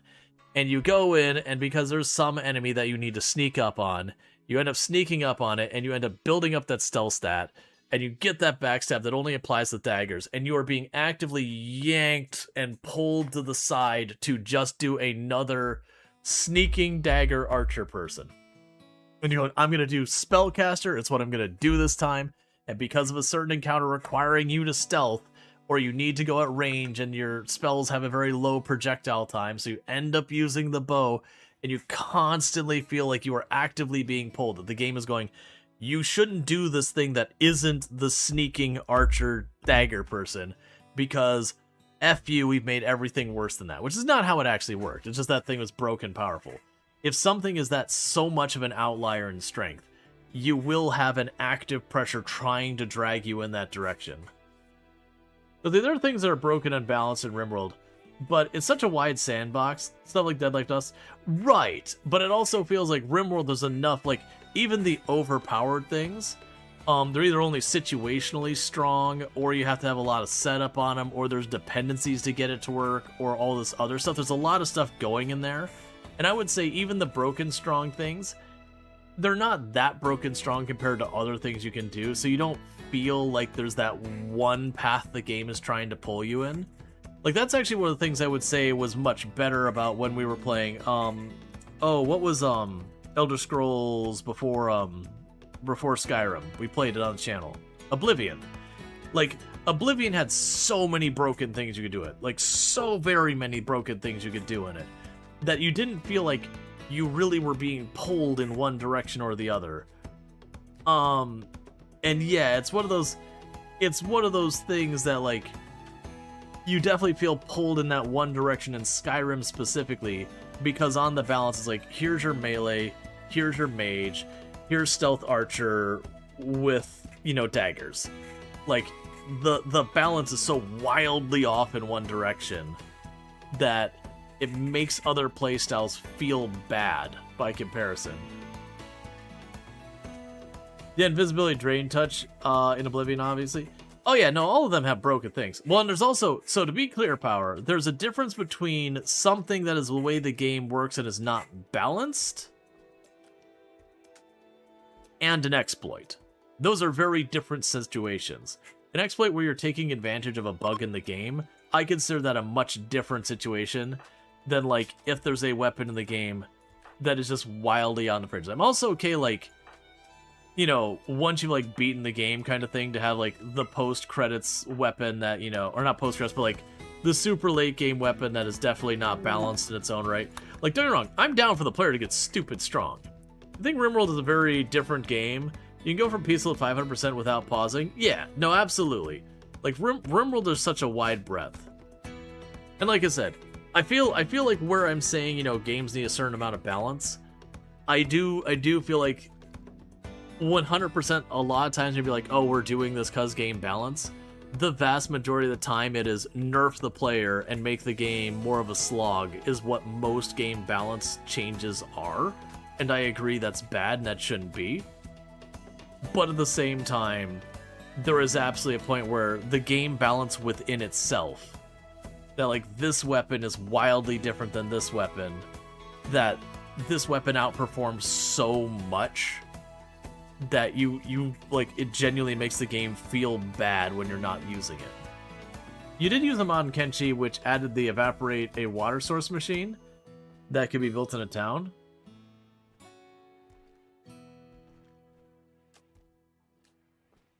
They were fun. Yeah, like I said, I think Oblivion, worth, like, the balance consideration, does better in the sense that relative to each other, there's not, like, and amusingly enough, if a bunch of things are overpowered, the balance feels better compared to your different weapon categories because they're all broken strong. So I'm not talking balance of player versus enemy. I'm talking player as in the different ways you can play the game are balanced relative to each other. And thank you, Randall Thor, for the 5 gifty subs. I really do appreciate it. Means like a lot. Let's see. Broke the game, ended up with all the buildings in Quinn with shops. Yeah. If else, Kenshi isn't that badly balanced. Yeah, you could mow down 50 people. Yeah, no, I was actually not even saying that Kenshi was badly balanced. To be fair, with the balance consideration, I wouldn't even see Kenshi as that terrible. Like there is the thing like when you get the martial arts, it gets just comically over the top. But then you have like the crossbow kiting thing that is another one that you can just kill everything. Where you just kind of go, you know, Death Star someone down, they get a bleed on them, they're down, and you just keep backing off, where you can do like Catlon, and you can just easily just drop him with your crossbows and kiting.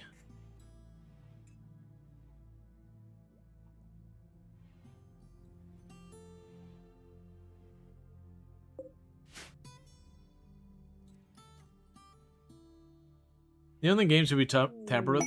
I wouldn't say it that strongly, but I'm definitely in the camp of, generally speaking, I prefer to not mod my games.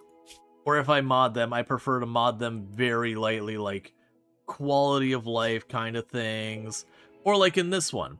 The one mod we're running is basically a penalty against, well, the mods we are running are basically challenge stuff. They're not designed to be like a rework of the game or whatever. It's like, hey, we took this mechanic that the devs introduced and said, what if it just really kicked you in the pills?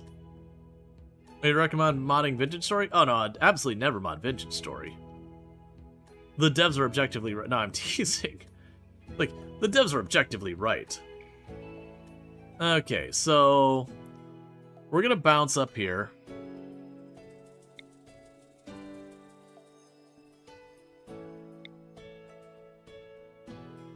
Oh, yeah. Yeah, no, to be fair, I do run a couple of mods on Vintage Story.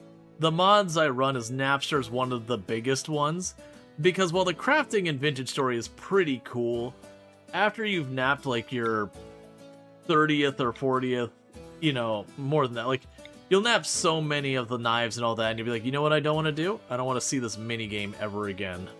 It's like, it's a cool little minigame, but I'm tired. You have kids, so you often use mods to remove fake waiting from games? Yeah. No, that's actually one of the things that I would argue is one of the pain points we run into survival crafters a lot. Especially if they're multiplayer or MMO. Is a lot of survival crafters will be like, you want to craft this thing? Cool. Wait 3 hours and go do something else.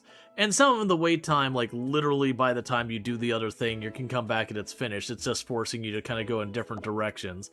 But other ones, it's like, well, I'm just waiting for this, to smelt.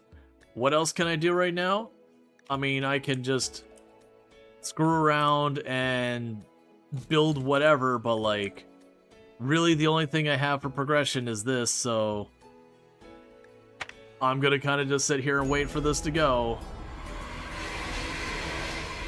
Especially if it's one of those ones where you have to put like, you can only put like 10 units of ore into it, and like, you get one thing out of it every 10 minutes or something like that, so you kind of get stuck just babysitting it. That's honestly the absolute worst. Because it's enough that you kind of feel punished if you step away, but also, if you sit there and hang out, you're just not going to get what you want either. And so you're just kind of like, okay, you know, turn on a video on the other screen and just wait. Okay, we got a bunch of uranium.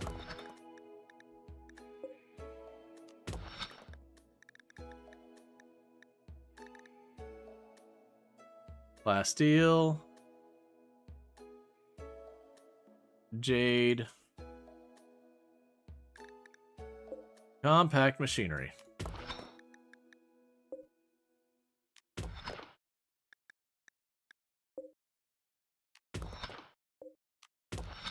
Because yeah, there's stuff I usually will refer to them as slowdown mechanics. It's actually like, and slowdown mechanics in games can be good. You can actually do stuff to make your game longer that are good. If there's real substance to it, And it's not just you need twice as much of a material, or there's like a particularly long crafting time, or whatever. But if you have something that's just got a nice little thing where it's like, oh, it's a thing that like you'll want to do because it's interesting, intriguing, whatever, sure. But so many games have slow down mechanics that you really just feel like the game doesn't respect your time. Especially like when it's just an arbitrary timer. The reason to me like Vintage Story doesn't feel bad, even though Vintage Story is a slow game, it can be a slog. It doesn't feel bad because there's always something else you need to be doing. So like, oh, I've got a bunch of this stuff crafting. No problem. I gotta go find iron. Oh, you know, I got all this iron smelting. Oh, well, that's no problem. I gotta go get food. Yeah, you know what? We've got all this food that we're waiting for it to, you know, do this process. No problem. I gotta go over here and, you know, set up my whatever. Like, you don't really feel like you ever run out of things to do. The only one that gets a little annoying is steel production. And it is by that same thing that's like, okay, you need to come back each day to put the coal underneath to, like, re-up the steel production. But also, it's, like, once a day. So it weirdly kind of keeps you anchored to where you're doing it. You can't, like, go on an adventure and still have it go. And so that's the one and only one where you're like, okay, come on, but really, you are holding me prisoner here on this part of the map.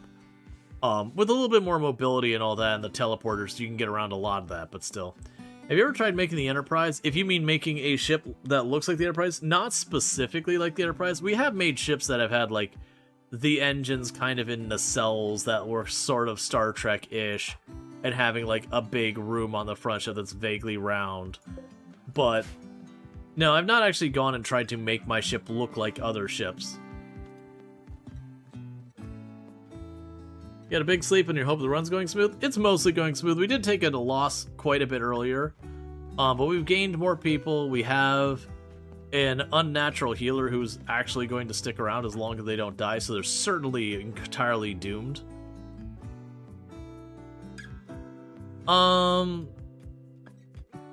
What did get them killed? Alright. Okay, what we want this to be is a Revenant Spine. I need people, I need you to want a Revenant Spine so it happens. And it is the Golden Cube.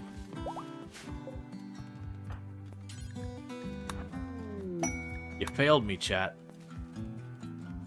I needed a Revenant Spine, because then I would shackle it in the basement forever. Alright, with that, we're going to go to our person. Form caravan, go there, except you are going to go and you're going to grab that cube. Actually, you know what? You're not going to do that. Hey, neighborino. Would you like a golden cube?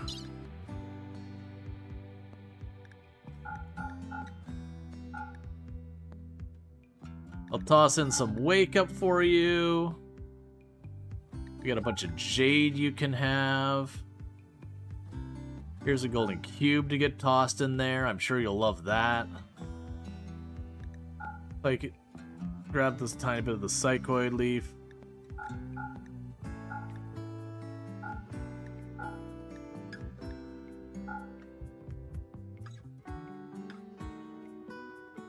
That's all fine.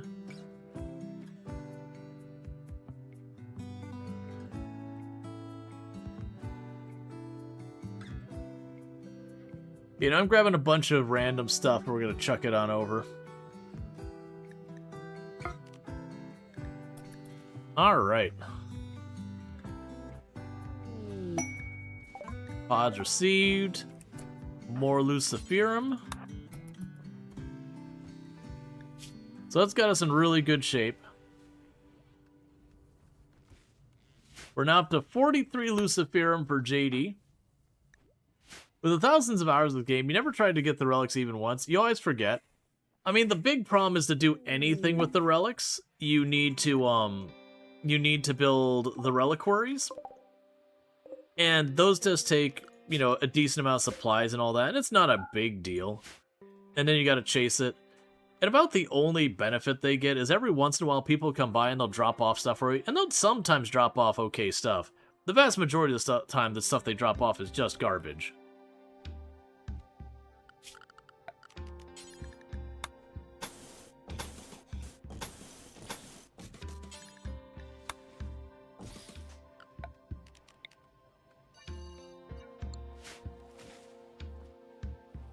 Usually go for unique weapons as relics. Oh, and have your people actually use them. You know, in the event you get a really good one.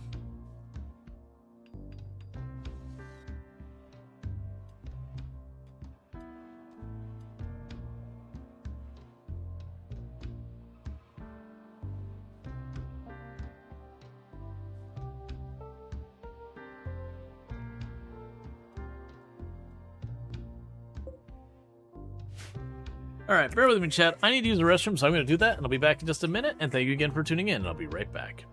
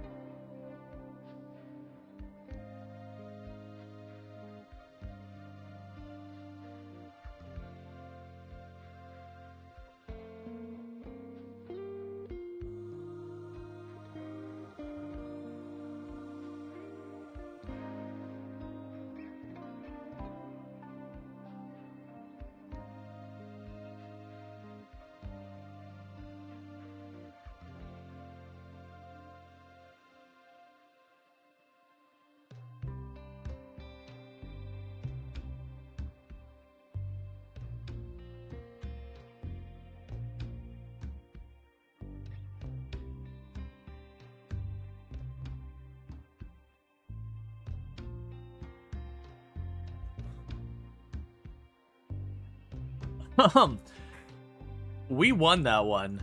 That I believe that was the one we won. That we had like 2 or 3 resets that we lost everything. That one child and the one other person was caravanning across the map with the center of the ship. And like nothing else. They were doing this run before we had a mod to get things going right. Oh, okay, you converted that person. I was like, who are you converting? Yeah, no, that was very much, I was just waiting. That person was beating up the kid. I'm like, okay, if this kid gets down, the run's over. Like, we just get to watch them starve and you like freeze to death and all that. And the kid was just not defending themselves. I couldn't do anything because the kid was having a mood break. The other one went ballistic or whatever. And it's like, this person's already hurt. They're a wimp. Like, literally, this kid just has to, like, nick them the tiniest bit, and they're downed. And luckily they got food poisoning during it all. I was like, oh, thank goodness. Alright. So I think someone nearby would like a golden cube. So I saw 49. Yeah, so 49 is looking like the highest we're going to get out of it. So let's send that.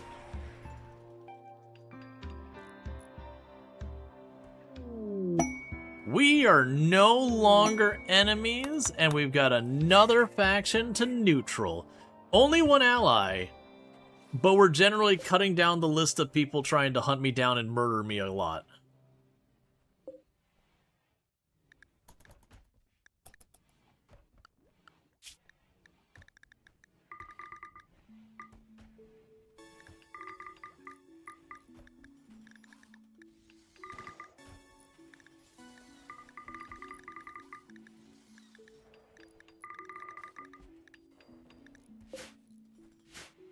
And then the faction collapses because of the cube.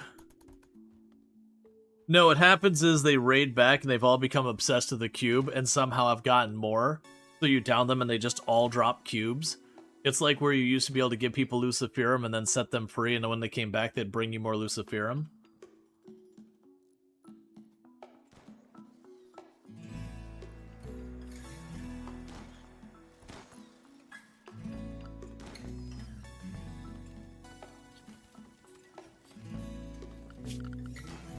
Is that not home zoned? It isn't.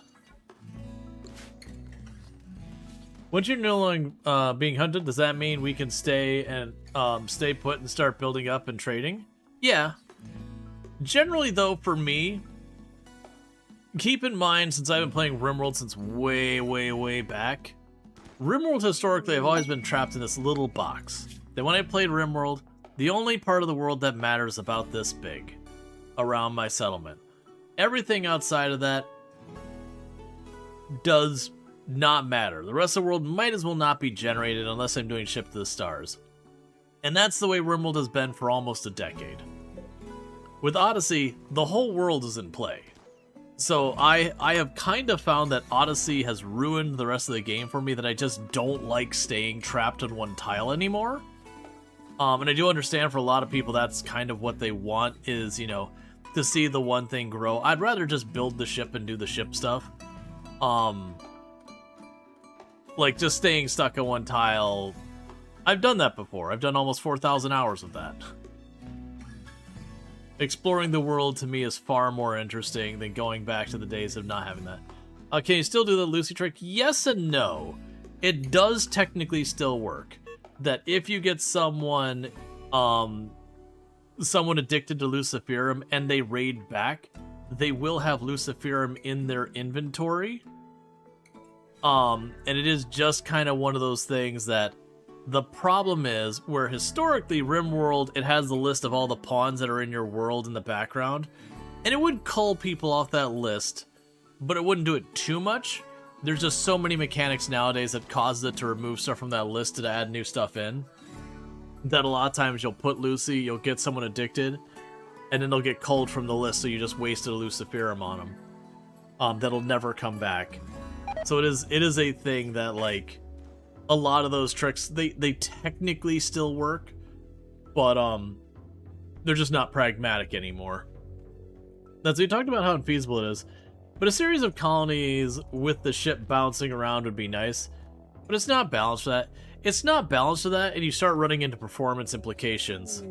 I'm also watching this warg just staring at this child over here.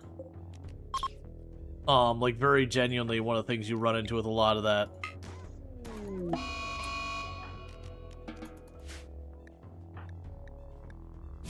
Yeah, and you're having a mood break because of the cube obsession.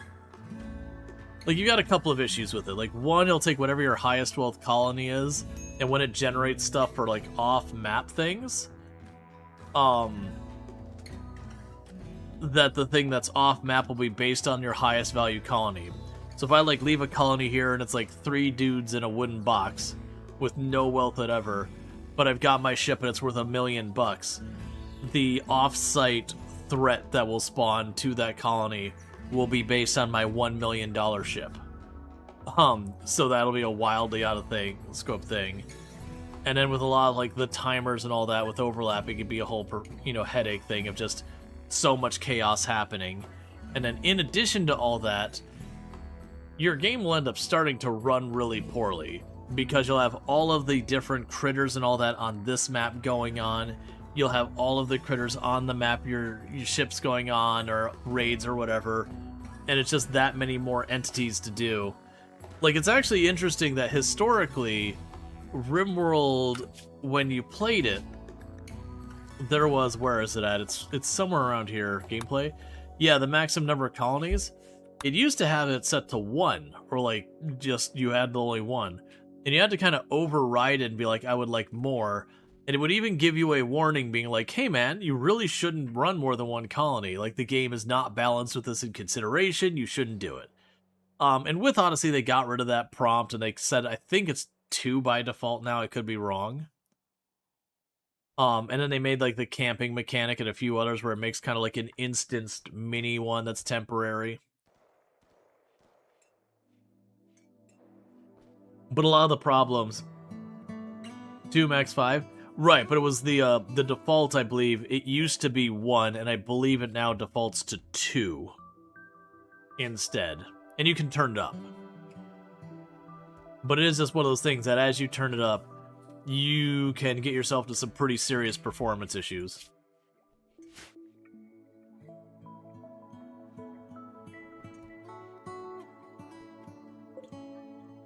Okay, our ship's about to cool down. We're probably not going to stay here. I'm probably just going to jump on to the next location.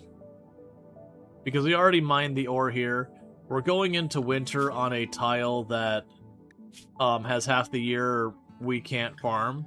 So I'm trying to get up north because we got one of our other places over there, and the other 2 are up. Oh, actually, it's still pretty far away from me. Yeah, it's kind of over there. But yeah, so the idea is both the places I'd want to go, I gotta get over there. I also need to get to one of these asteroids. Just weirdly, there's no asteroids nearby me anywhere. These are things happening while in the yard. Yeah, no, it's already hard enough where, like, running into just one of your pawns deciding, okay, I'm going to just dump something in the door and just let enemies bypass it. And then now you've got, like, 2 or 3 colonies you're watching, and you don't see the one guy, like, walk over and drop, a thing of potatoes in the door, making sure you cannot close the door and do anything useful with it. Alright, ancient launch site? Sure, if I'm just hopping around. Unless we can get... No, it's actually lower. It's because of elevation. Elevation's a mechanic in the game, but it's really kind of hard to distinguish what's high and low elevation sometimes. You'll go to the ancient launch site. You never know when you're going to find something worthwhile.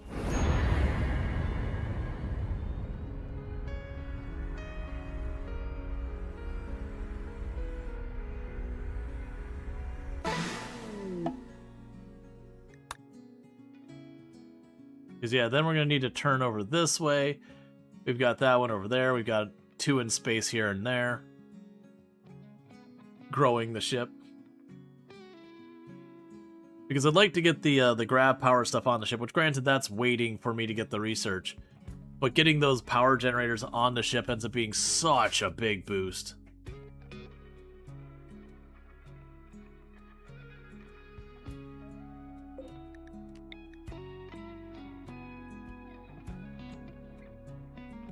Probably the most usable one there.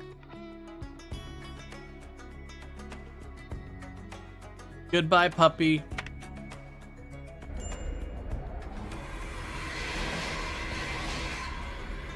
Because disassembling, you don't get all your resources back, and the speed of which I get more components, I literally don't see any value in stopping to do it.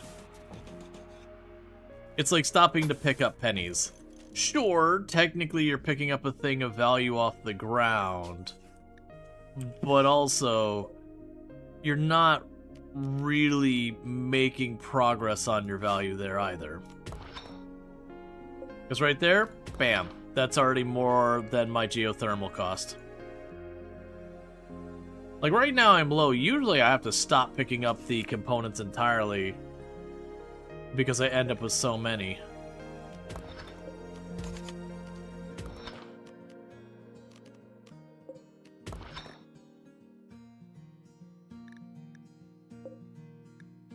Okay, so not a lot on this map.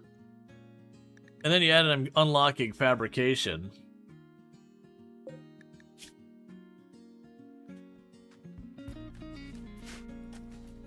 Alright, so let's grab our people. That's fine, you take care of the baby for right now.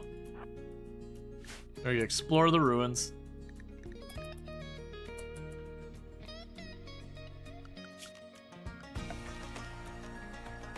Because keep in mind, I want to say the geothermal costs you 8 components when you build it.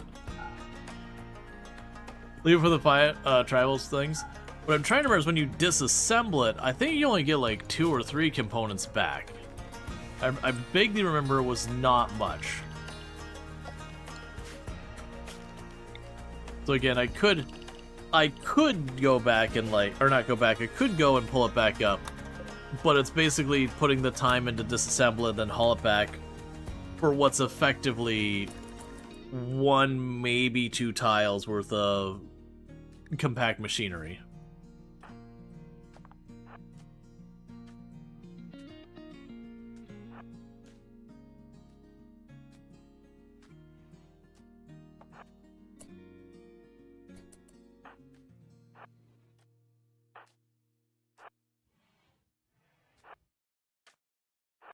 There's the fuel.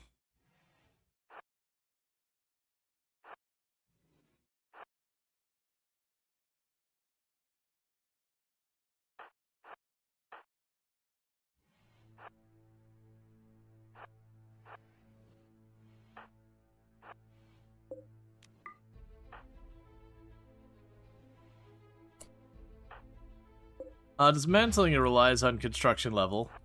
But even at high construction level, you don't get a lot of materials back.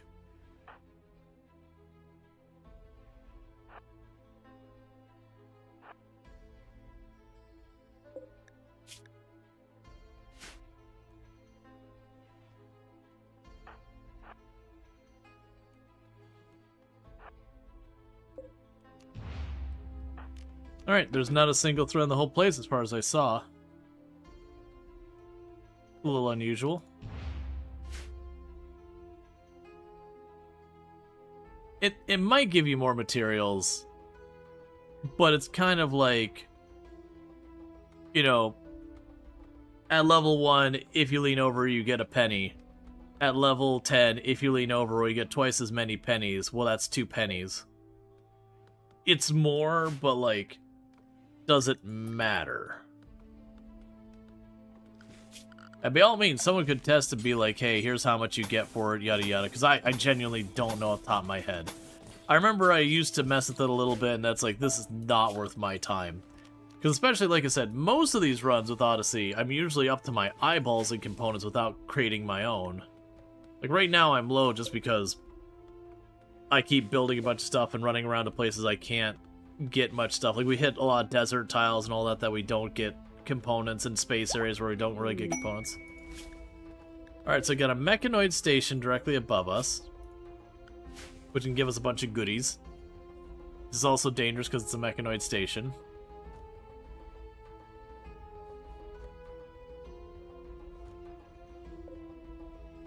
But it's kind of like, let's say at 0 construction or whatever, you get 10% of the stuff. So I get 1 component. And then let's say at max level, I get 50% of stuff. So it's 4 components. Ultimately, what that means is 1 to 2 of the, like, machined tiles. Or compact machinery. So, like, it's just not important.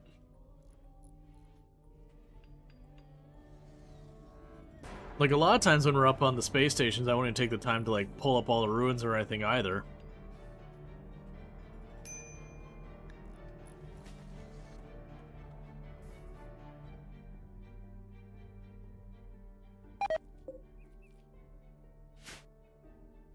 In other words, recycling is for peasants. In a lot of ways, yeah. Obviously, like, if you're hitting a tile and there's just a bunch of stuff on it you can tear up for materials, it's not bad to do it. But a single geothermal isn't going to be relevant. Not unless you're, like, really in the struggle for components where every component is important to you.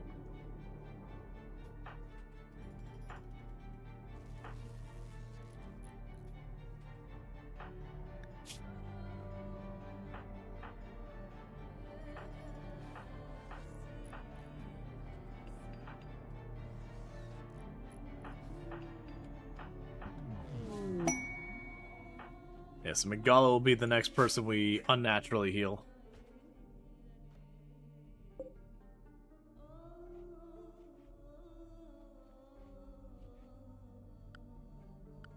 Yes, we did discover the mechanoid platform.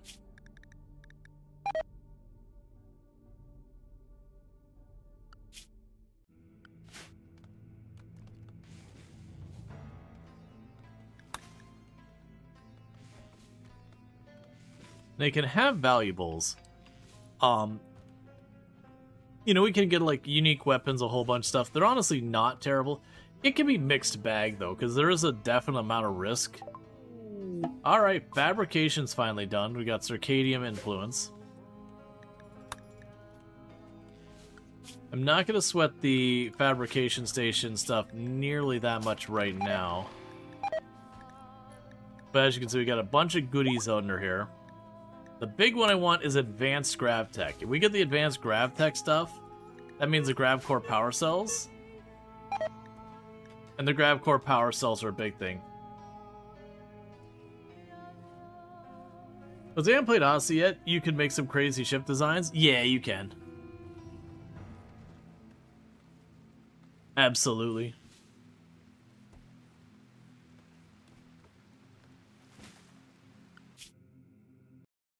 You need to keep going over here to where it can reach one of these asteroids to get Vaxstone.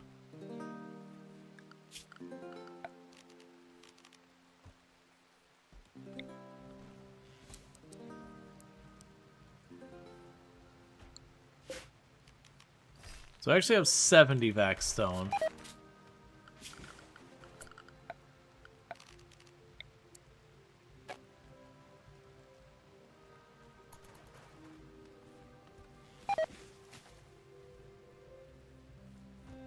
We put ceiling on this, and they'll need to go in here.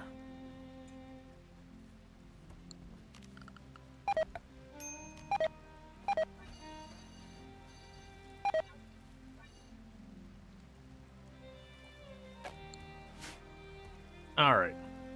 Because I did get some Vaxstones out of a box of all things. It's not much to do anything with. But it does give me enough. Just...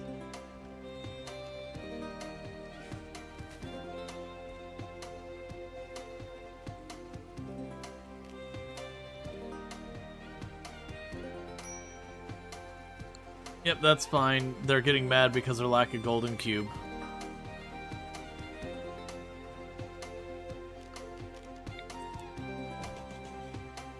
Alright.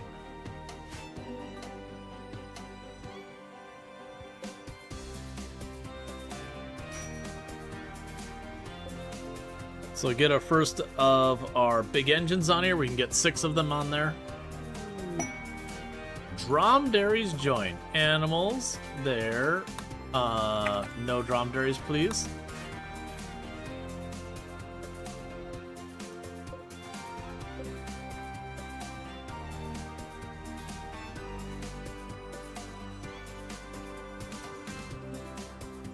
And the first big engine. I can't make more big engines until we get to space and actually get some Vaxstone.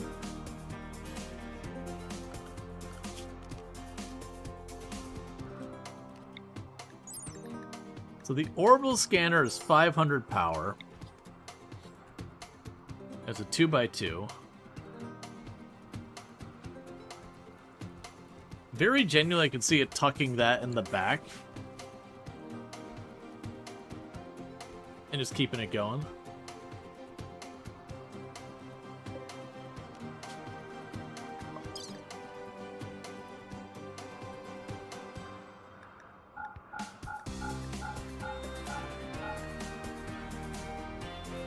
Alright.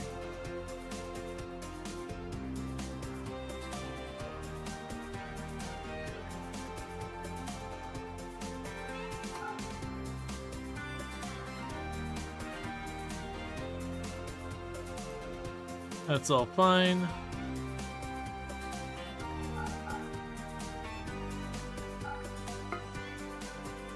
Okay, it's not gonna be worth much, but we'll just chuck a bunch of stuff in one of these rockets and just fire it off.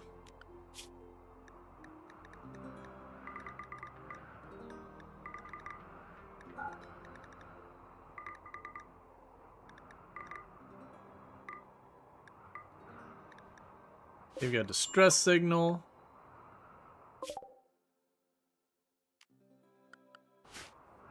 That's fine.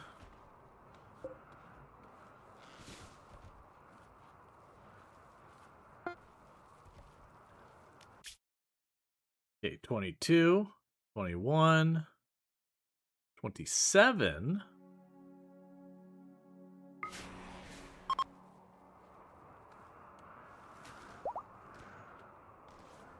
Three more points. And then that'll be sorted.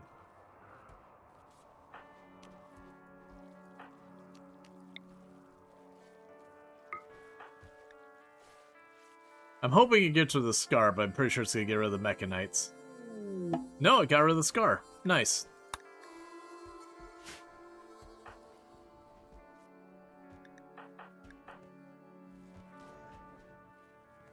Alright, so FFX is getting ready to pass out because they've got Cube Obsession and their withdrawal's about to max out, so I'm gonna actually run you back inside. Let's just pass out right here in the middle of the hallway. So I have to go tracking down your gun and all that. Nighty-night.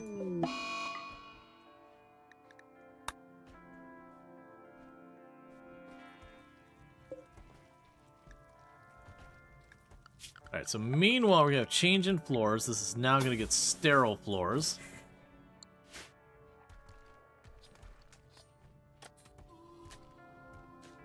Because it was our barracks turned hospital.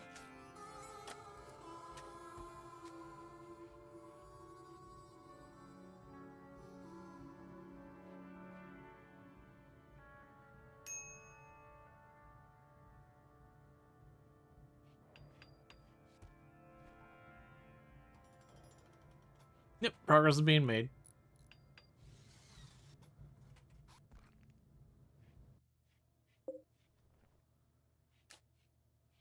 Okay, so still almost 500 tiles you can put down. Like, this is the thing. As big as the ship already is, I think we're only a little bit over half the size we can be. Alright, I don't care about a slate meteor. We've already grabbed all this stuff. We're unlikely to get any more crops off of here during the winter. I do think I'm going to take a stab at the mechanoid platform. I don't know if that's really going to be worth my time or not. How much longer? Yeah, so wait till you're over your cube coma so I don't have to manage you. You like when it looks lived in, but the bonuses make things complicated? Yeah.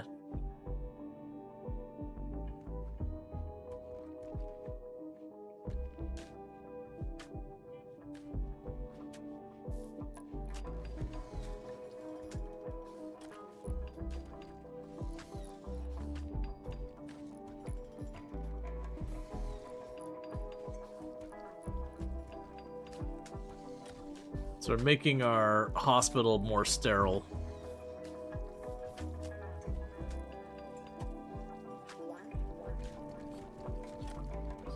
And I think I've got way too much gold again.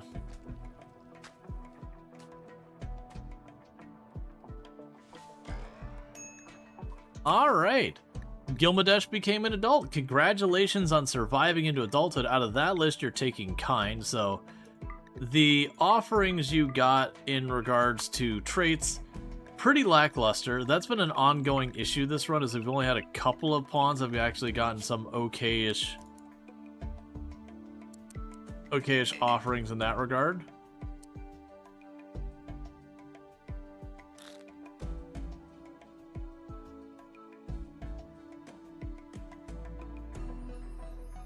That's not who we're looking at. Gilmadash.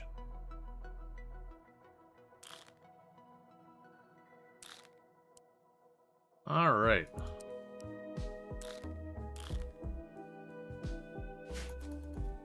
And their opponent can do a little bit of everything. Let's also go here, orders, so when it gets cold. Yeah, I figure we wait for FFX to be back up. Get everyone moved into their vac suits. We're gonna go up to the mech platform. We're gonna see what kind of cool loot we can get. Maybe we'll get some more... Maybe we'll get some more, like, Luciferum, that kind of stuff. Keep ourselves stocked.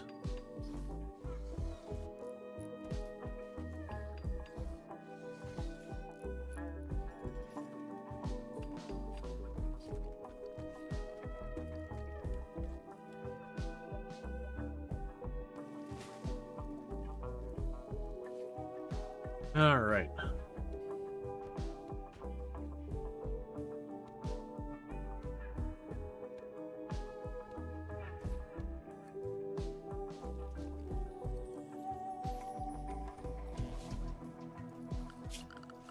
So I guess even though it doesn't really matter and I shouldn't do it,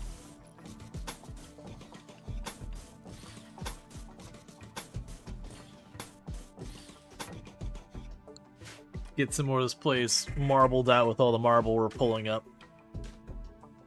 Continue to make the ship nicer, all that nonsense.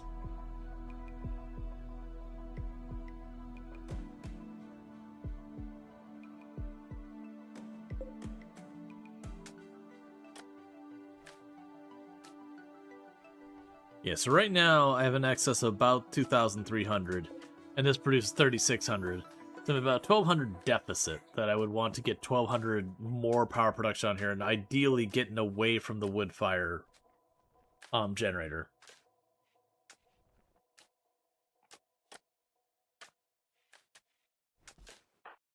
Okay, how much longer? 2 days? That's fine.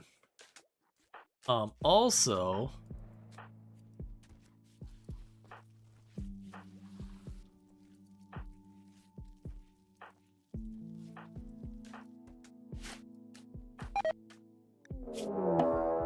Wolverine is hunting you.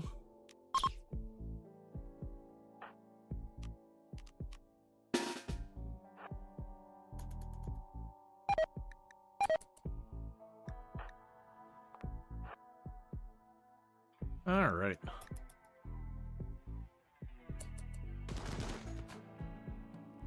And now it's not. Okay. So the hope here is that we can get some more goodies from the platform.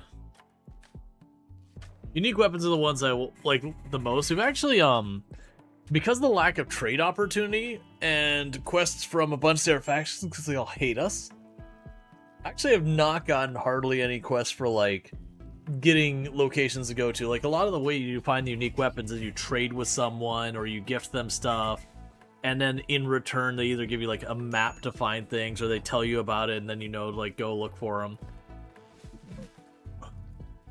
You know, that kind of thing. And so, now we're only getting some of them to trade.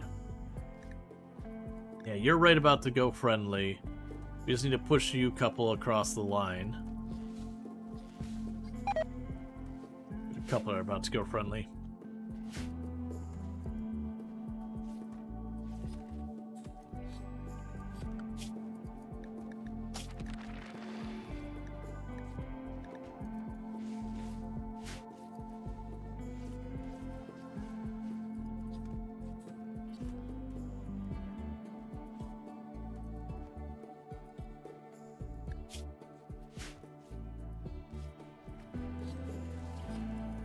Okay.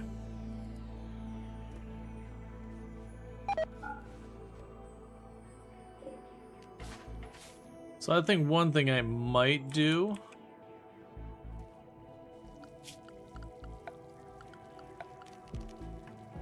is an ultrasonic barrier that prevents depressurization in space. The field compresses air molecules near threshold, preventing gases from escaping. It allows people to pass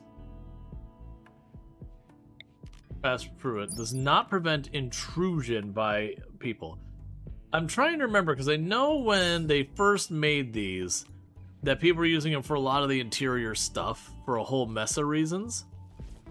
And people could use them for the fridge. So that you could have, like, the cold air stuck on the inside and just pass right through it. And I don't know if they ever fixed that.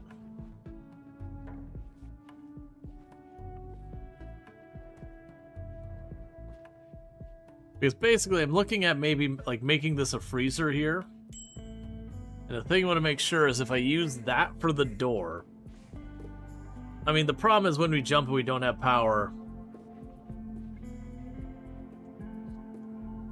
Well, I was going to say the problem is when we jump and we lose power each time because of the lack of geothermal. I mean, we'll drop recon armor.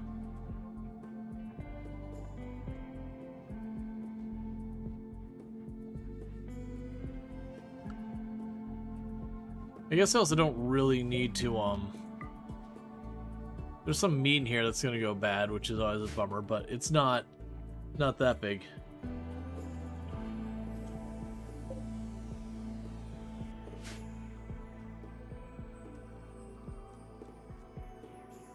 Alright. I do apologize if I seem a little bit low energy. I did not sleep super well last night. It was just definitely like a full-on insomnia night of like, there wasn't anything bothering me or stress or anything else going on. It's just one of those nights that you're trying to sleep and your brain's just like, nope, not happening. Like, you're not upset, you're not distracted, you're just, we're not doing it. Check the calendar. Sleep is not on tonight's agenda. Yeah, no, it's definitely one of those things. I imagine probably later in the stream I'll probably start flagging. And if it gets bad enough, then, you know, we'll wrap up early or whatever. Okay, Electro Harvester. I can get behind that. Or no, not Electro Harvester. I don't care about Electro Harvester. Nah, that's not the one I wanted. I wanted Bioferrite Harvester. Electro Harvester is good for getting the Bioferrite Generator. Which can be fine if you've got, like, some stuff locked up. It can actually be a really effective way of having a lot of power in a confined space. You get, like, a Revenant or two on holding tables and a Bioferrite Generator, and you're just good for a relatively okay-sized base. But then again, with a toddler and none in the way, you're pretty understanding when it comes to sleep deprivation. I have not had any kids of my own, nor are there any particular plans to do so. And yeah, I've known many a friend who has gone through the having 2 or 3 kids and simply existing without sleep for a while. More power to all of you who could do that. I assume I would be trying to rationalize many completely unreasonable and unrational things due to utter lack of sleep.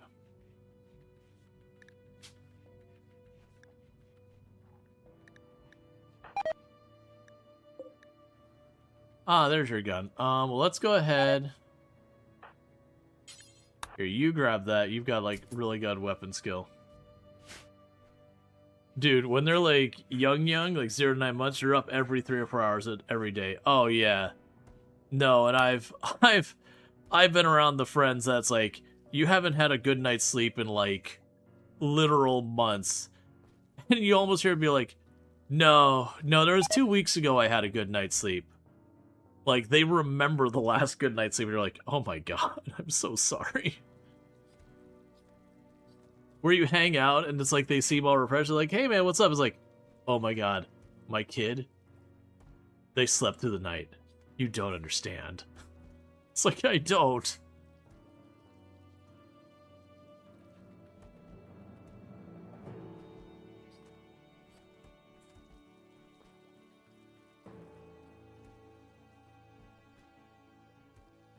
Or she would just pump milk and we'd alternate nights on call, being up overnight so that we both weren't dead.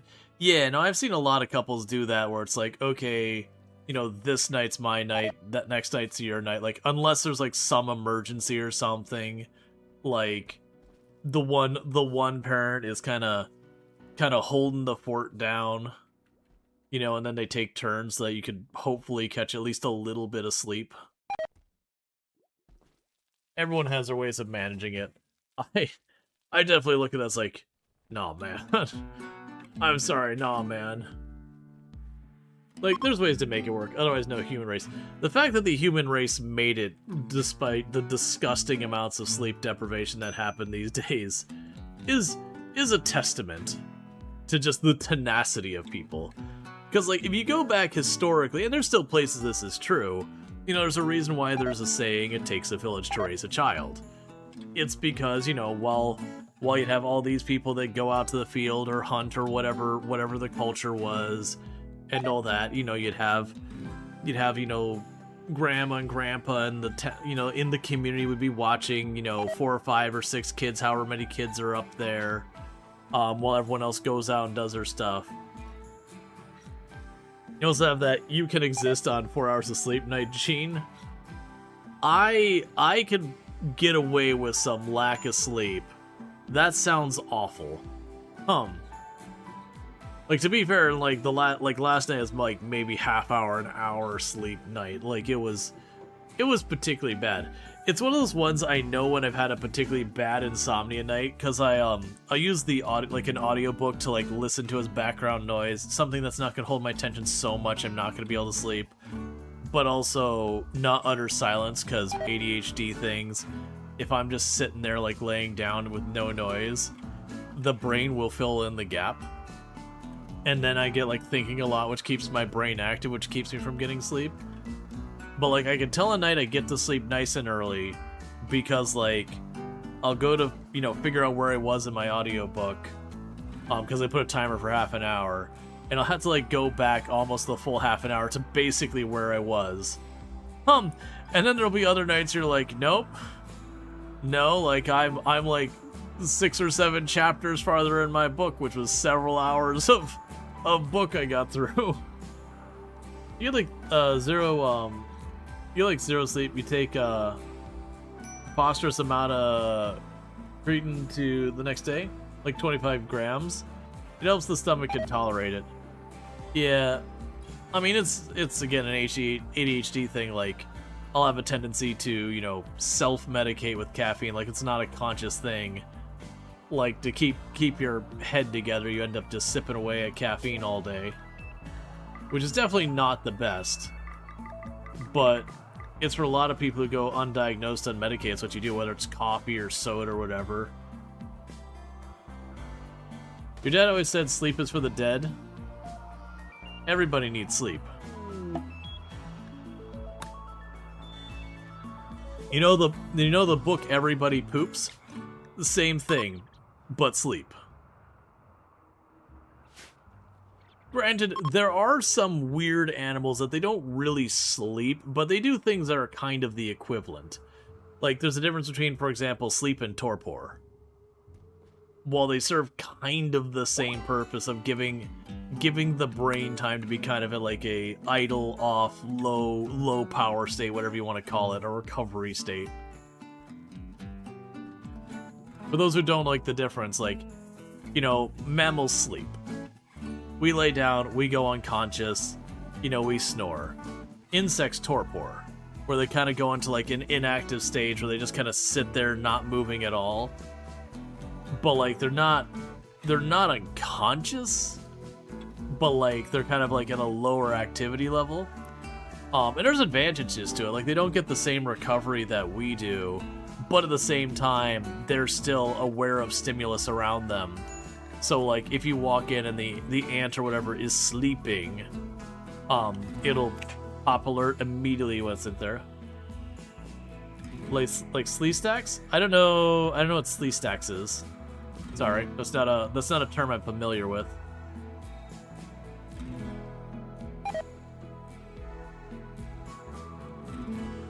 Alright, I was waiting for this rice, but it's gonna keep freezing. I've got 606 meals here. So what we're gonna go ahead and do is get everyone on the ship. Get on the ship. And then we're gonna switch our equipment over to our spacefaring stuff and then go to space.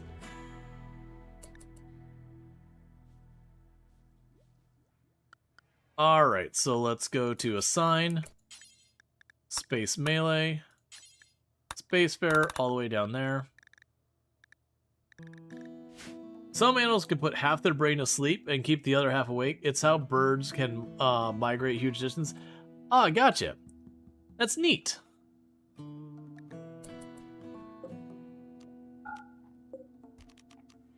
Yep. So you turn off all of the benches. All of the benches are getting powered down.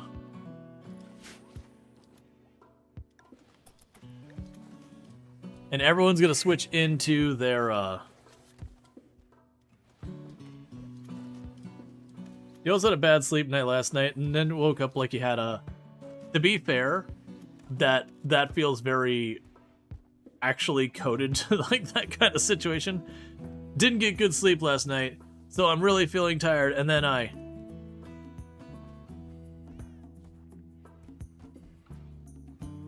What are you wearing still? So you're still wearing your flak vest, Nalta. Then you woke up and you had brain fog like you had a hangover even though you didn't drink? Yeah. I don't like, and I don't do it very often, but every once in a long while, I'll take like a take ZQL or whatever. In Land of the Lost, the Sleestack was a slow-moving, aggressive lizard-like humanoid antagonists. They feature green scaly skin, large bulging black eyes, and protruding horns with sharp claws. They famously communicate through an eerie, echoey hissing noise. Okay, and I'm guessing from context, like, they didn't sleep, they kinda like partially comatose or whatever. Alright, so everyone has on their spacesuits. So it is time to launch.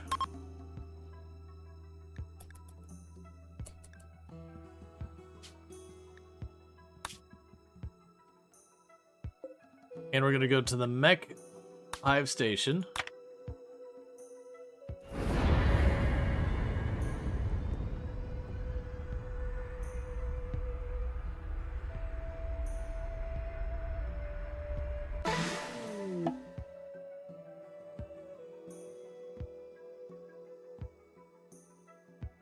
And this is not like the end game thing. This is just a mech hive station, not the mech hive.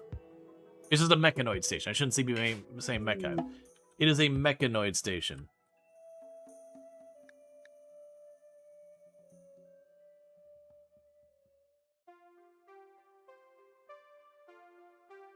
So one of the things I like to do with this when I can.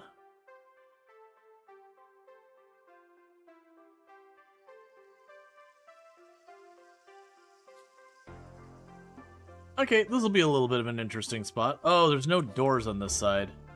So I've got a door here. I got a couple doors there. I see.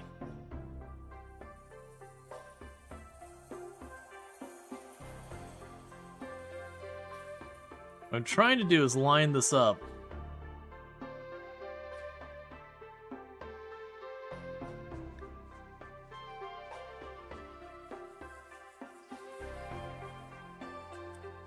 Oh, that's just showing where my engine stuff is so I don't block them.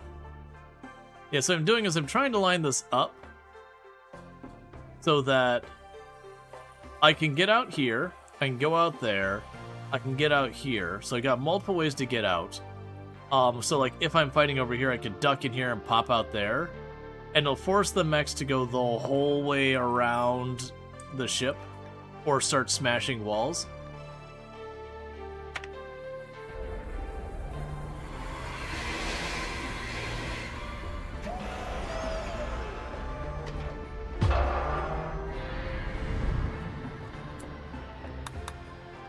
Okay, temperature-wise, so we got a couple of the rooms are a little on the brisk side. I don't have a lot of spare power, unfortunately. Air-wise, all the internal spaces are looking pretty... Oh, okay, it's just because the door was left open. Or, like, there was someone passing through. Okay. Not connected to a grav engine. What?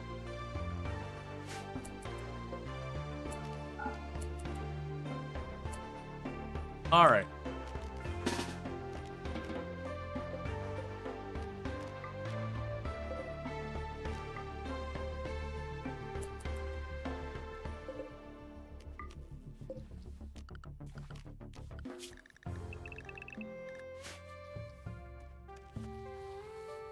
The last place not corrupted by capitalism?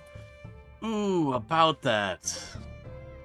Yeah, so we might have already corrupted this by capitalism. Yeah, it's a little awkward.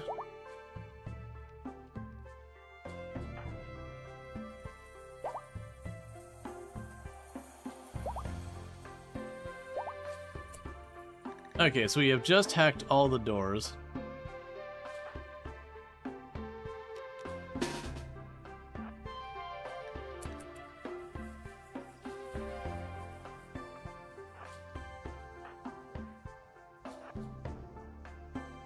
So most likely one of those two will be the hallway.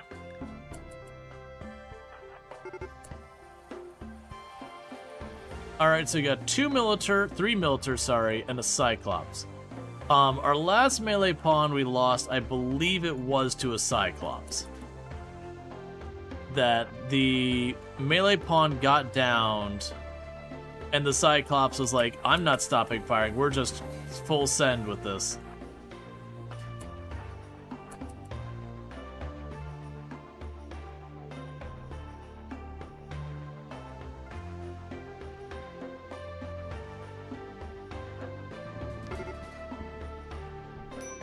More mechs have woken up.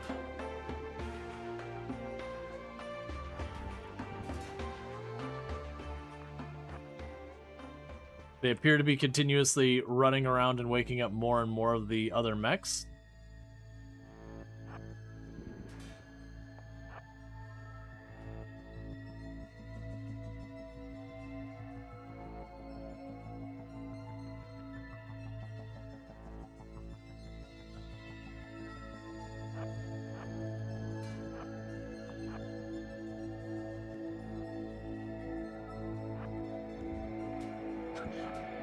JD, that's the second Cyclops you walked up and said, one hit, get it out of here. JD saw what happened to last melee and was like, no. They didn't because they weren't part of the colony at the time. But they're like, absolutely the hell not.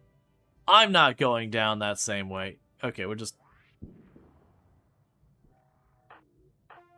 Okay, now these two can just run up and not care about this thing at all.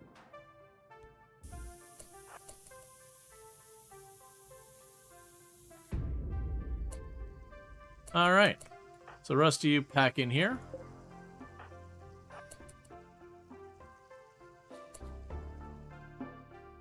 Okay, so we got a bunch more mech stuff there. Got a hallway situation over here. Okay, there's a Scorcher, 3 Militars, and this thing in the corner shooting. Honestly, these two could probably run in, just slap the Scorcher down in a second, and then just do clean. Oh, there's 2 Scorchers. Hang on.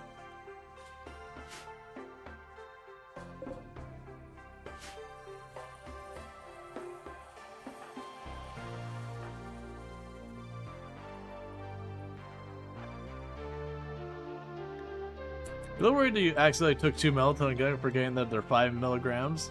That's 10 milligrams once. I have no idea what is a reasonable and unreasonable amount of melatonin.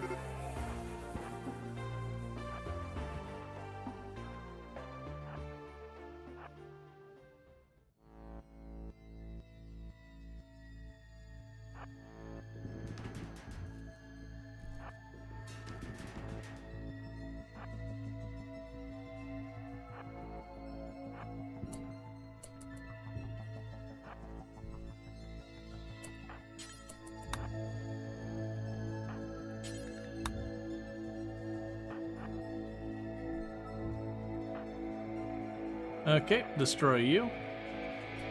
Oop, don't bring the range with you.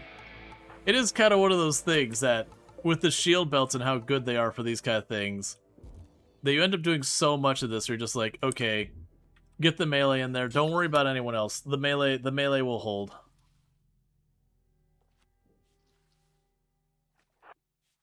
Grab light panels. If your units are close enough together, they will not friendly fire. I think it's 5 tiles away from each other.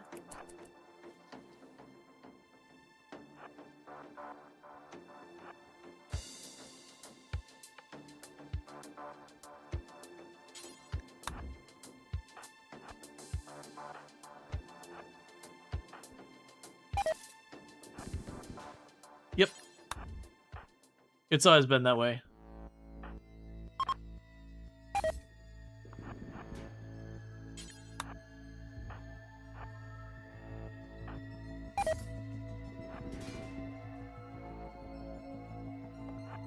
That's a little dangerous. They shouldn't have gone up top of that side. They could have done some damage. Okay, so I got a big room here. So I've got another Scorcher, a couple of Militars, and another Cyclops.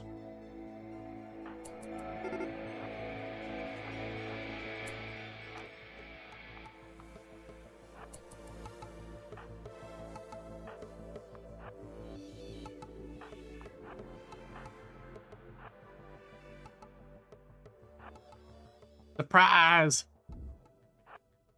Where's your friends? Oh, don't burn me, don't burn me. Okay.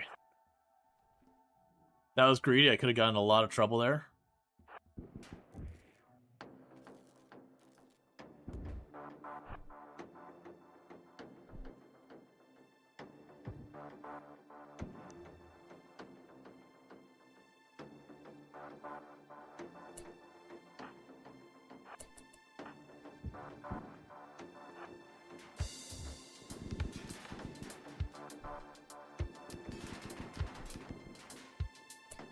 I need to be close than that. I'm gonna break my own shield.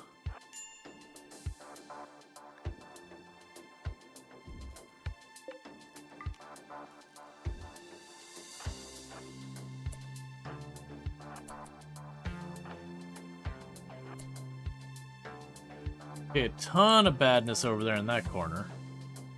How are you doing, by the way? You've been getting stomped on a little bit. Okay, maybe we go back. You're at half health on your torso. You're actually getting hypothermia. So you know what? Come on back. We'll disallow this door. Disallow that door. Disallow this door.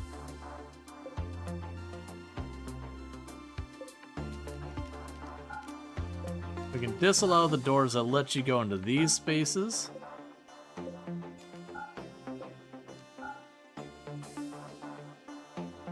There's no more doors on the sides there. Orders and allow.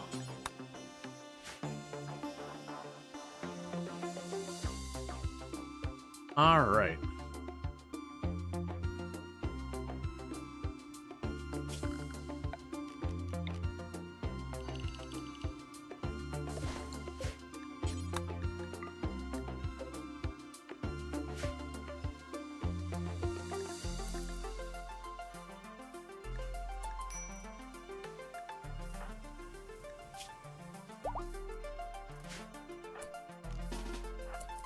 Take a peek in there, because that's going to probably be just a container.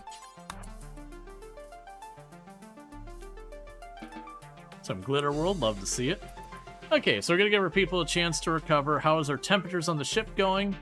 Not amazing, but they're holding up okay, and the air is holding up just fine.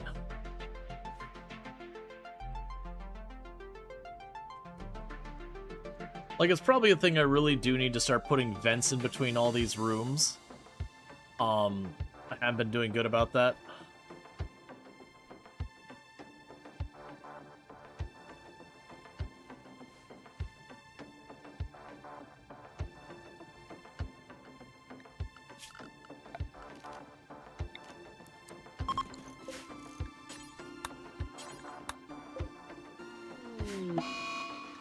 Like a drone, that's going to help everybody.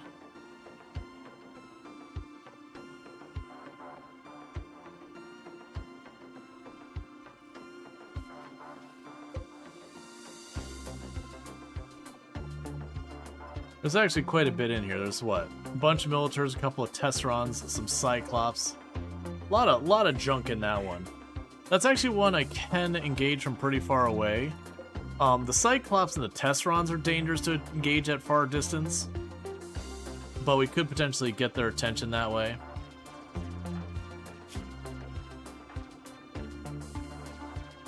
Yeah, so he took actually quite a few torso hits, so it's probably good that we're not pushing right this second.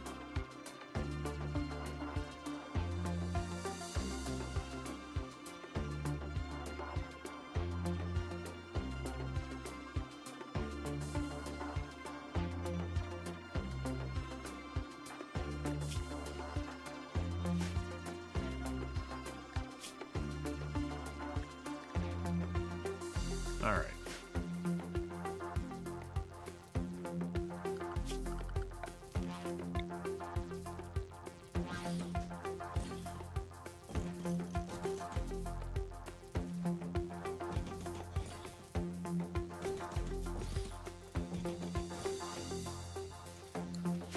We're gonna start fixing this so it keeps these rooms warmer. It might mean I need another heater in here. That'll probably be good. I'm just waiting for you to recover from getting your torso wailed on a whole lot.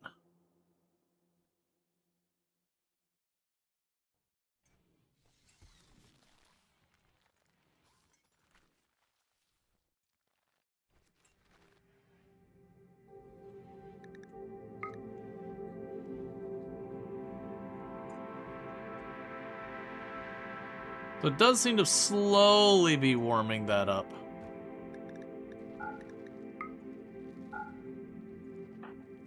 And how are you doing?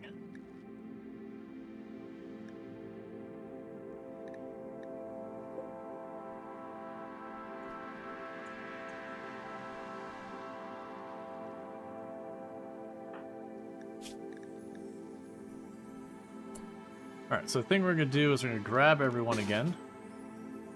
Drop them over here.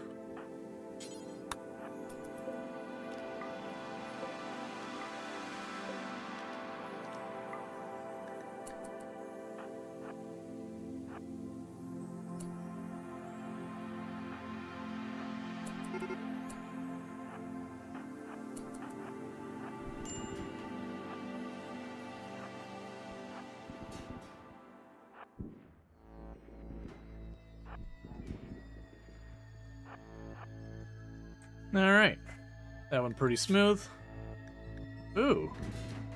Actually, you got some nasty head hits on you. So go ahead and take this out real fast.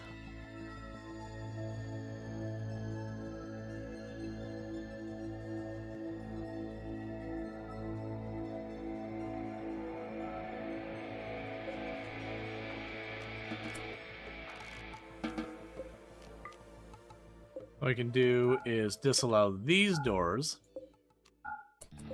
I'll let you heal up because you took a nasty head hit there.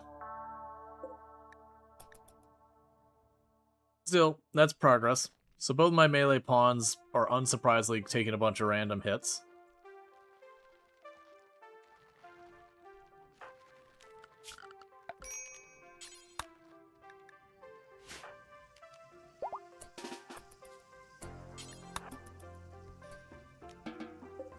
A tornado generator.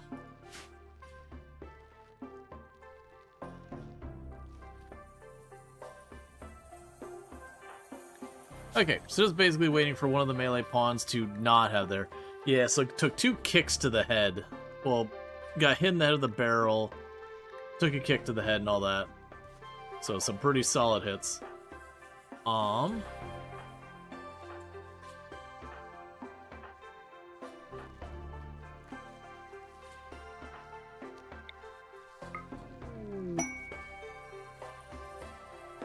Give you your little thumb back.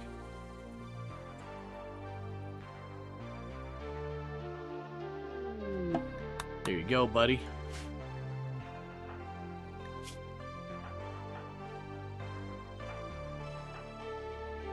Yep, so everyone's fully healed other than, like, Fibrous Mechanites, that kind of thing.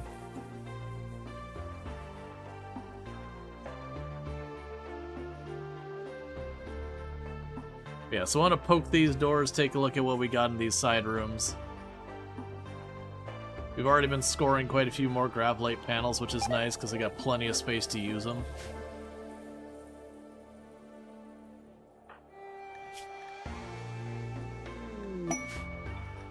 You got a quest for a bunch of gold I don't care about.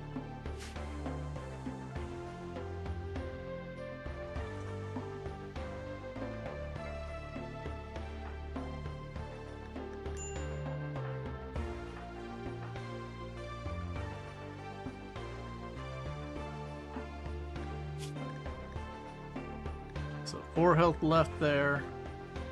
Okay, so Bob is going to be back up first, but honestly they're going to be very, very close to each other. Yeah, so probably let everyone do is we'll let them sleep.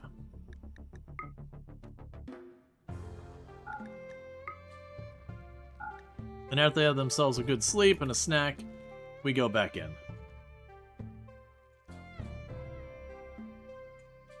I'll continue checking these rooms. This room is going to be a cluster.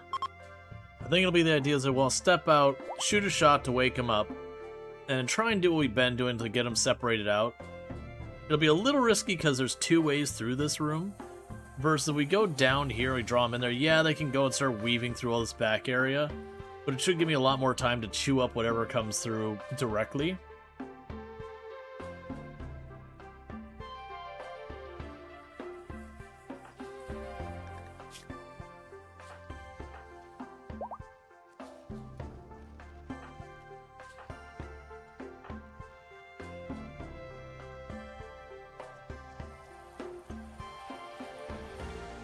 So just waiting for people to wake up.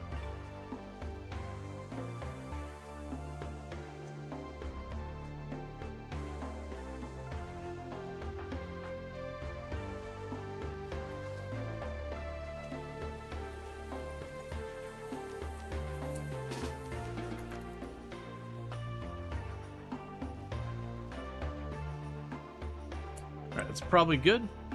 Let's grab everyone.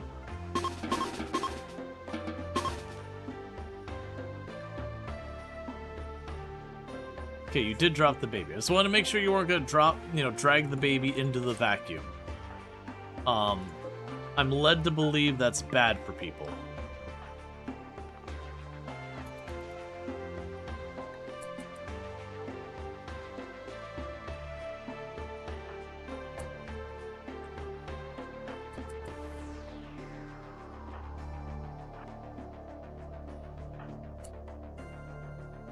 Okay, so I have a bunch of enemies in that room pop out potentially. But the other rooms are looking pretty encouraging.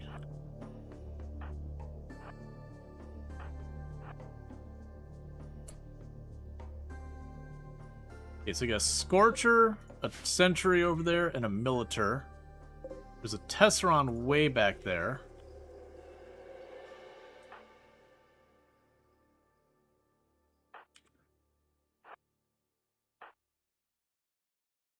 So that's actually not going to be able to hit me because of all the walls in the way.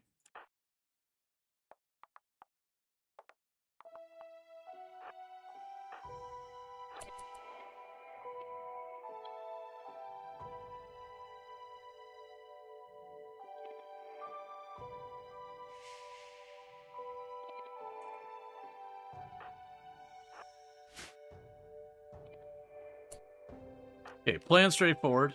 Kill the Scorcher. You all run to the Tesseron.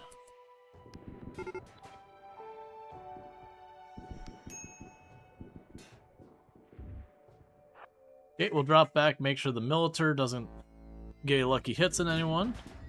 It did, but it's alright. Didn't die. How badly did you get hit? Husband, Wifey. I'm heading downstairs. Okay, you sleep well. You sleep well. I'll try. Remember me, okay? I'll remember you, lady. Okay. Love you.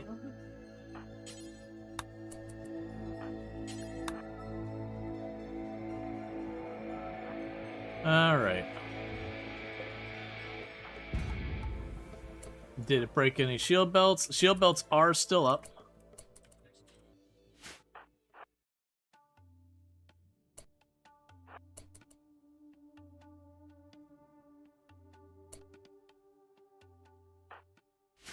So, are you slowed down a lot? You're getting some mild hypothermia.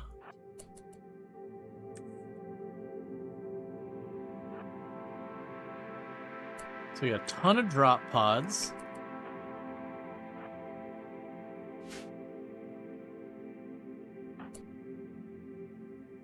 Okay, that's gotten all clear. So we got this room is all ready for us.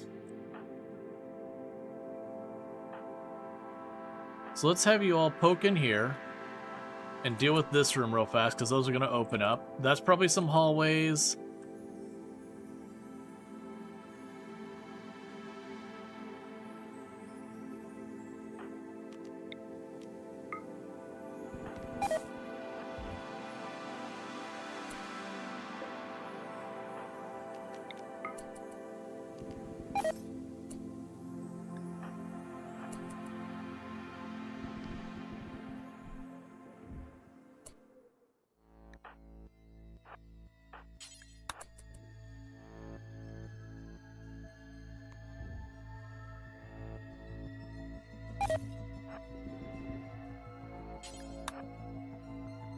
Okay.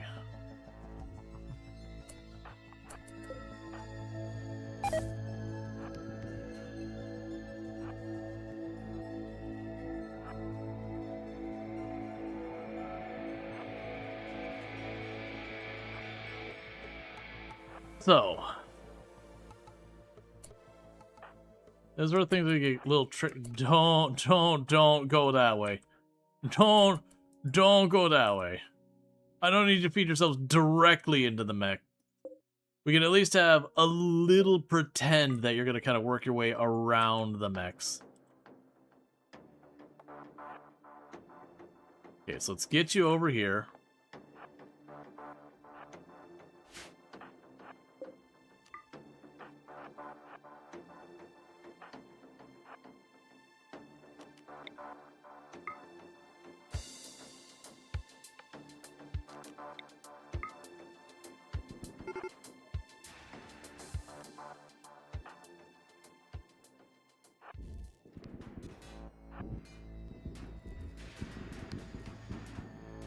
Please kill it.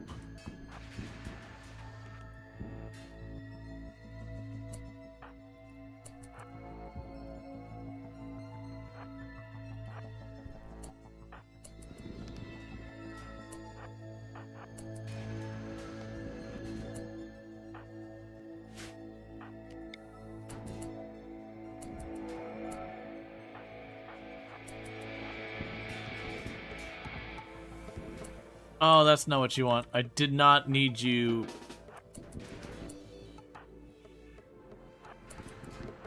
Come on. You're in space. Fire goes out fast.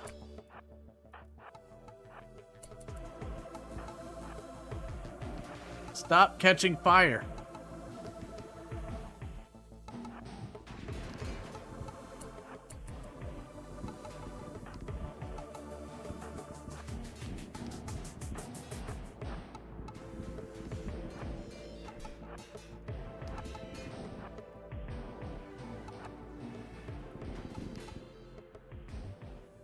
Okay, it's messy, but it's done.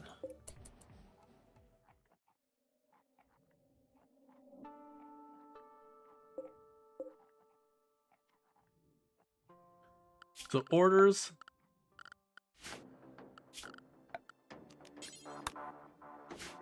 Yeah, the fire scattering you is always the troublemaker. So we got some minor burns there. You got some hypothermia, some minor burns, a couple shotgun things. You've actually got some vac exposure going on, which I'm not a big fan of. You're just minor bruise. So honestly, it's a lot of minor injuries.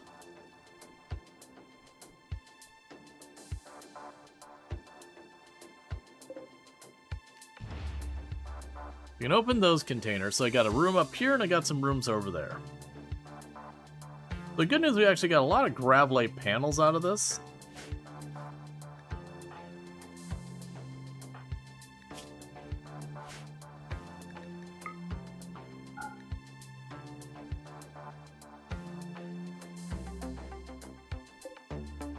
Triple rocket launcher, Deathra serum. He was already missing that eye. He showed up with 2 eyes missing and we got him 1 back.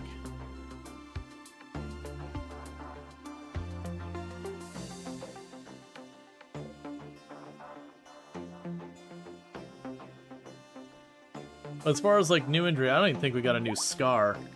Because you got a bunch of burns and bruises, bruise.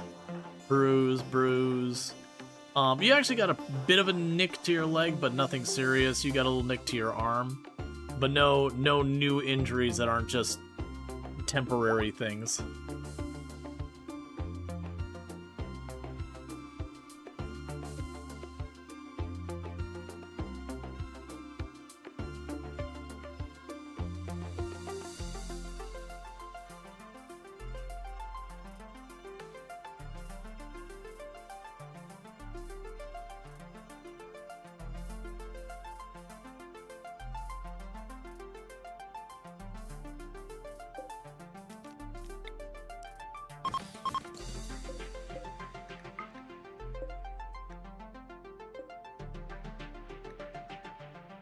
Alright, anyone who wants to shred mechs, if you got nothing better to do, you can do that.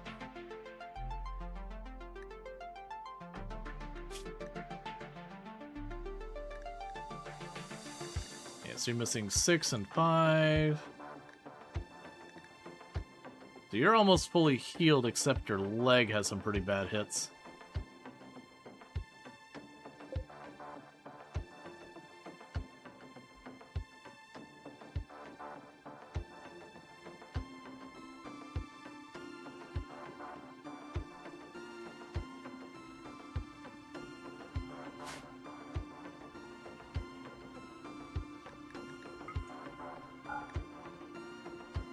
Alright.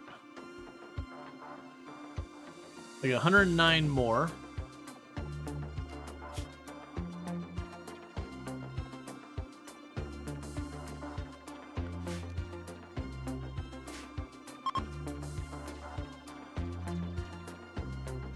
There's the triple rocket launcher.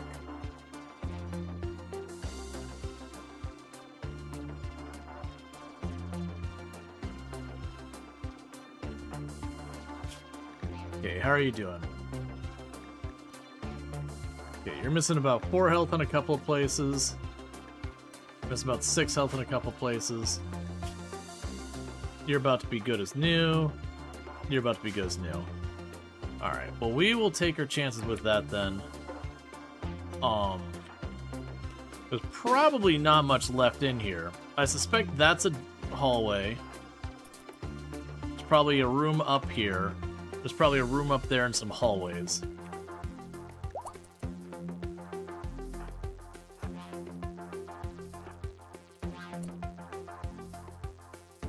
I don't see any mechs in here or sentry guns or anything.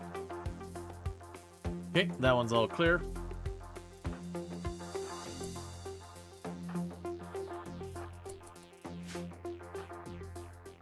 I'm thinking this will be another hallway. Yep. Then maybe 1 or 2 rooms.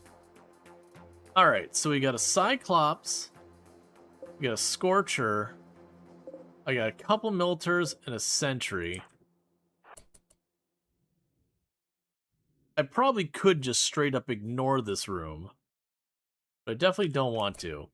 Let's plan, before they try and do anything cheeky, grab all of our people down here and bring them over this way, because then I can pop the door, murder the Scorcher into oblivion.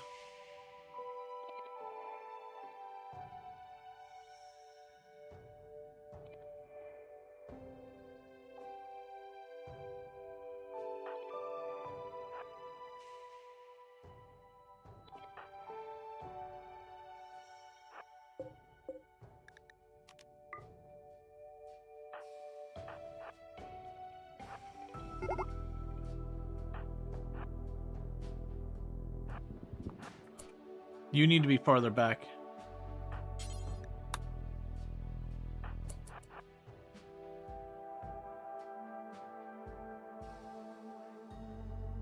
Come on. Don't be a coward.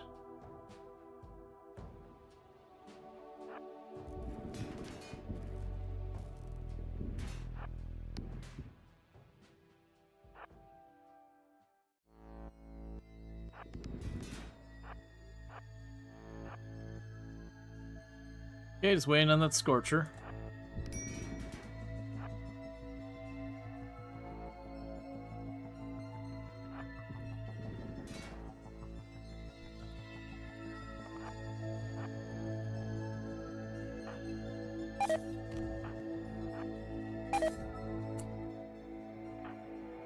Get out of there as fast as you can. Go, go, go.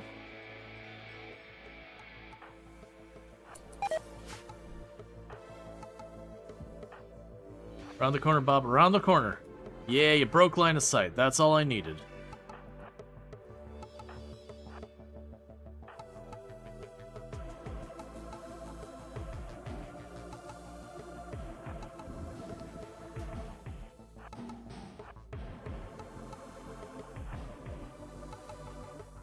Where are you going?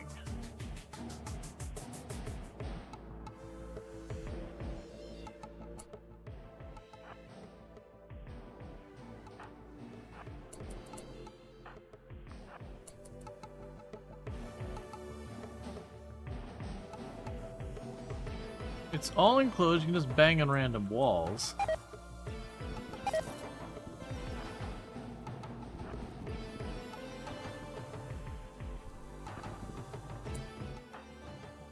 Okay.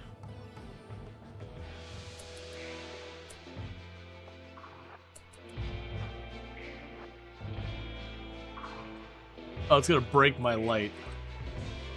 Cool, I guess. Alright, all of you cut this way.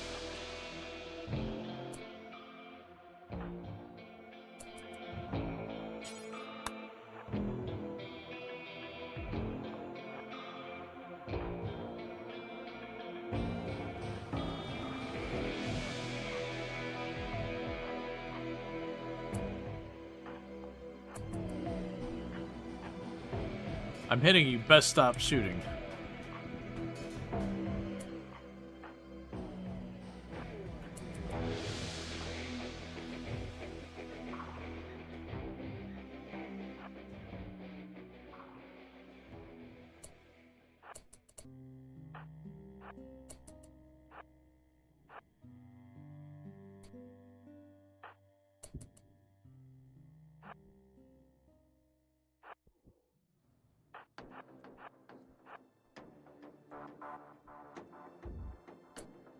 Okay, that's all of them.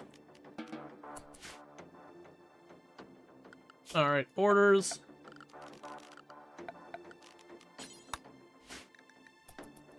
We cleaned it all out. I don't see any more rooms to duck into. We got a drop pod here. We can load it up with crap we want to get rid of.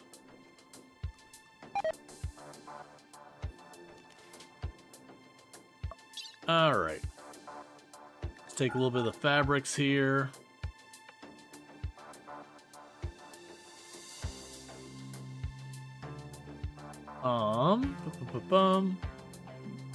We got a worn out black vest, worn out black pants, worn out black vest.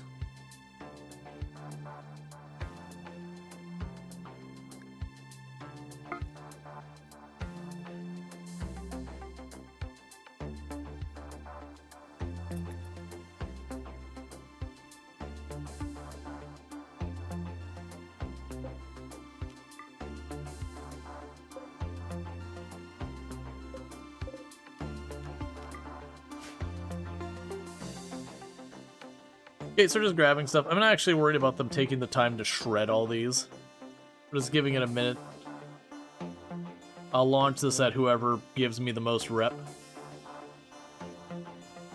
And then we can land down wherever down below. Our food is still fine, but we'll probably want to start recouping that. We did get ourselves some more Gravelite panels, which is really nice.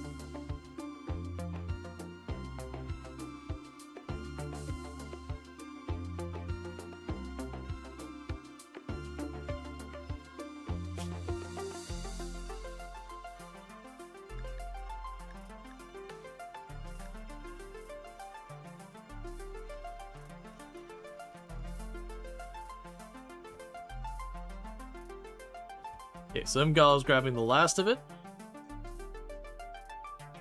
I also want to get out of here before anyone, like, switches from child to adult or infant to toddler or whatever, and then suddenly takes vac damage and potentially dies, being the vacuum of space.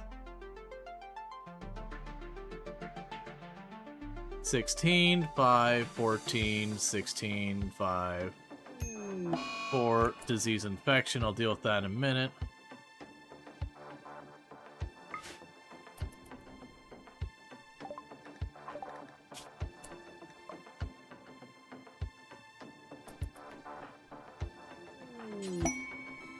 Hey, we are now neutral with another faction.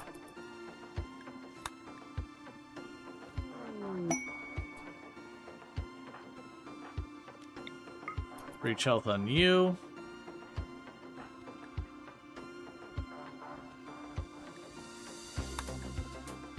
Alright, I'd say with that, we have no reason to stay here. We got all the goodies out of here.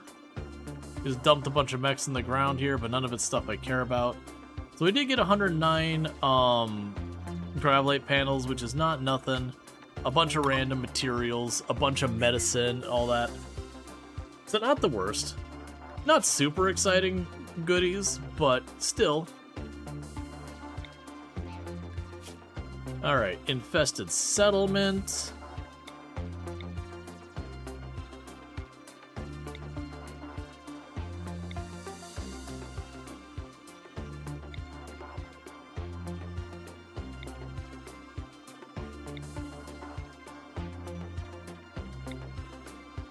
It's a shame that's on the arid shrublands. Well, no, it's a mixed biome. It's probably fine.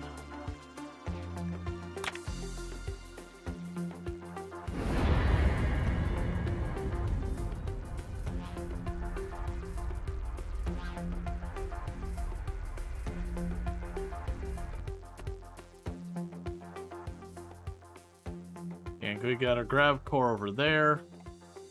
And then the two are up above us over here. That's where the whole run started, is that area.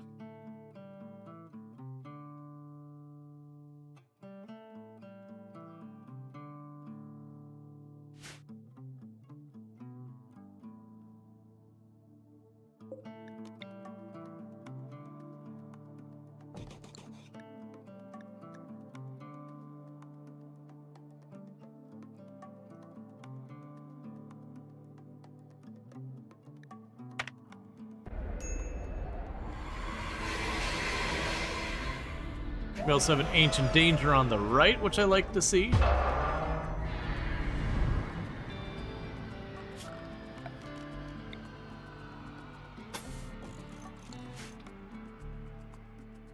Okay, let's start all this. Ore.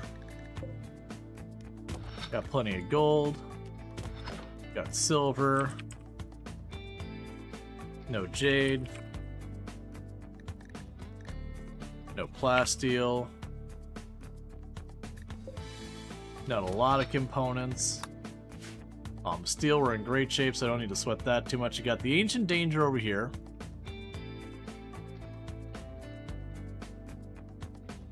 That should be plenty easy to pop for some good stuff.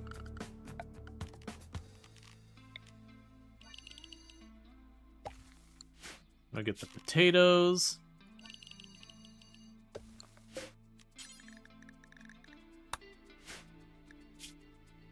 Actually good on cotton, but I'll go ahead and plant it again anyways.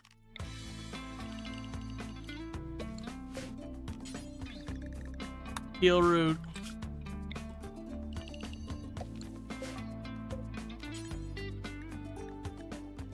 We can do the dye. You still got more time than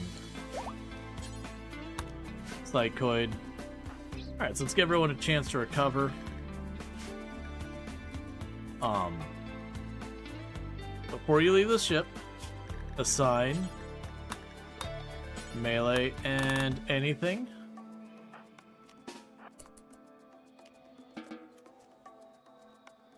So you can switch everyone's inventories back over to their not space equipment.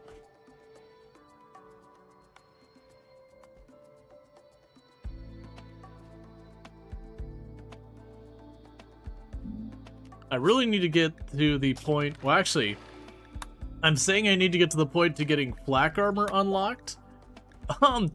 Except it's looking like we're straight up just going right for the recon and marine armor and all that, and just bypassing flak. Now, the pro and con is marine armor, because it covers up your whole body. It's really easy for your armor to break mid-fight from just getting hammered on by lots of little attacks. Versus like flak, because it's a bunch of separate pieces. Like when you get hit in one spot, it'll only damage one piece, versus the marine, it just hits everything. So you are just going to have it get damaged.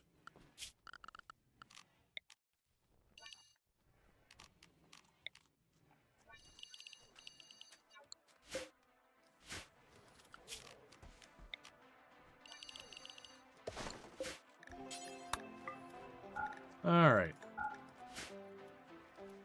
It's actually a good lake to fish in.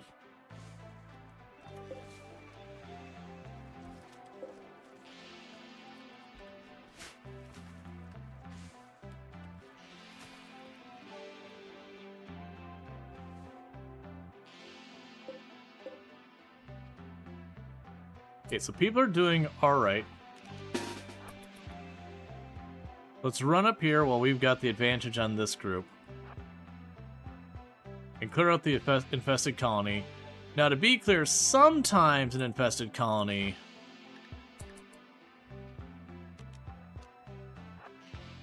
will have, like, a nest with a queen in it underneath the ground or whatever. Sometimes they won't. Sometimes it'll just be a couple of buildings. You clear out, it's fine.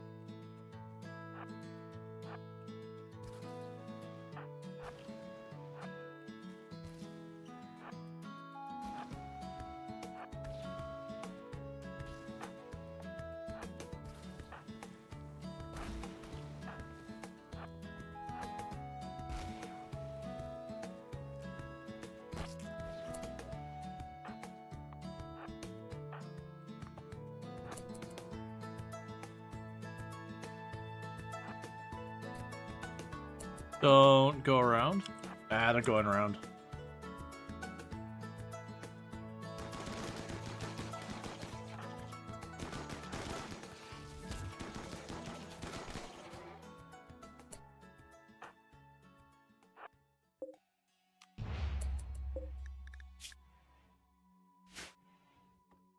Okay.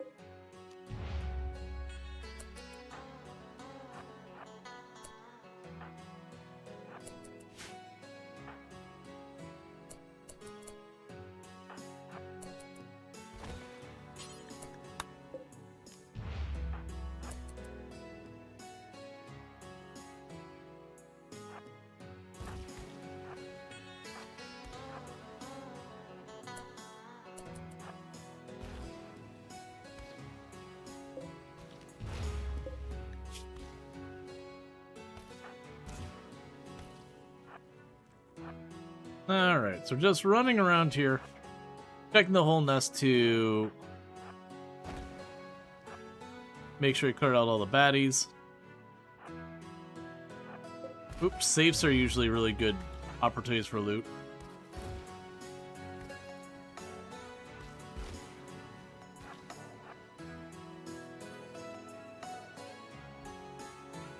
We've had some really good stuff in safes sometimes.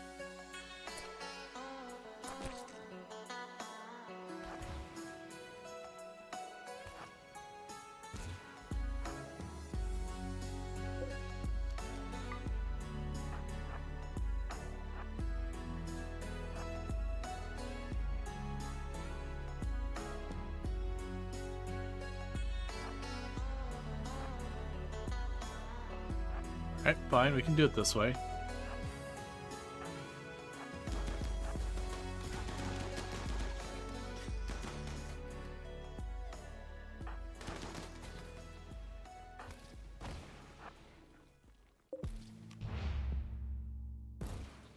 Okay.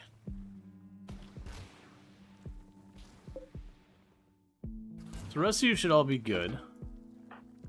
You smack that. Are you clear of your infection? Yeah, you are. Okay, so this one didn't have an underground area. That just gave me gold. That's kind of actually disappointing. And Gravlite panels. Very genuinely, the amount of Gravlite panels it's giving us is pretty unexpected. So right now, how many colonists do I have? I have 14. And we've got, what? 13 bedrooms, of which one couple is sharing a room. Which makes sense. So it wouldn't necessarily be a bad idea to go and add, like, another bedroom over here. To have a spare at that point.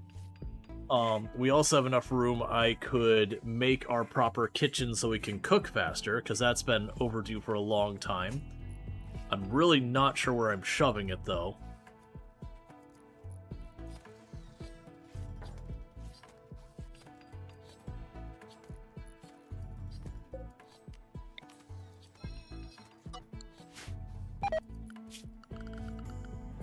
Okay.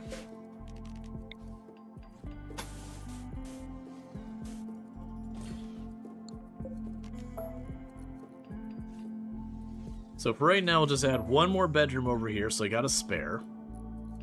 Another thing I should do...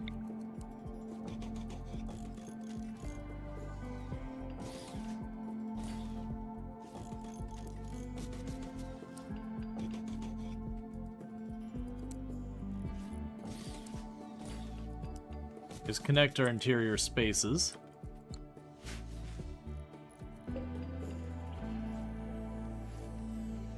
Alright.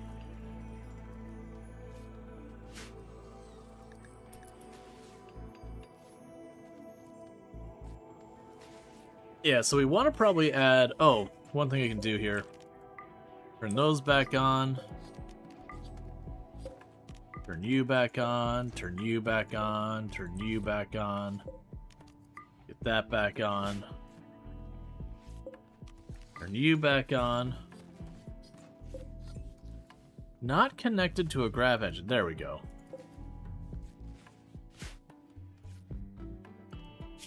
So hopefully we can get the research where we get the grav core power. We can start getting that going, because that'll be really good.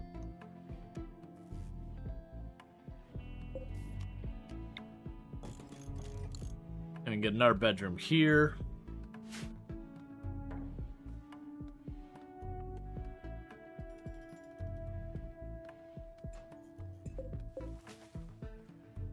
Hypno Butler isn't going to be building anything anymore. They died.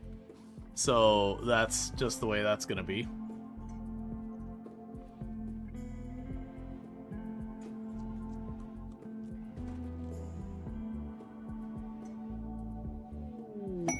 Strange signal, we'll accept that.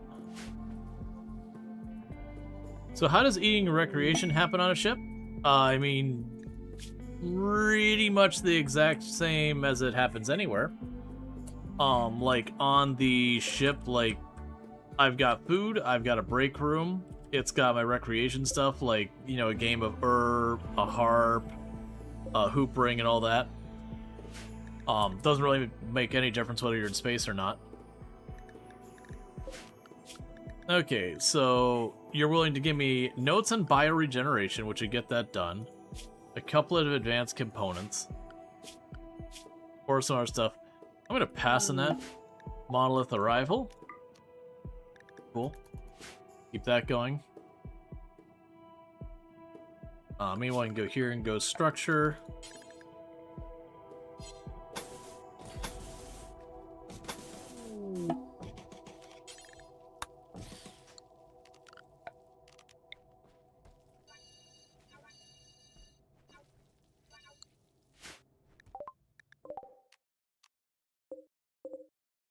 Make a place to drop off corpses. Do not accept animals.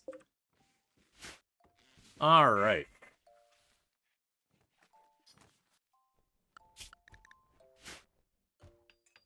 You wish recreation choices would advance better along with the other items on the tech tree? You have cryostasis, but still play hoopering. Well, okay, so I mean, you get pool and poker, and they do replace Game of and that. So they do advance, but yeah, no, it'd be fun to have, like, a game system or something, or, you know, karaoke, or I don't know. Like, they've got television, but it's not really the kind of the same thing.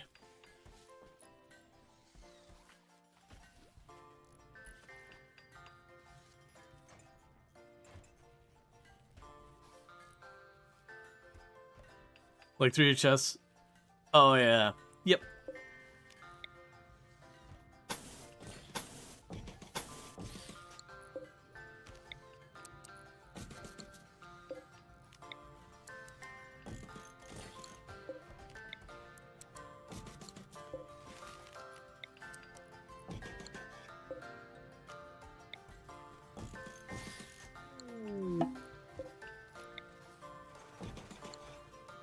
Alright. Oh, I meant to add a vent here. It's fine.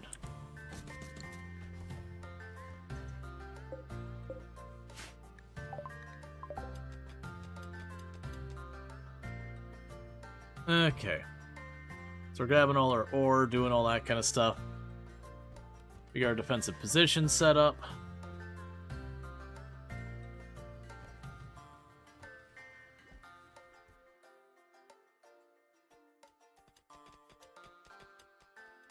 I'm going to mine all that gold.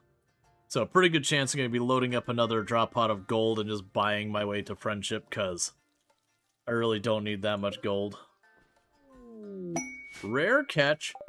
2 Harbinger seeds. Okay. That is a rare catch. Those are worth a pretty penny. Yes, I have 1, 2, 3, 4, 5, 6, 7 factions still chasing us.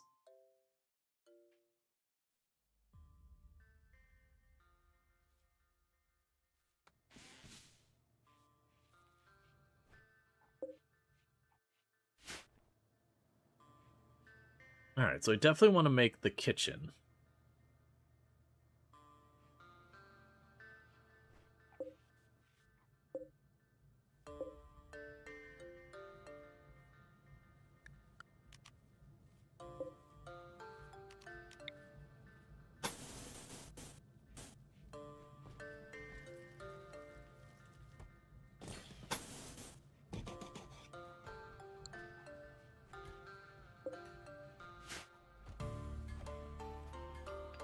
So I can move that over. Alright, bear with me, chat. We're about to hit an ad break, and I really need to use the restroom, so I'm going to go do that, and I'll be back in just a couple minutes, and thank you again for tuning in, and I'll be right back.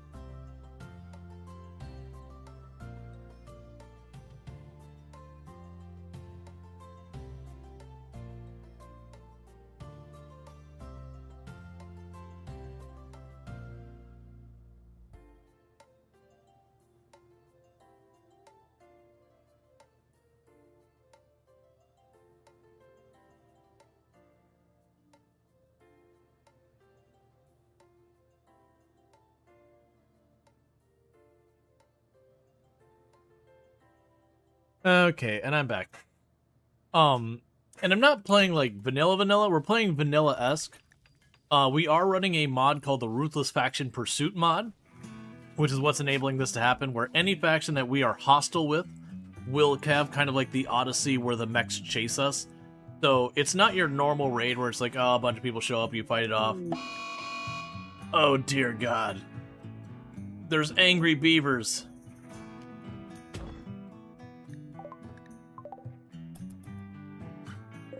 And they're made of meat.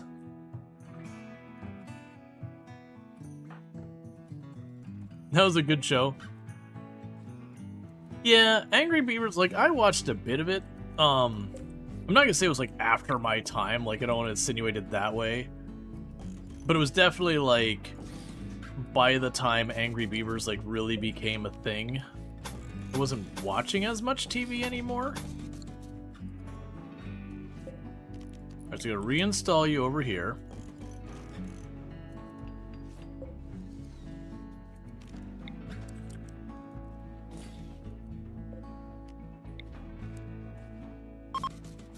You're still in your mid-teens? Yeah.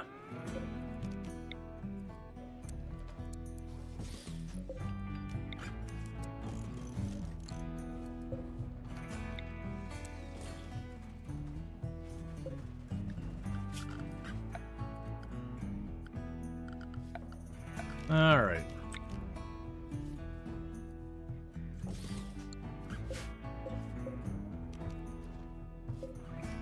Cool. So what I did is I kind of made a like little pocket kitchen off the backside. I know I shouldn't put the I know it's not a great idea to put the butcher station in the same room as your stoves, but I can de-shrimp. Alright, so let's see about production benches. Are we missing anything for it? We do need the fabrication bench. I'm not sure I can make that happen here. So we can shift you over here, put the stone cutting bench on this side.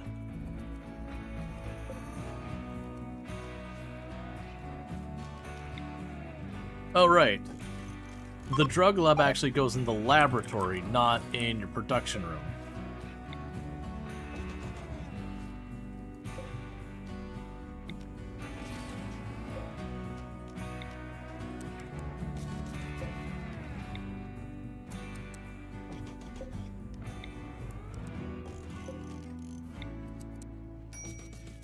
And then with this, you can go production, fabrication bench. Oh, I've got the chair to move still. And then I can put the fabrication bench right here. And I can probably go ahead and put one of the toolboxes up here as well.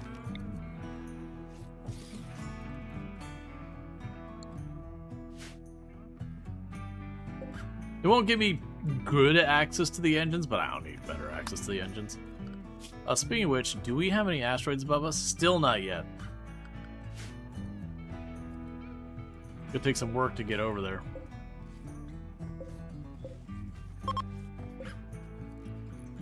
Oh, I see. They're already considered in the hauling area. I see.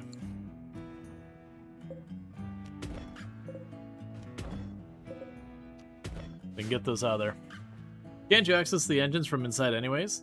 Yeah, but sometimes you'll have stuff that gets in this spot.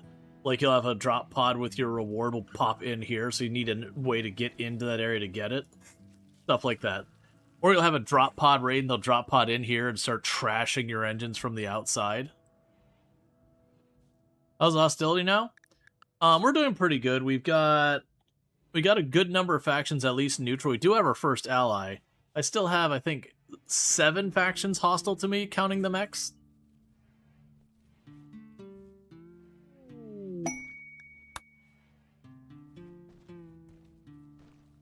Oh yeah, now they can walk over the work tables. That's the reason I was saying it's not great access, but it'll work. It'll slow them down because I have to climb over it, but it'll be fine.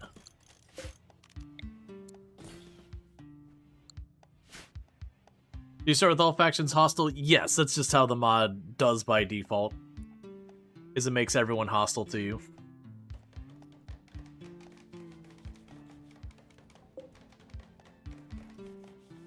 Alright, so we can get the advanced components, or the advanced, or the bench fabrication, whatever. We get that bench set up, that'll be good.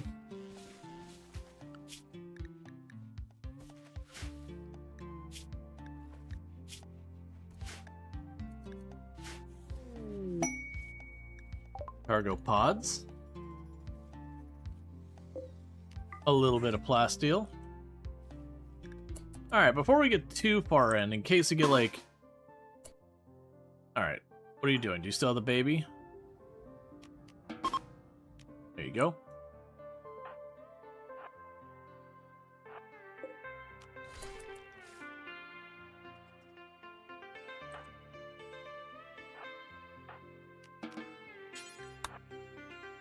Okay, so all those will pop the Ancient Danger.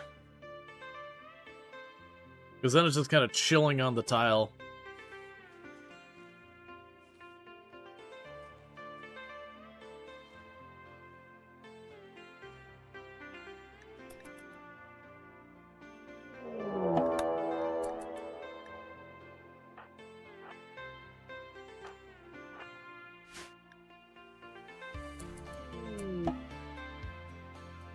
Okay.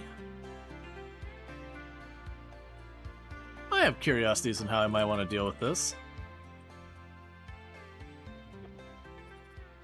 Oh, Cookie, I do want you involved, buddy. What I might be able to do here...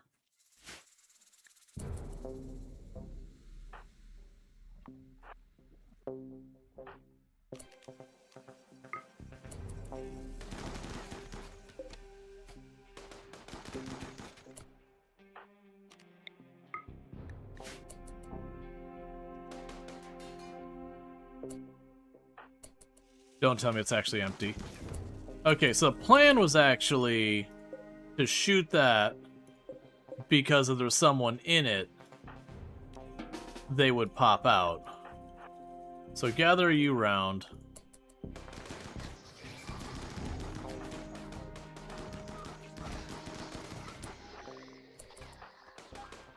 You go for the runners.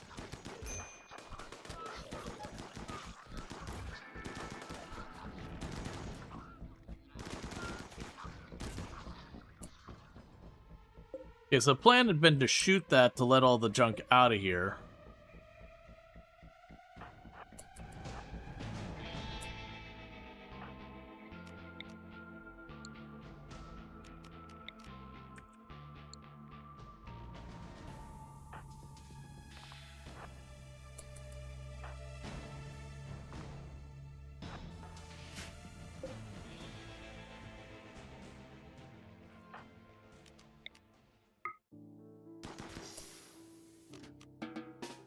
Yeah, so the one in that one was already dead, which is why popping it open didn't do anything.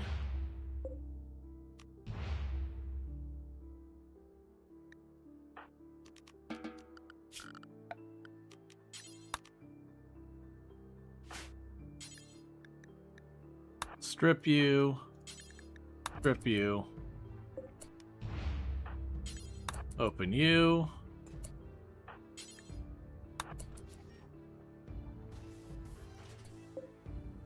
Cataphract armor print. Love to see that.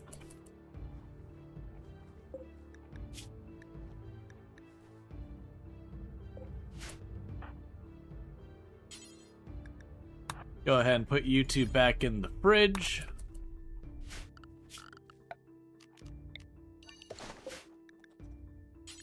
Actually, pretty sure, didn't we already have... Yeah, we already have Harbinger trees.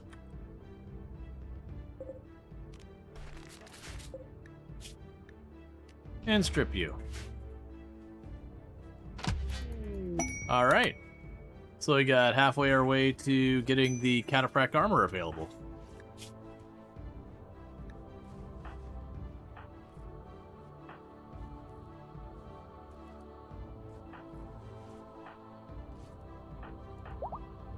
And any new scars or missing fingers or toes? Nope. Yeah, I just decided to do that. I put him in there and I was like, you know what? It's fine. I'm just gonna feed him to the tree.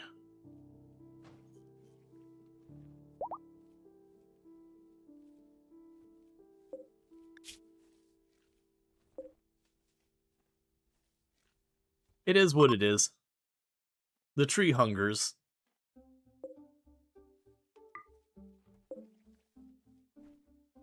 The tree desires flesh of the human. And the tree will be satiated.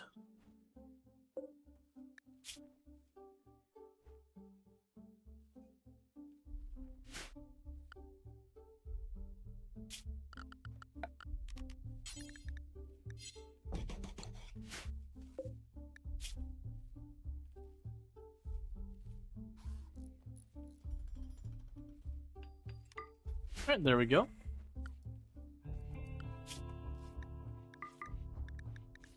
Alright, so we're gonna start hunting the stuff here. Let's keep supplementing our food. Aristocrat needs help. They physically will not show up because they don't have rooms and that qualified to bring them in. So, you know, that's not gonna happen. We're gonna work on getting that bedroom built.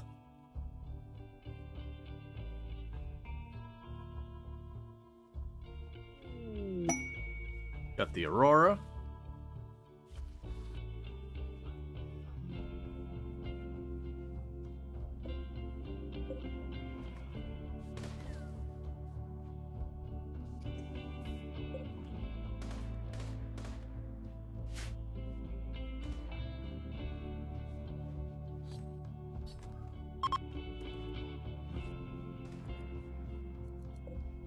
So I might need to shrink this more.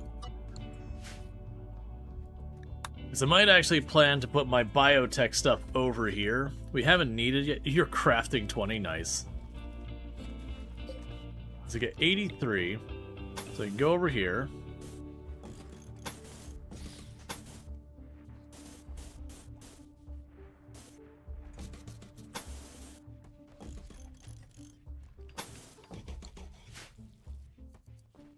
But I can potentially make a biotech room over here.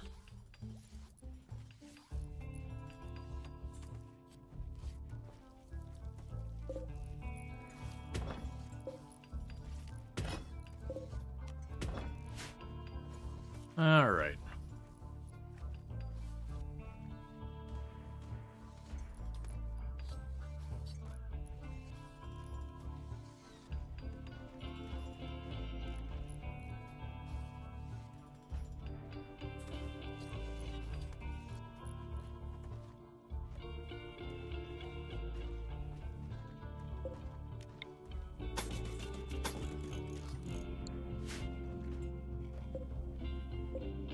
Okay, didn't have enough grav-light panels.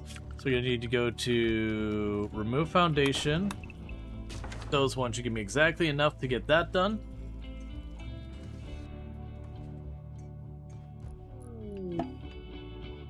Alright, and we'll go right here, bring you up.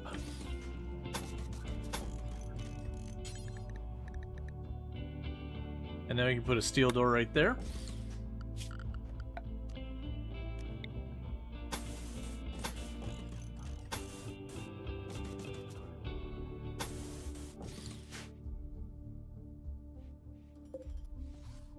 Alright. Like I said, this will probably end up being a biotech room for us. We can go down to you. Actually, you should do the trading. Okay. You get $100 and nothing more. Done. Alright, so biotech. I'm not going to be able to do a whole lot with it yet, so I'll go ahead and put the gene extractor down here.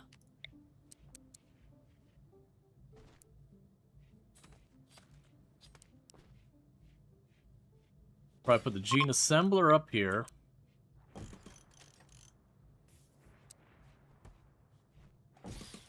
And a pair of banks there. You know, let's see. You know they've hidden, but you can't get yourself to place the cables in the middle of the rooms when you play. Yeah, no, it's like the old habits of like, no, you definitely don't want those exposed. You're like, no, it's okay now. You can just do it. It's all right. You just got to use the hidden cables and you'll be fine. But the old habit's like, no, they don't go there. You just don't put them there. That's just not what you do.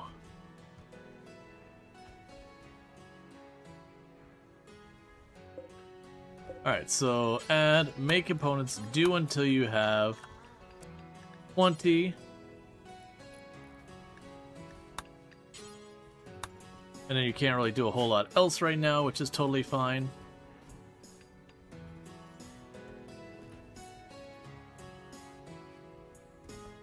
Yeah, no more yep, as long as you use hidden cables, no more unless you have something that's like electrical being rained on.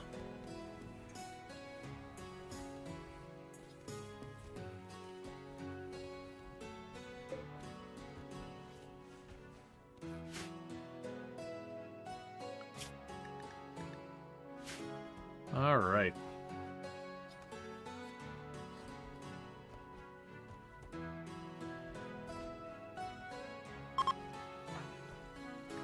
So Earth Rush here ages up in about a season. Randall Thor ages up in about a season and a half. And you age up in about half a season. So like 7 or 8 days.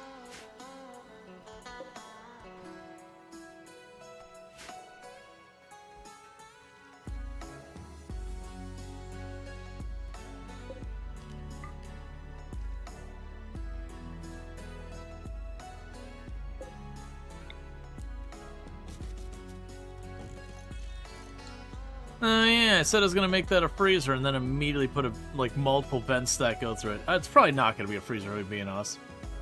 You never build a cremator and let the Harbinger trees have the bodies? Yeah, no, exactly.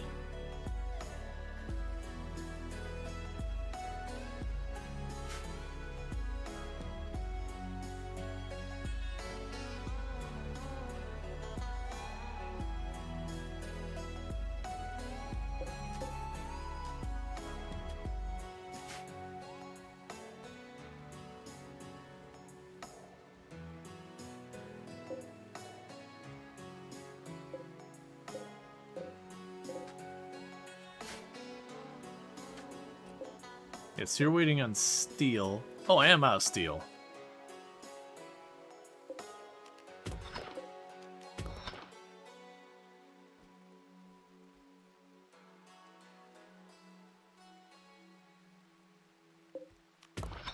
There we go.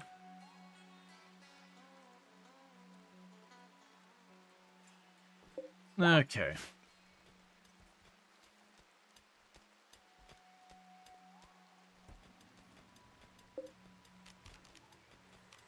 So let's load that up. Items. Let's go ahead and grab a bunch of the leather. The Death Threats capacity thing I'm not going to be using. Take the Yayo. I have so many pulsars. Grab those. So you got the Psychic Animal Pulsar that drives them mad. The Psychic Soothe. The Shard Animal Pulsar. The Biomutation Pulsar. Like, we got so many of those things that I could get a lot of work done. Those are all fine. Those back helmets are basically toast. Put half the gold in there.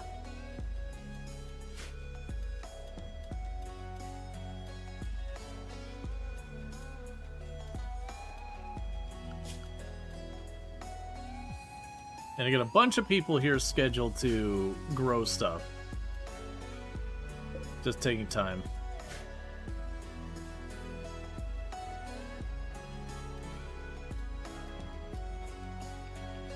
Alright.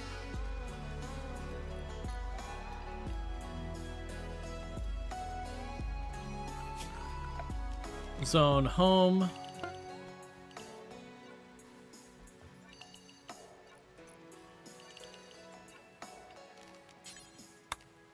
Safe.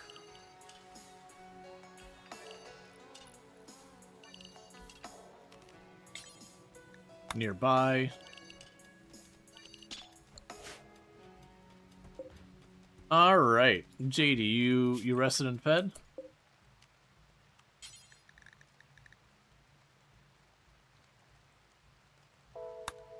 All right, JD, get in the machine. It's time to start getting some jeans.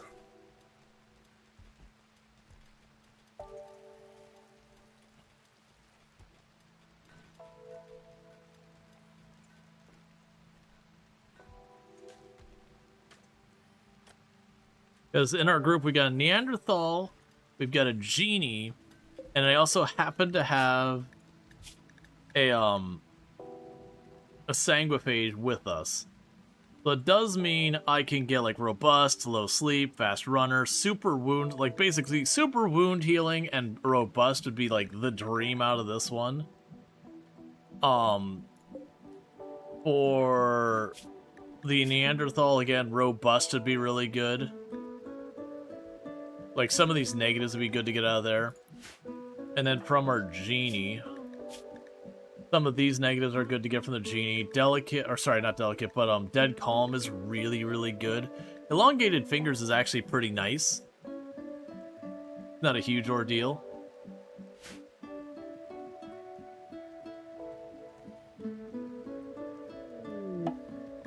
That's fine.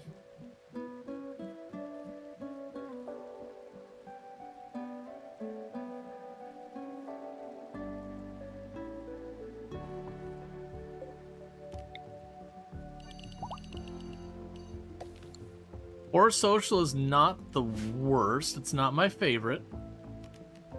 But all in all, getting a negative by itself, not going to complain about. That at least gives me options. Now it's the genie's turn to jump in here.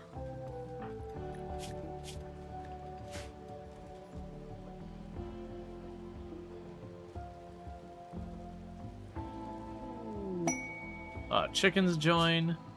So I just checked my notes and it said they did not.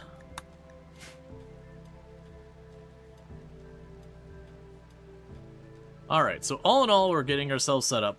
This is just going to be a thing where we got all our baseliners. So what we're going to end up doing is starting to put together some stuff for, like, taking our baseliners from where they're at now to at least having some benefit.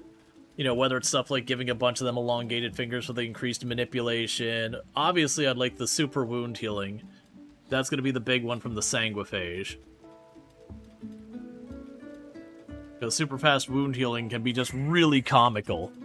If you can get coagulating blood, super fast wound healing, robust and deathless, you've got a pawn that's like, this pawn doesn't die. Just straight up does not believe in death. Is there a chance of Archite genes from the extractor? No. Archite genes you have to either get through quests or trade, and it's usually trade.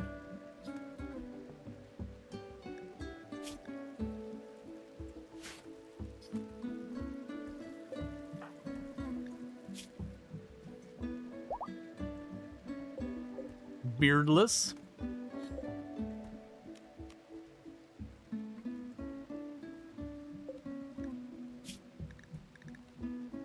Set to load items. Let's go down to the genes here real fast. No, it's not going to be listed as it's fine. I was just going to add beardless in there. Alright, so let's launch that. So 93, 117, which means instantly not hostile. I did put like 500 gold in there, so the pig people, no longer enemies.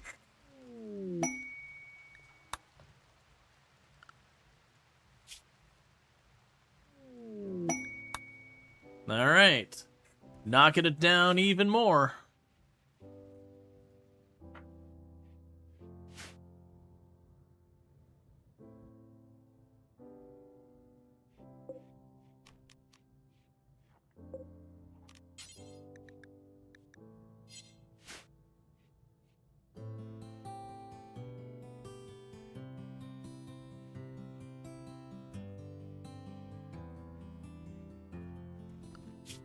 But one nice thing about this, with what we've been doing, is because I'm getting everyone neutral, they'll all start asking me to do quests and all that for them.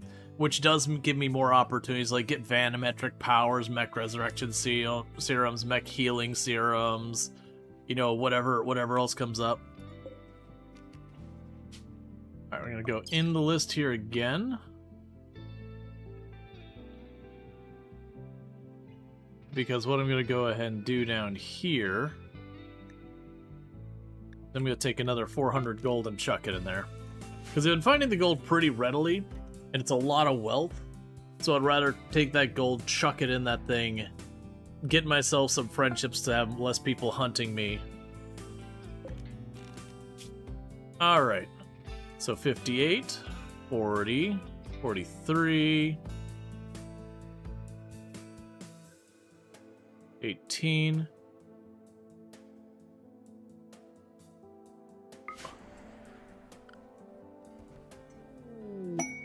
Enemy is now neutral. Alright, so I got 1, 2, 3, 4. 4 enemies left. Well, 5, because there's also the mechs.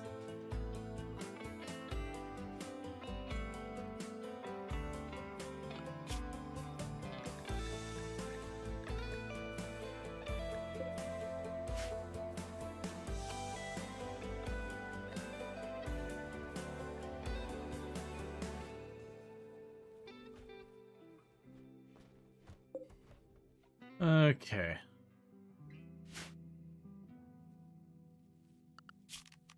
Let's put small fishing zone over there as well. So as they get this one low, they'll fish in the other one too.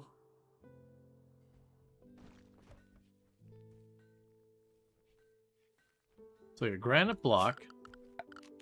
So while we're not too fussed about things.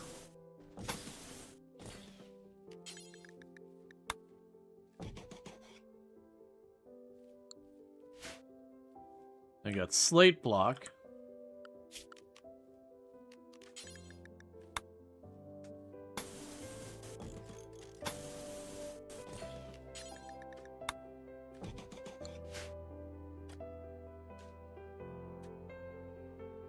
And then there's limestone block.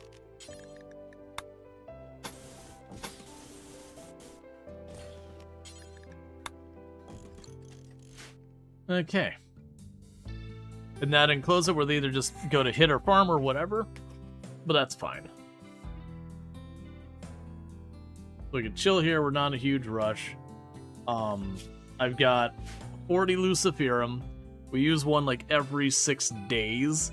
So we've got like 4 or 5 years worth of Luciferum for since JD is the only one using it. And we keep popping ancient dangers like this. Every once in a while you hit one, you get like 14 or 17 or whatever Luciferum. Places like this, you sometimes get Luciferum.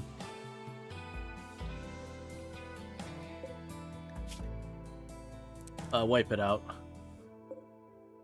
We don't care about sustaining the local ecosystem. We're here. We're going to destroy it when we leave by causing, you know, like gravity well forces and all that. Literally annihilating the terrain. Overfishing is probably the least of the crimes we're committing when it comes to the environmental impact. When it comes to, like, literally gravitationally annihilating a tile, leaving a little pollution or a little overhunting or a little overfishing, not particularly relevant.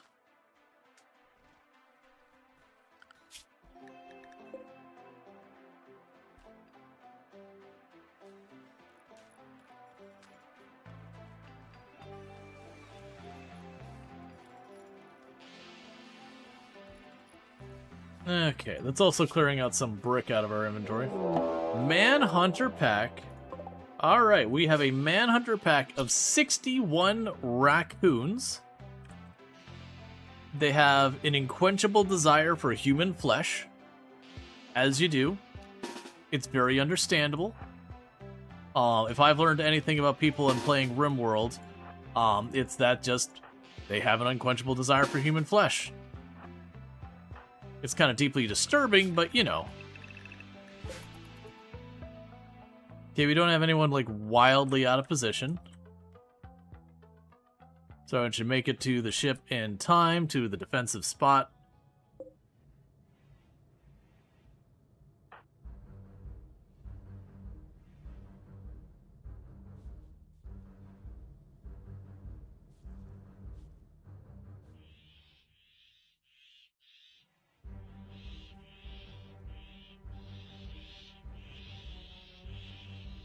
Now, what I could have done is step down here, shot at them a little.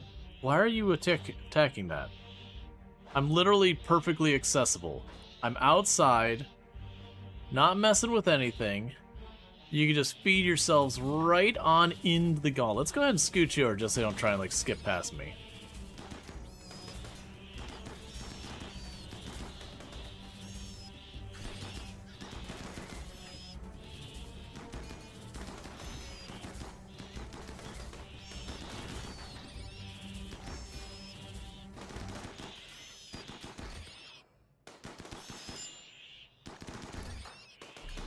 JD took their first hit. They got a little bruisey on their toesies. Oh, no, there we go. There's another one. That's a proper scratch.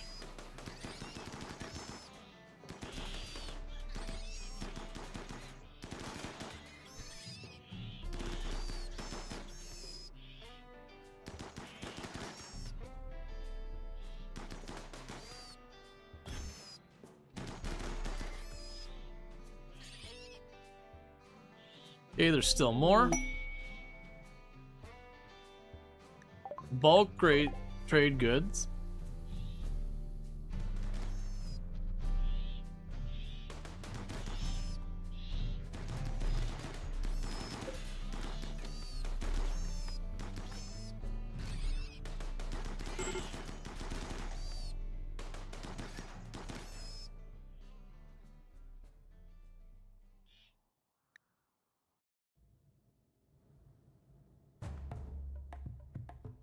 All right.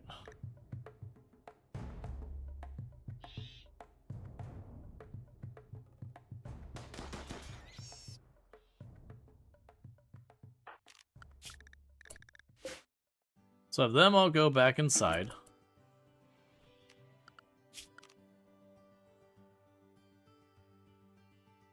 Harbinger trees up here. Oh, well that sucks. The beavers ate it. No, buddy. When I said home zone, I didn't mean run outside. Don't get yourself got. It's fine. The door's gonna close. I guess get back into position. Basically, the plan was to go up here.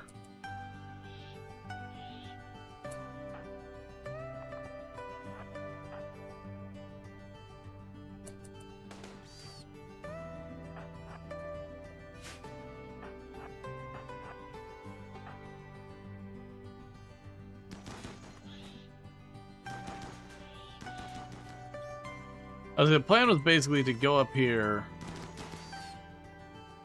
and, you know, have that all sorted. Alright, so now we check in wildlife. There's one last raccoon, so you two just go up and smack it.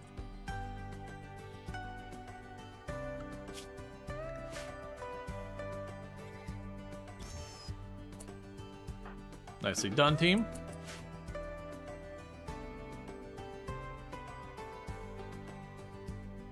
Alright, so let's go zone, dumping stockpile, low clear, allow fresh, and then animal corpses. Since our other trees got eaten. Hey, could you, like, not stand on the animal corpses?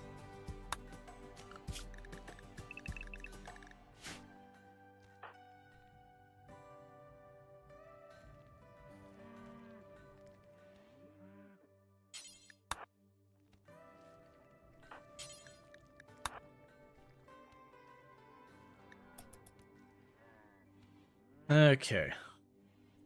What is in the ship? Yeah, one was in the ship. We got it. Alright, beardless, we're gonna get rid of. I don't want beardless. Doesn't do anything. Bionic replacements, I will grab that book, because that'll guarantee we get it, which is pretty solid. I don't care about that furniture. I don't care about the drop pack or whatever. The steel's good. The cloth is fine. We'll leave the components. The Nutramine we're taking. And the reason we're taking the Nutramine is that means we can finally get ourselves some penioxylin going on to make ourselves protected against a bunch of the awful diseases.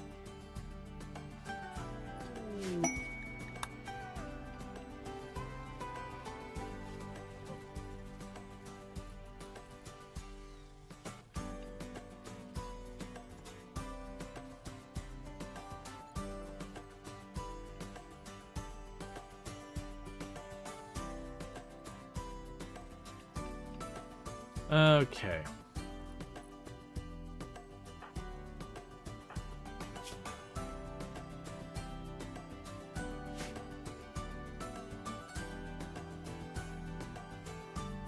We're doing pretty good with all this. We can stop looking at the brick. That's all that dye. Honestly, the dye. Replace that with psychoid. You already got tons of it. Haven't really been dyeing the rooms much recently.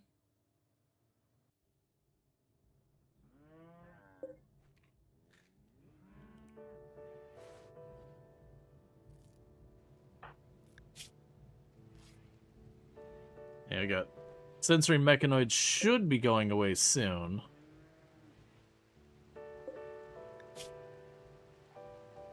Alright, so we've almost got time for our first attempt at trying to get anything good out of the sanguiphage. The sanguiphage is like the pro-con here, is we can't take the yellow ones, we can take any of the blue ones, and there's just a lot in here. But like low sleep is good, robust is good, strong melee is good, super fast wound, like it's super fast wound healing and robust are like the two I want the most. Strong melee with strong melee damage is also really good for your melee pawns.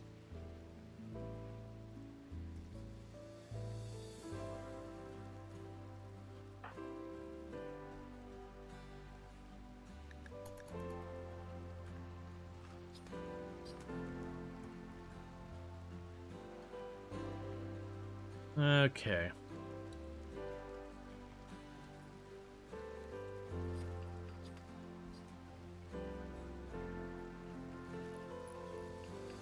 So everyone's starting to get on their penioxylin?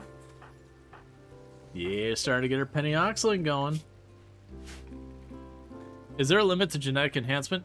Yeah, so when we go and do this, I'll actually only have one, so it's kind of hard to show. You'll have this metabolic efficiency here. That's a plus and minus.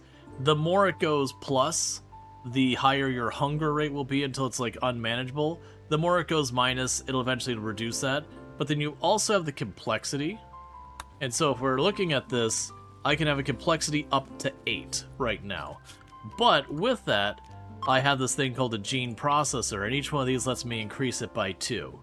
So at your very, very hard cap limit, you could put enough of these, like however, because there's only so far it goes, that once it starts working with that... What do you mean other way around? No, this is the metabolic efficiency, and this is the complexity. And this is like the cap of what you can do. And this is like... Oh, the minus for hunger... Yeah, sorry. Minus means less hunger... Plus for more. Oh yeah, sorry. Plus for less hunger, minus for more. Yeah, either way. The more good things you do, the more hunger you get. The more bad things you do, the less hunger you get. But then there's a complexity, and ultimately at the highest cap, it's like, how many processors can you put around that thing? Will kind of give you a hard cap on how far you can go. But it's pretty ridiculous. Like, you can make some, like, absolute superhero tune kind of nonsense going on. Like, it is one of the things that you can kind of break the game doing.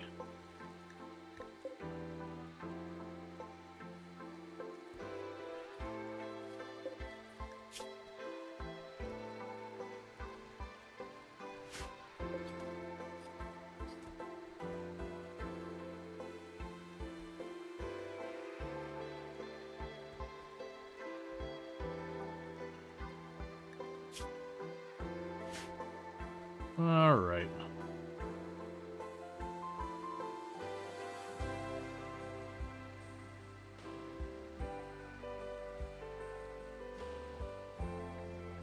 Like the perks of Product Zomboid? Yeah, no, exactly. It's got a point system. Alright. Lou, buddy, it's the first time you get to climb into the machine. Give us something good, Lou. There's plenty of good options and a whole lot of options I really just don't care. Oh yeah, no, realistically, like, trying to get a full gene library is exceptionally hard, especially the archetype ones, because a lot of those you just have to trade for. And because you can't get the archetypes where you extract someone to get that out, if you get one of them and it has a negative with it, that's just what you have. Like, you'll just deal with it. Now, some of it can be like, okay, well, you've got Deathless, and then with it you've got Wimp, or whatever it is, like Delicate. And then you can turn around and put Robust in with it to cancel out the Delicate. But it does mean you will have Delicate or Robust with Deathless. You don't really get a choice of another option because they are together. Unless you just keep trading until you find them separated.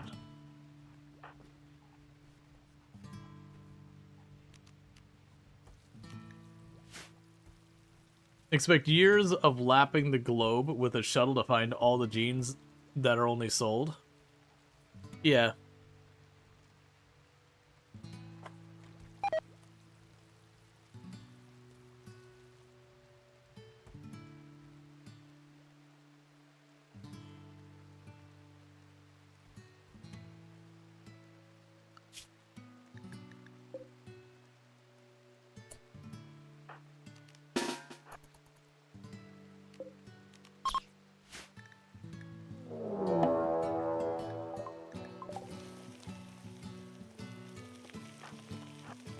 Change of plans. I was gonna attack the alpha beavers because I'm like, look, man.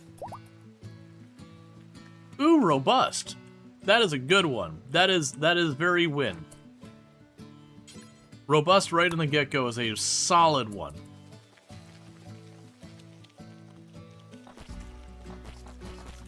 Robust just reduces the amount of damage people take. That's actually a not insignificant infestation.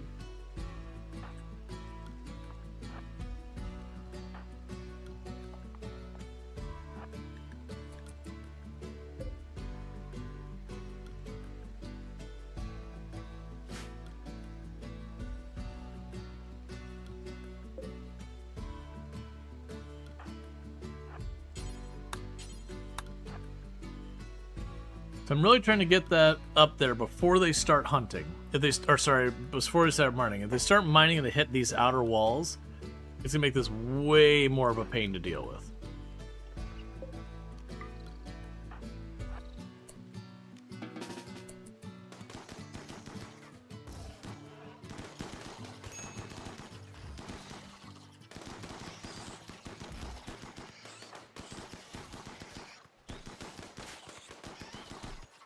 Okay.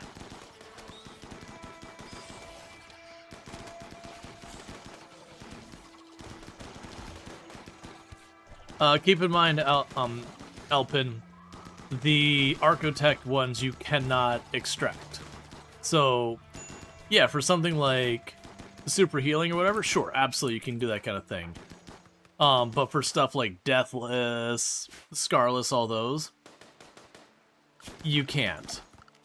Like, you can't extract it back out. You have to trade for it. I mean, I thought that's been since always. Unless I've missed something. The Architect ones you couldn't extract. Now, it's entirely possible maybe you've got a mod that allows for it.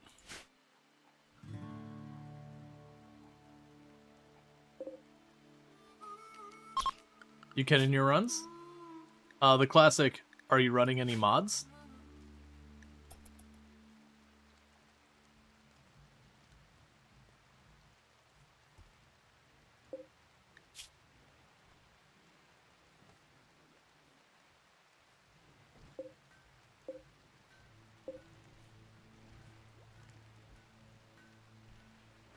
I mean, unless people have been feeding me bad information about that.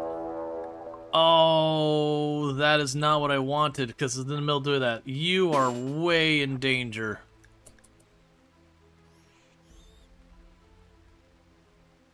Because the whole plan had been to run down there and kill those to get them off my map so that there's less animals, so I'd try and spawn new animals and get the meat from it.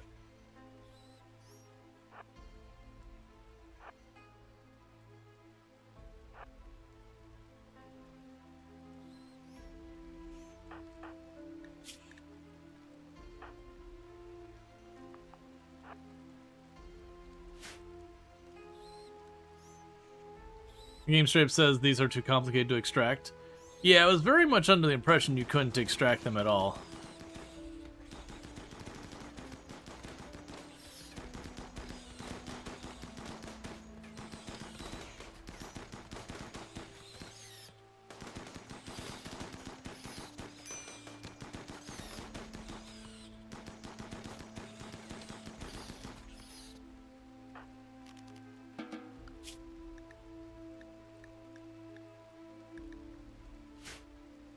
Every source of information says archetype genes aren't extractable. Yeah, that's what I was like 99% sure that was the case.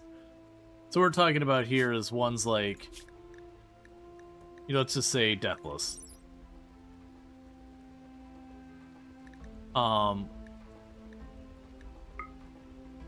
Let's see.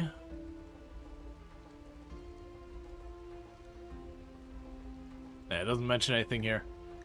I was trying to remember where it mentions that. That's like, hey, you can't extract that.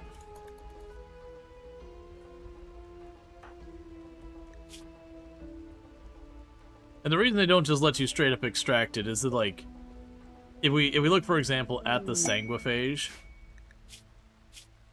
like, Deathless is like ridiculously good. Nonsense is ridiculously good. Archetype Metabolism is really good.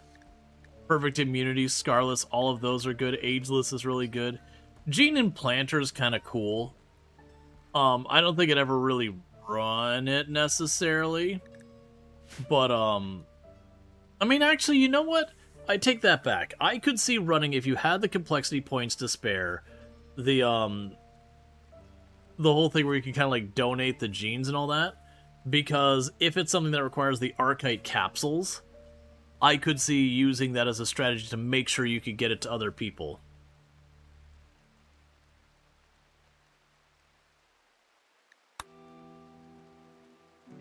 Great, now I have to figure out which mod does it then. Yep. It's always one of those ones, figuring out the mystery mod that's doing the things either that are undocumented or that you just overlook. It's like, it's a 50-50 on those kind of things. Because I've added too many mods. Pretty sure gene implanting doesn't transfer zones? I'm pretty sure it does, because with the gene implanting, that's literally how you make more vampires, is you gene implant it to another person. So, like, I know for a fact it works with the Sanguiphage. So I'm pretty sure that one does.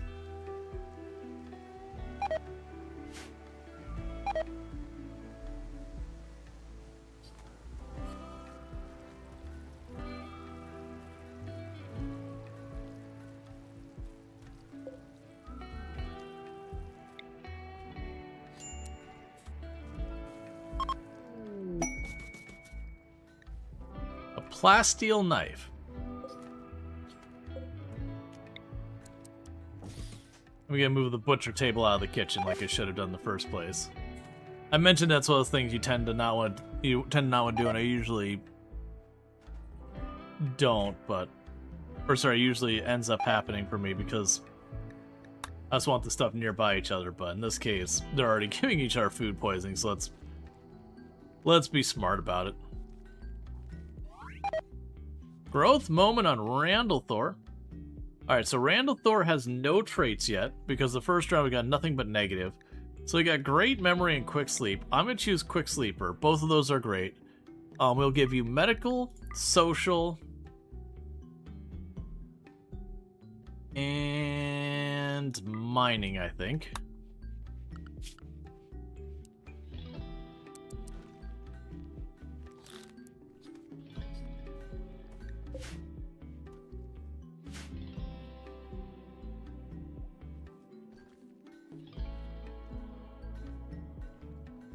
don't have enough metabolism. Yeah, it's tough.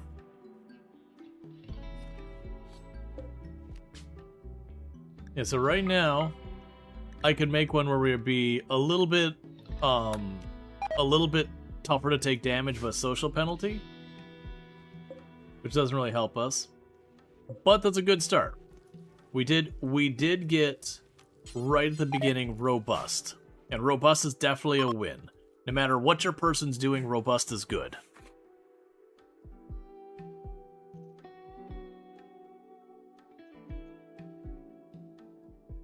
Just taking less damage?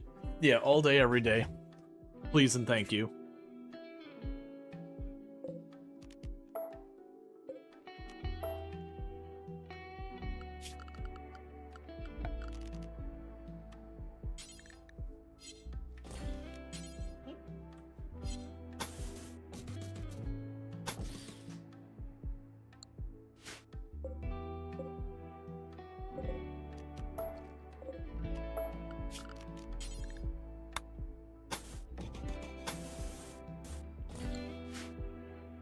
Okay, so just mixing up the different types of blocks and all that.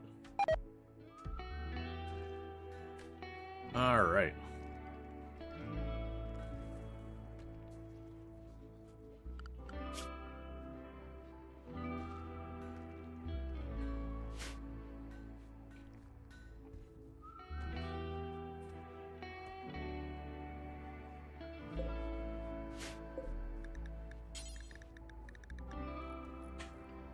Okay, is there things we want here? Probably not really. Not that I haven't already got made.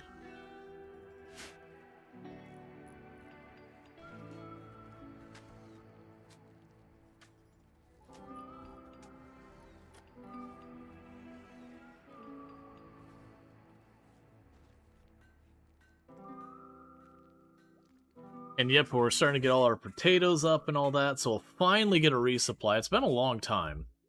It's been very overdue for a proper resupply. Now, this isn't a good tile for getting a lot of meat, but that's fine. If I get a ton of potatoes and I store them in the thing and we just kill animals as we move around, that'll be plenty fine for us. We just got to get a stockpile of some food first. We did also get the shuttle, so it can also be another thing that I can put a place back here when I get more gravelite panels, and then put an area here for like the shuttle to take off.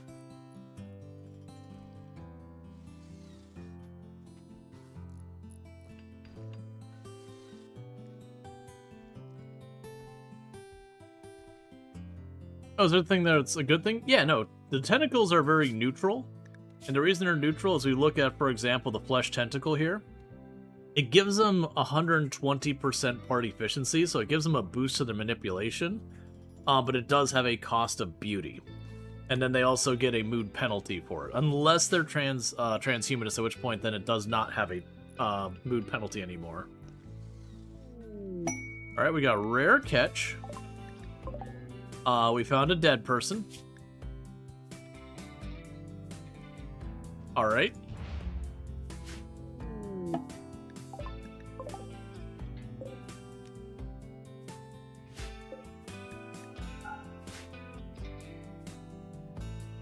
Just casually fishing up a corpse as you do.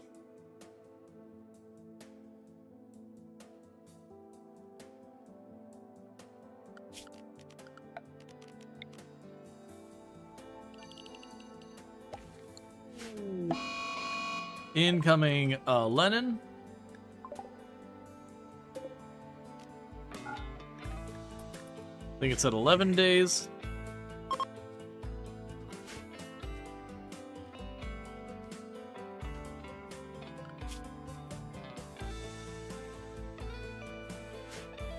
Do I have anything I could throw at them? Because we could do the test to see if I can't force them to not come after us. So I got a bunch of leather again. We can grab all that. Still working on that, so we don't want to get rid of it.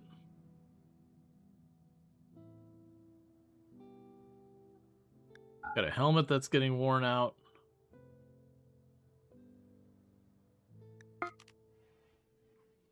Let's see if I load up this little bit and we send it to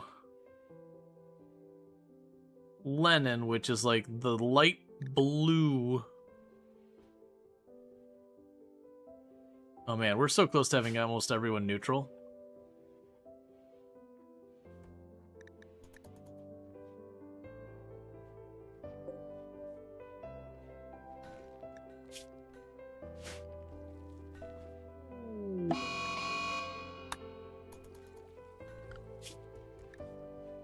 Incoming, or that one's a much bigger one. That's 67.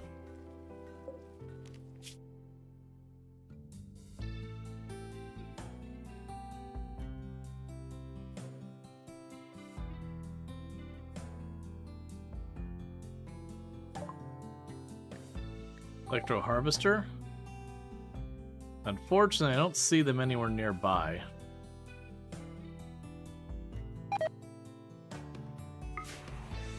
That's fine, get out of here.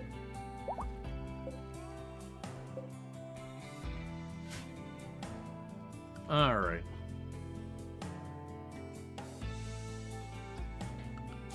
But yeah, since we got down lower, you'll notice it takes longer for that queue to start filling up. And then there's a better chance we will not roll like on the minimum end of what it can be. I had planned on invading everyone, but with the getting the drop pods earlier, it's not been a requirement or a need at all. Incoming mechanoids in 5 days. Okay, so we're on to this stage. As per the usual, disease plague. So Mandible the newborn baby was the only one who got the plague. Because, you know, they're a baby.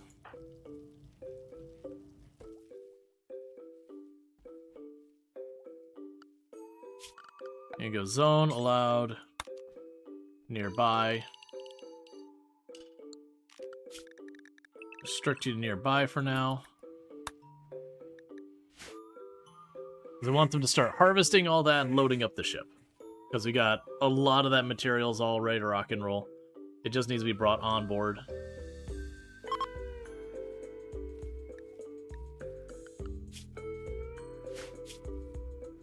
And we're right about to get recon armor unlocked.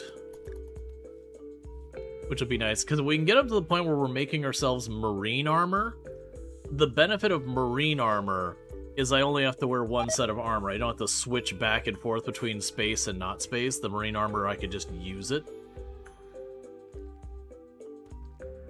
Same with like cataphract and all that.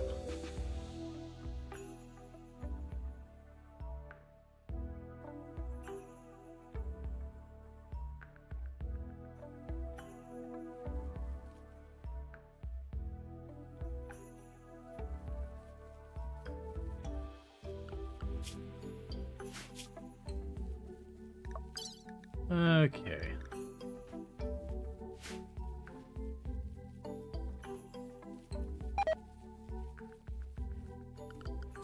And how is our wealth looking? About 250,000. Going to be a pretty wealthy colony.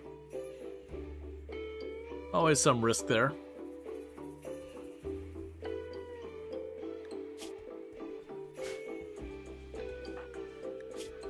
How's the baby doing? Good so far. I've got some glitter world, so it's like, alright, we're just hitting the baby with it because I can't breach health the baby. Actually, to be fair, what I can do is if things get grim, I can literally just unnatural heal the baby to safety. So drop back to regular medicine. And we can just do that nonsense.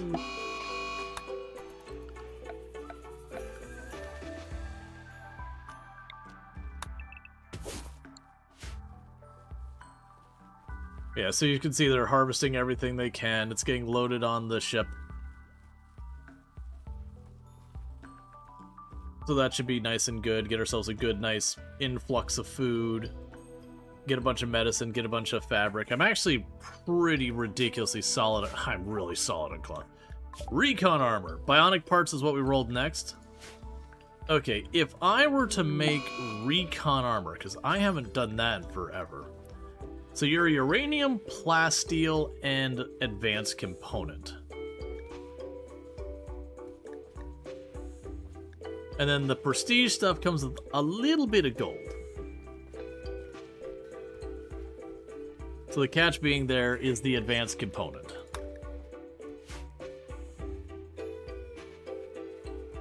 So I'm going to hold off on making those just until I get the research to make advanced components. Because when I can make the advanced fabrication, then I at least know I can start making like recon armor, bionics, all that stuff.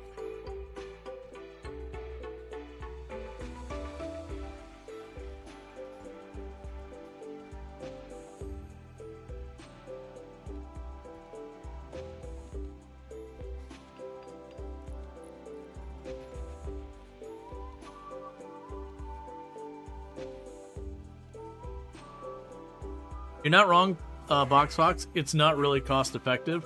There is one thing that Recon Armor has going for it that Flak doesn't. I can go and do space things. I can use the Recon Armor out in space, and the Flak I can't.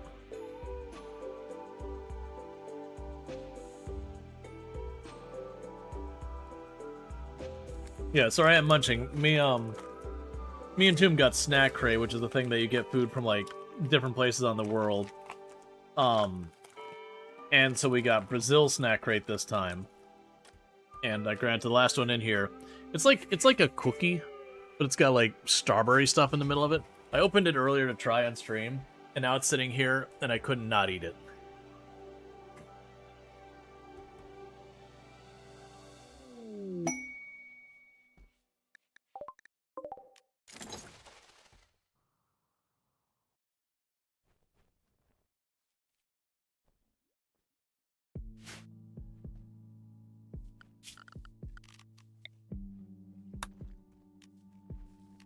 But yeah, the advanced components in the plasteel that are required for recon armor is pretty expensive. Versus, you're not wrong, all we need for flak armor is a little bit of cloth and some components. And I think some steel also.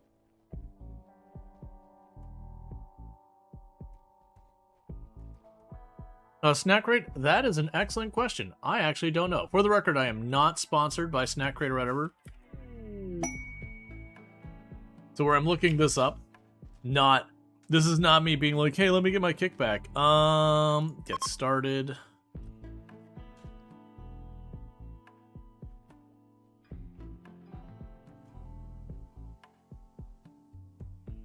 I'm trying to find it real fast for you.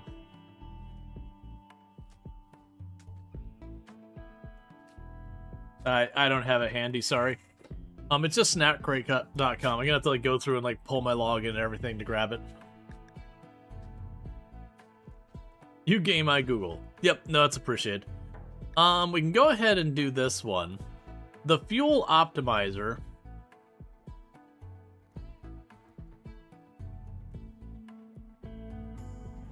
Partner got a few that are big expensive for what they are. Yeah. No, it's definitely like got a little bit of a premium on it. Toom really likes these kind of things, so it's just definitely one of those ones that's like, okay, you know, I probably won't do it for a super long time. It's kind of like when you're doing like HelloFresh and all those kind of things. Usually the way me and Toom approach all that stuff is like, we'll do it for a couple of weeks, couple of months maybe, and then we'll stop doing it entirely. Because it does have a bit of an overhead to it.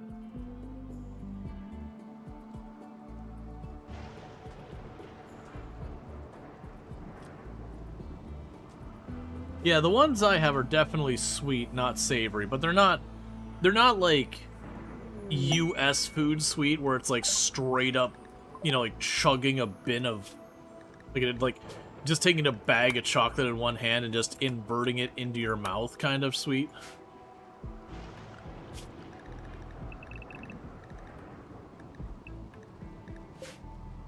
Like I honestly find a lot of food here in the US, as someone who's grown up and lived an entire life, I find our food obnoxiously sweet so often.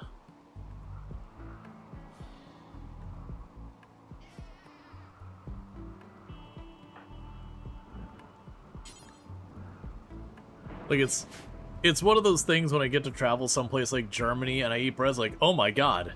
It's just like bread. It's not weirdly like I'm getting a loaf of bread and it's a sweet roll. You found a cookie? Excellent. Alright, so we've got everything we're going to get out of this. I mean, I guess technically we can butcher those sheep. Void Provocation. That's been so long. Bioferrite Harvester is a pretty good one. We're getting Bionic Replacements, which is when things will start happening, because Bionic Replacements, I could sit there and start, you know, getting a bunch of those things and just eating that up. But the problem is, without having the Advanced Fabrication, making the Advanced Components becomes a problem.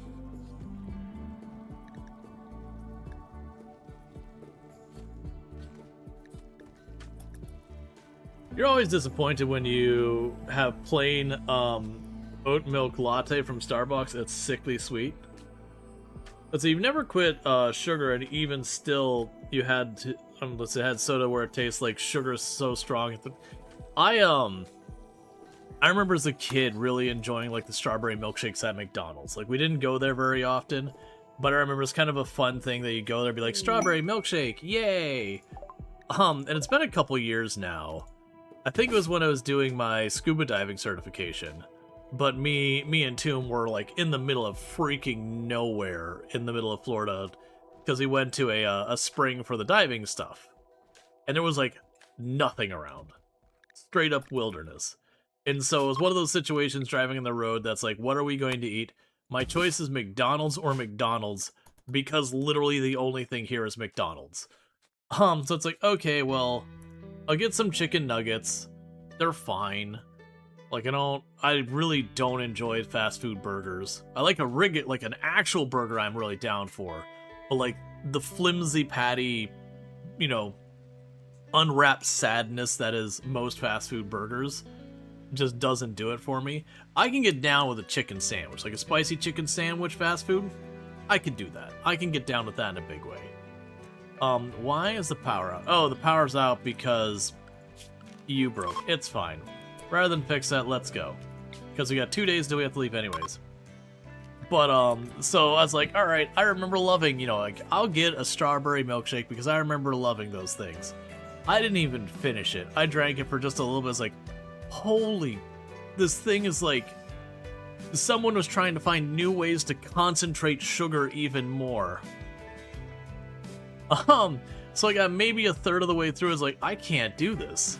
Like this, like my teeth and mouth hurt trying to consume whatever this obnoxious beverage is.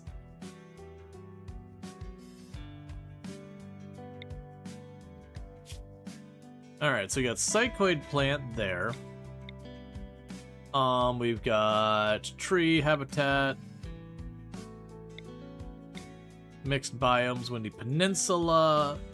There are ruins there.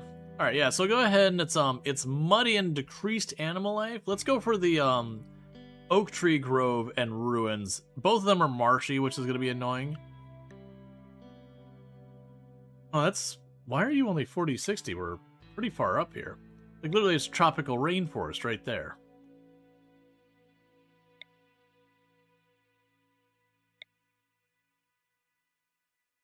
Porcupine habitat sounds pretty obnoxious. Not gonna lie.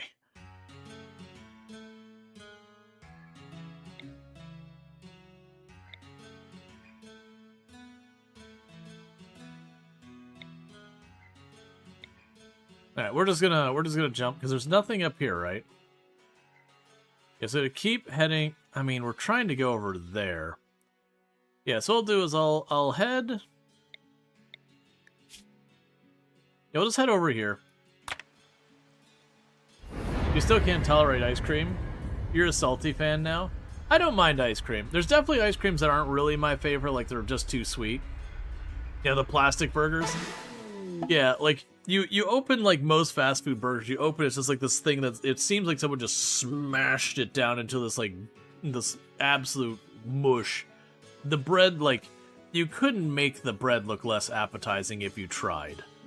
Like, genuinely, if they just, like, tossed it in the mud and they took it back out, it genuinely might be an improvement. And I just can't do it. Like, but if you go to like an actual, like you sit down and you get a burger place, you know, you got a nice thick patty on there. I can do a burger.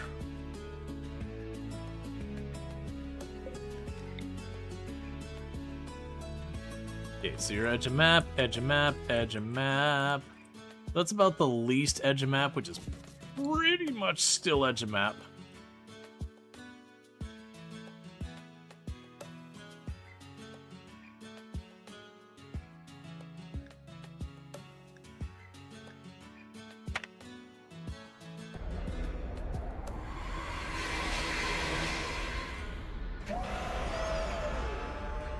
So I'm trying to do now is work my way towards one of the asteroids, so that we can kind of get our other engines going. Because I can have 5 more engines, but they require Vaxstone, and you can only get that from asteroids. And just weirdly, the one spot I was on the map, there was literally no Vaxstone.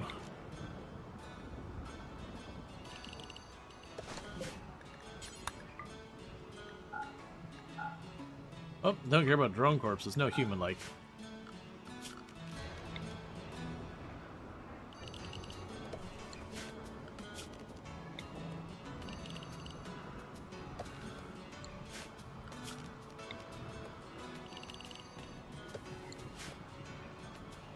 Okay, so meanwhile we'll go ore. Nope. Jade. Nope. Plasteel. Nope. Machine.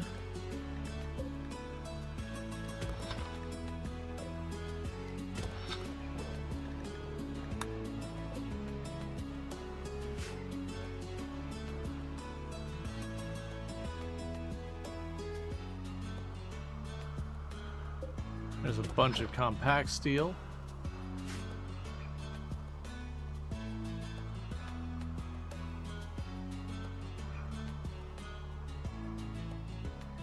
All right.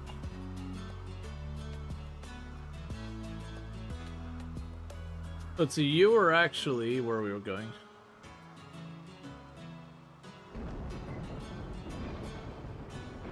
You were actually on a...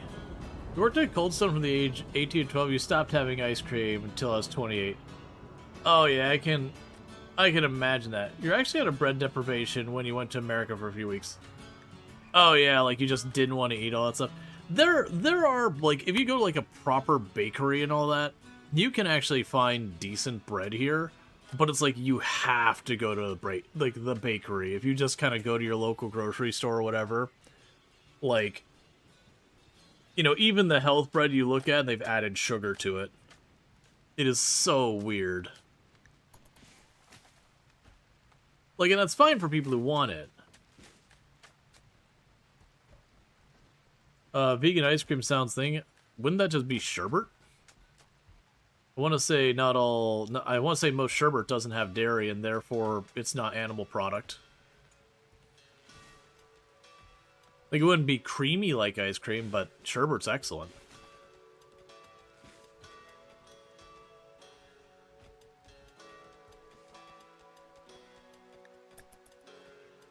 Like, low-key, when I was a kid, one of my favorite things was when my parents would take me to... There was a Chinese restaurant. And the Chinese restaurant was like, it was fine. Like, it was good, no complaints. But that's not what I was excited about. The thing I was excited about is at the end of the meal at the Chinese restaurant is I could get orange sherbet. And I really, really liked orange sherbet. So I knew when I was going to the Chinese place, I was getting orange sherbet in my immediate future. I had a lot of things like that too. Like I was also really excited anytime we went to the library. Because one, the library was actually kind of fun and cool. Like, they had a lot of cool stuff they would do at the library, a lot of activities, arts, crafts, that kind of stuff. So it beat just sitting around the house kind of thing. But then on top of that, anytime I went to the library, there was a Hungry Howie's right next to the library. So I knew we were getting pizza for dinner. So I was also excited because this is this isn't Hungry Howie's today. This is Hungry Howie's back in like the 90s, where like they were the one place you get like an actual stuffed crust. So you'd have like the cheese and all that stuff inside the crust. And yeah, it was, you know, everything was probably entirely too much butter and entirely too much garlic, which is the precise perfect amount of both of those things. Like, if you don't feel your heart slow down just a little bit, you haven't quite hit the amount of butter you're supposed to have.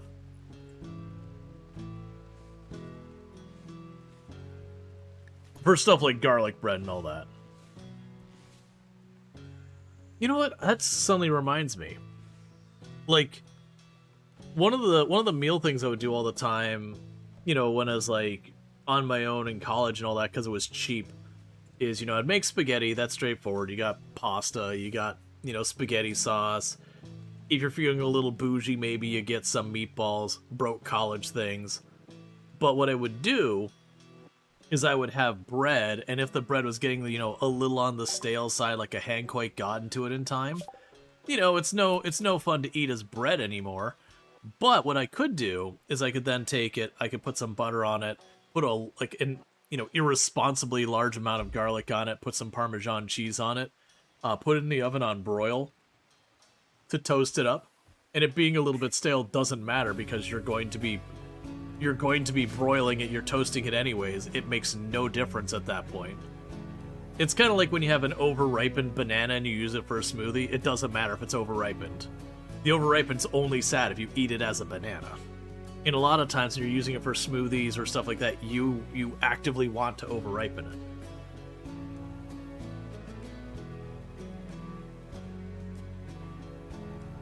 Bread plus butter plus cinnamon? You lost me at cinnamon. It's a weird thing in my family that we've noticed that all three of my brothers, so me and my two brothers, all three of us don't like cinnamon, which drives my wife up the wall. She's like, "But how?" It's like, it's not. I just don't like it. I'm assuming, like, I haven't heard it's one of these things as a genetic. I'm assuming it's one of those things because we've been learning like one thing after the other thing after the other thing. It just tastes different to people. And I've not looked into that one. The one I know, the one I deal with is beets. I have the thing where beets take like, to me, you know, I hear the way people describe beets as like it's got like a little bit of a tang. It is a little earthy, but a little bit of a tang to it. To me, what a beet tastes like is it tastes like I walked outside and I took a big shovel of my lawn and I ate it. That's what a beet tastes like to me.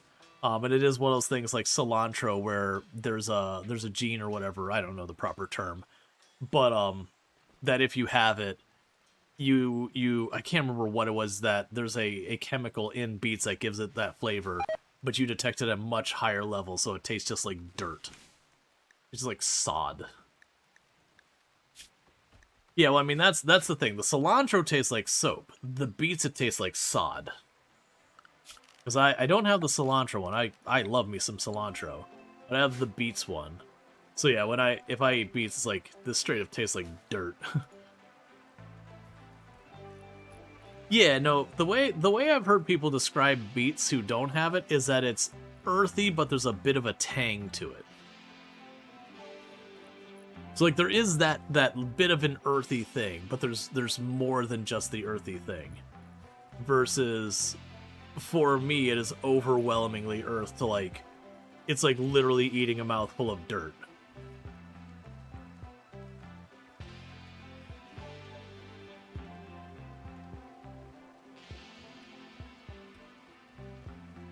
Everyone you work with seems to like peanut flavored things except you. That's what you taste whenever you try to eat any type of squash. I haven't heard about squash. You remember when you learned about the asparagus gene? I didn't know about asparagus having a gene. But that's kind of the thing that's happened, is because of the cilantro. Someone finally was like, instead of just being like, hey, you know, my kid's whining about eating this stuff, it says it you know, whining about eating about, like, you know, actually ask questions. And then you're having two entirely different flavors described, and they're like, wait a second. Hold up. We've got, like, this isn't just, you know, my kid's being picky. There's more going on here. And now that we've come to realize that people just taste things entirely different. And we just keep finding newer and newer ones. Like, oh yeah, that one, like, we find this genetic marker that if you have that one, this thing like literally tastes entirely different to different people. Yeah, the cilantro one makes ordering food so hard at some places. Oh yeah, I can imagine like ordering places at like Mexican places, you gotta be extra careful because cilantro is very common there. And yeah. The asparagus one is about urine. For some of you, digest, such that urinating after very strongly of asparagus. It's apparently another gene. Oh, weird. Like I've definitely heard of the thing about like, you know, if you eat a lot of asparagus, you know, it smells like asparagus when you go. I've never noticed that myself. And while I've eaten asparagus, I would never say I've like gone to town on asparagus. Asparagus is solidly like mid to me. Like I have had asparagus that is excellent, but it's rare. Usually it's just like, it's fine. Like I'm not unhappy, I'm not excited. It's a solid neutral. But your boyfriend has the cilantro gene so strongly, if it's anywhere near his ditch, he will know. He can't eat Indian food because most of Indian food has cilantro in it. Yeah, I can imagine. It only takes a really small amount of asparagus for you to smell it. Gotcha. That's a gene. Asparagus is the amino, or asparagine is the amino acid. It depends on how you break it down if it smells or not. Interesting. You generally don't know why any of this is surprising to you.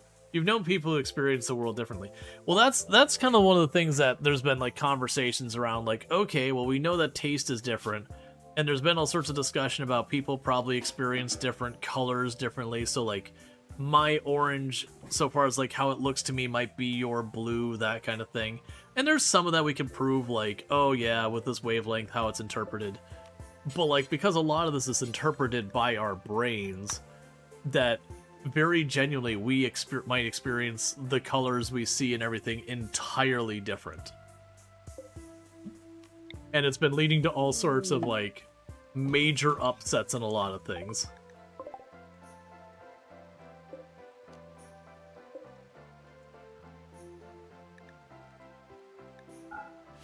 People do experience colors differently. Not just how our brains interpret it, but our language changes to view colors. It's very fascinating. Oh yeah, the whole thing with like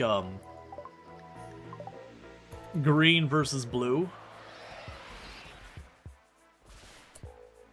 Ooh, that's a spicy one right there. All right, so they're going to prepare for a while. Now, we got a couple choices of how we deal with this. One is we could definitely deal with it where we are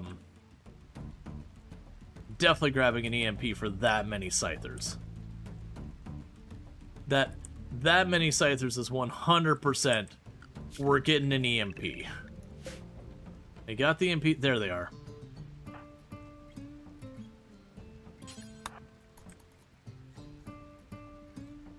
I don't think we run down there to meet them. It's a shame that's non-closed because they're almost certainly going to destroy my geothermal. Okay, open this door so I have a straight route in. Oh, you're inside the gene thing? Oh, how long are you going to be in there, buddy? Please tell me it's almost done.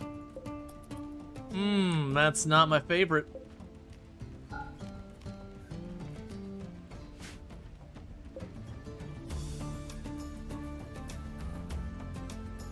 I need them to wait. Because JD is like going to be their main counter. And they're currently gene extracting. Can I cancel that? Cancel extraction. I've not had to cancel it before, so I was like, wait a second.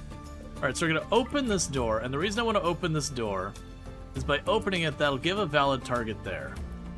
Sadly, I don't have the stone to finish and closing it. Like I said, it's a near certainty they are going to target that over there. Because that is a lot of Scyther bad news going on there. The color thing is interesting, but there's actually a fairly easy way to test it. Over time, your brain changes, and certain traumatic brain injuries, do colors appear different? Well, I know there's also things like, under various influences, you can also experience colors entirely different to yourself. i.e., when people get high and all that, they start seeing colors they don't otherwise see. Stuff like that. Okay. So this here is going to be what we call an absolutely unmitigated disaster.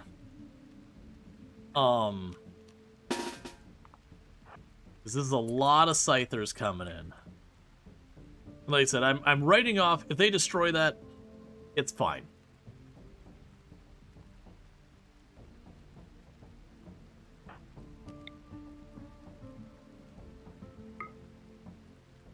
We don't care about our shields if they go out like they are going to right now, because it doesn't do anything against Scythers. They're a melee thing.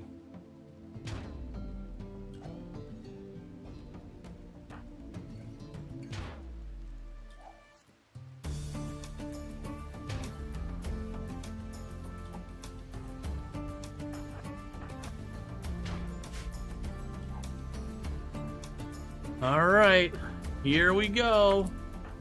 Commanding shout. Yeah, I pulled the person out. I was able to cancel it out.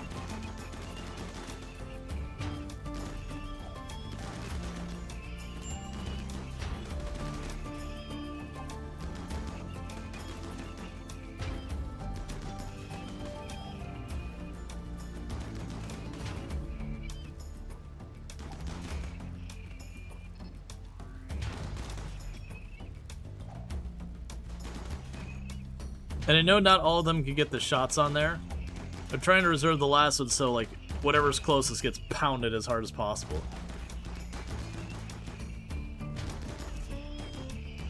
Hey, Leafy Pew? You want to think about that? Not the time, Leafy Pew.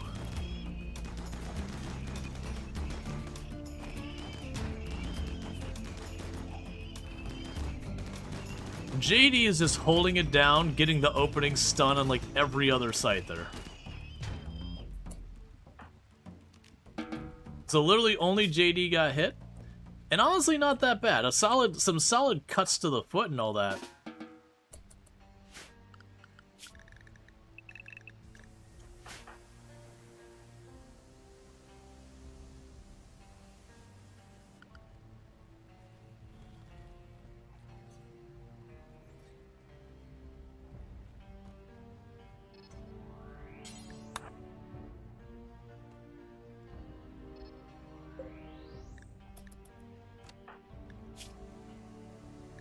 Yeah, so we got an okayish stab to the arm, some minor stab to the rib cage, an okayish stab to the area there. Pretty solid torso hits, to be entirely right. The only really nasty hit was a cut to the foot.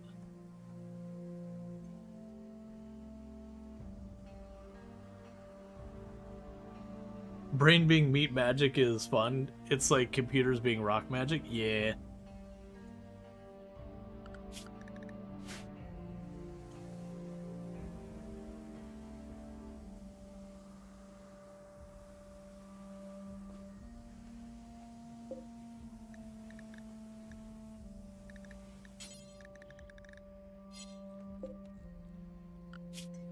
Now we are getting healing factors, which is going to be good. So JD's all patched up. So what we're going to actually do is JD's going to get back in the machine because your gene extraction was interrupted.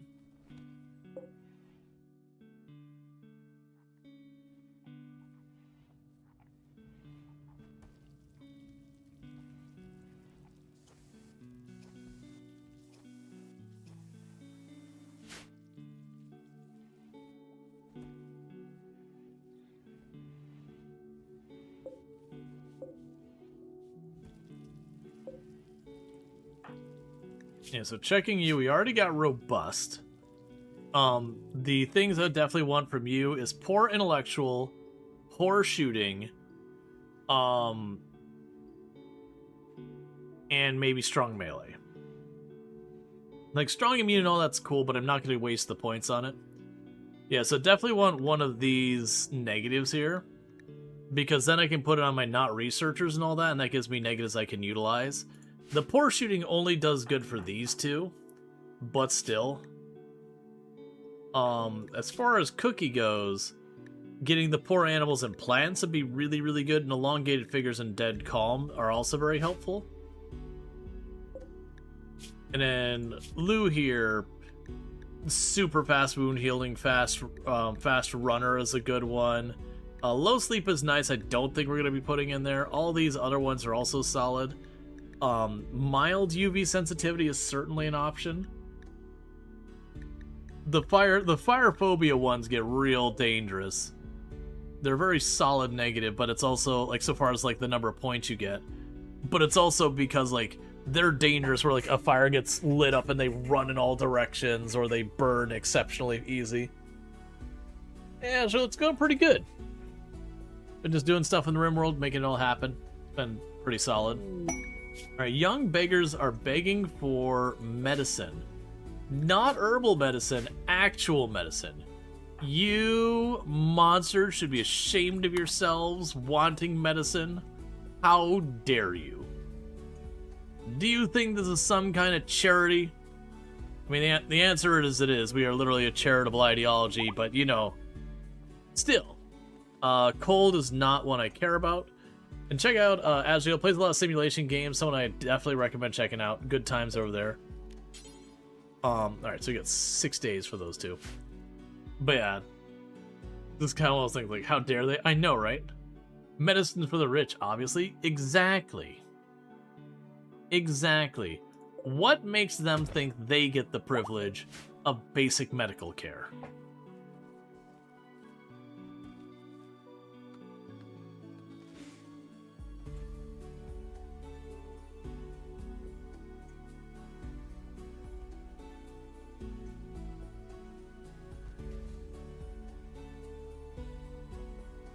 Alright. We could also get a shout out for Treacle when we get a chance as well. Like, you'll have to wait a minute for the cooldown, but definitely gonna get that all set up. Because Treacle's also fantastic, plays a lot of RimWorld among other games, so someone I highly recommend checking out, because if you're enjoying the content here, it's kind of the same thing over there. So, definitely good times and whatnot. Right, so getting all of our potatoes planted. Get all of the potatoes.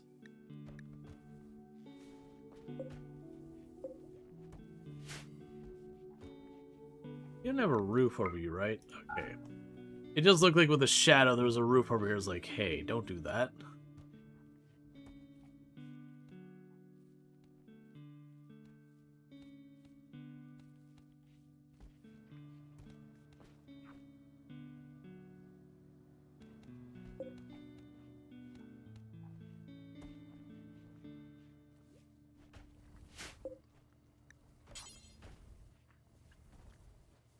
Okay.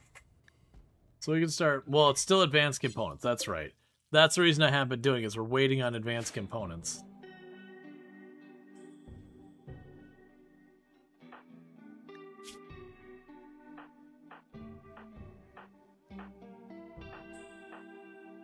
Okay, so you can't do anything yet because you're the one with unnatural healing. You're right about to age up. I actually enjoyed being Pirate Barbie yesterday. That is not a thing I expected to hear, but interesting.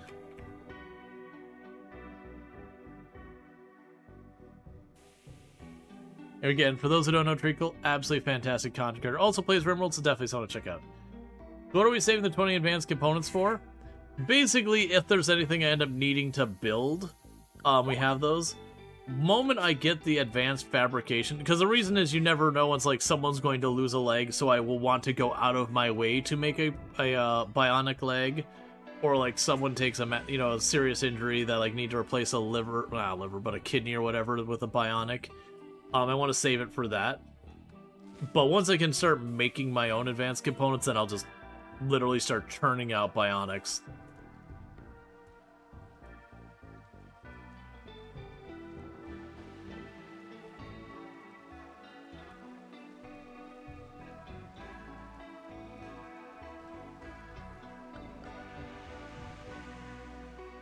Hey, Periscope, how's it going?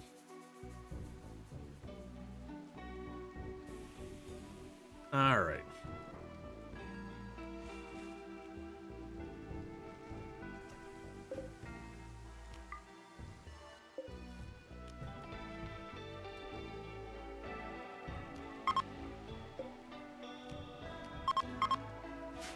Okay, update all those. Make sure we got our back suits and all that. Alright, Mandible became a child. Welcome to childhood.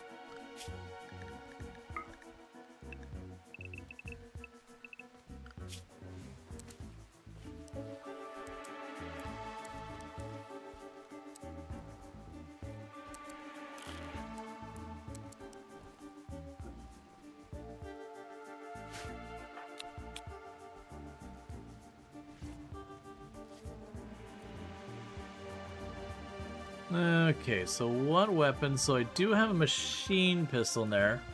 Oh, there we go. The assault rifle will do. Alright, we can go to assign. Colonist.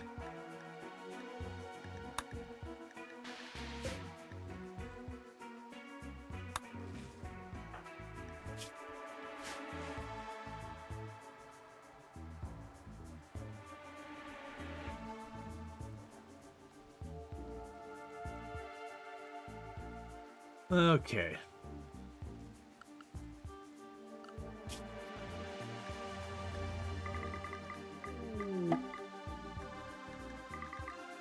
And now we start wiping out all the local animals.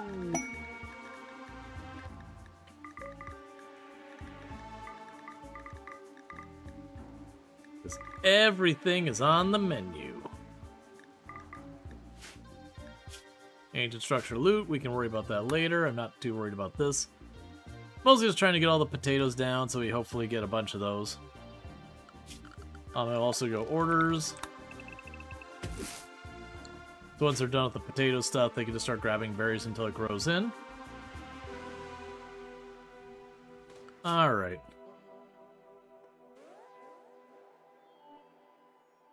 Yeah, so I'm gonna have to, like, get over here. To then get the access to those two. I'm really hoping, because we're running out of research, I'm really hoping we get that advanced grav tech. So I can get the grav core power cell. Because the moment I can start doing that, we can find some place to start shoving those in the ship. To give ourselves, like, an internal power source on the ship that I don't have to, like, drop down everything, turn on and off systems as we're going into space and all that. Just put enough of those bad boys in here to, like, keep our power up. They haven't been here the entire time, more like stopping occasionally. What is the colony like? What are the goals, the outlook, of the reality on enemies?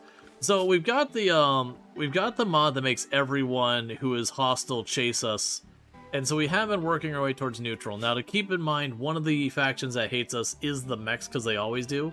So ultimately, I will have to take on the mech hive, the Odyssey ending. But kind of our goal is to get to a point where no one is hunting us anymore. It's kind of the direction we're going. So with that said, the colony's actually going really well. We actually have a lot of people who are related in here. So, like, you know, JD was someone who joined us. Baghdad is one of the children from the colony. FFX joined us.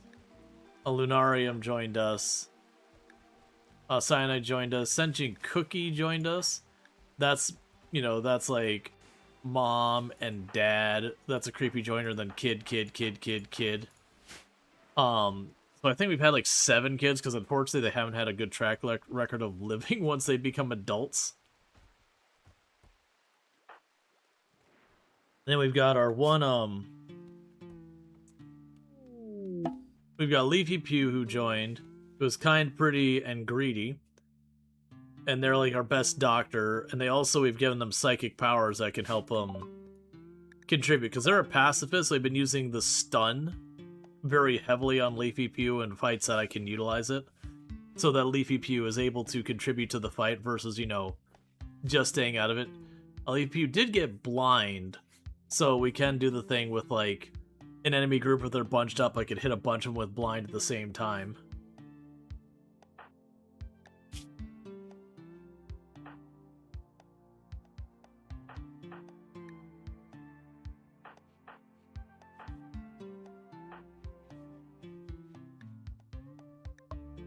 Alright.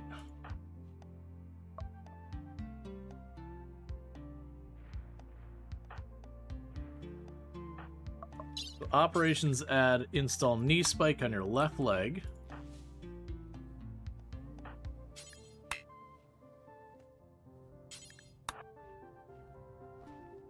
Because I've been keeping knee spikes, I've been doing that for everyone. That way for like Bioferrite Harvester, nice. But I've been doing that for everyone. And the reason I've been, you know, doing that for like the left leg or whatever.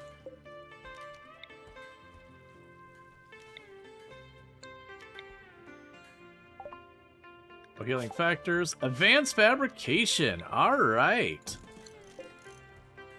But I've been doing that where everyone gets a knee spike, and the entire reason I've been doing that is just that way when you got like your sniper in the back and they get caught in melee, they've got armor-piercing melee attack still. Not that they'll be particularly good at it, but at least it adds something to the table. Alright, so they're going to be going ahead and working on that, so we can go to the advanced fabrication bench. And now it's going to get complicated.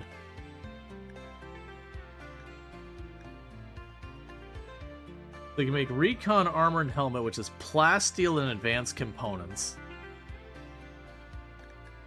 Which is pretty steep. Bionic leg, do until you have one. Bionic arm, do until you have one. Coagulator, do until you have one. Enhanced healer, do until you have one. And this is the one that just helps a little bit with sleep, yeah. Circadian Assistant, do until you have one.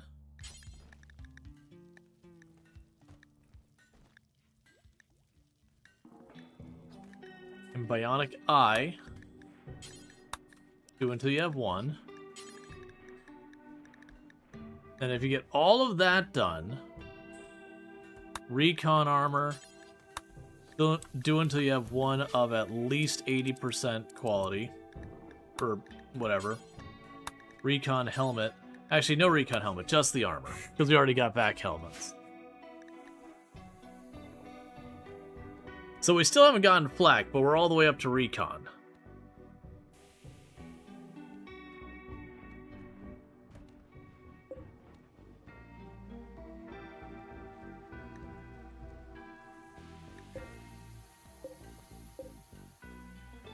Because, yeah, we'll start making ourselves bionic legs and all sorts of nonsense. Okay, so you got 2 days so the next person could jump into the thing there.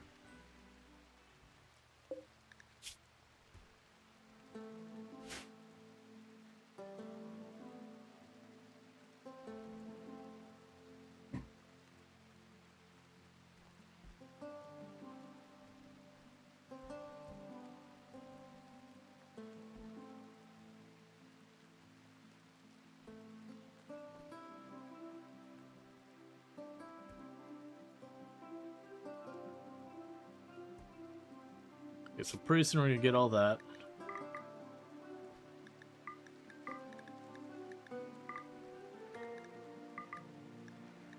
Where's the warg?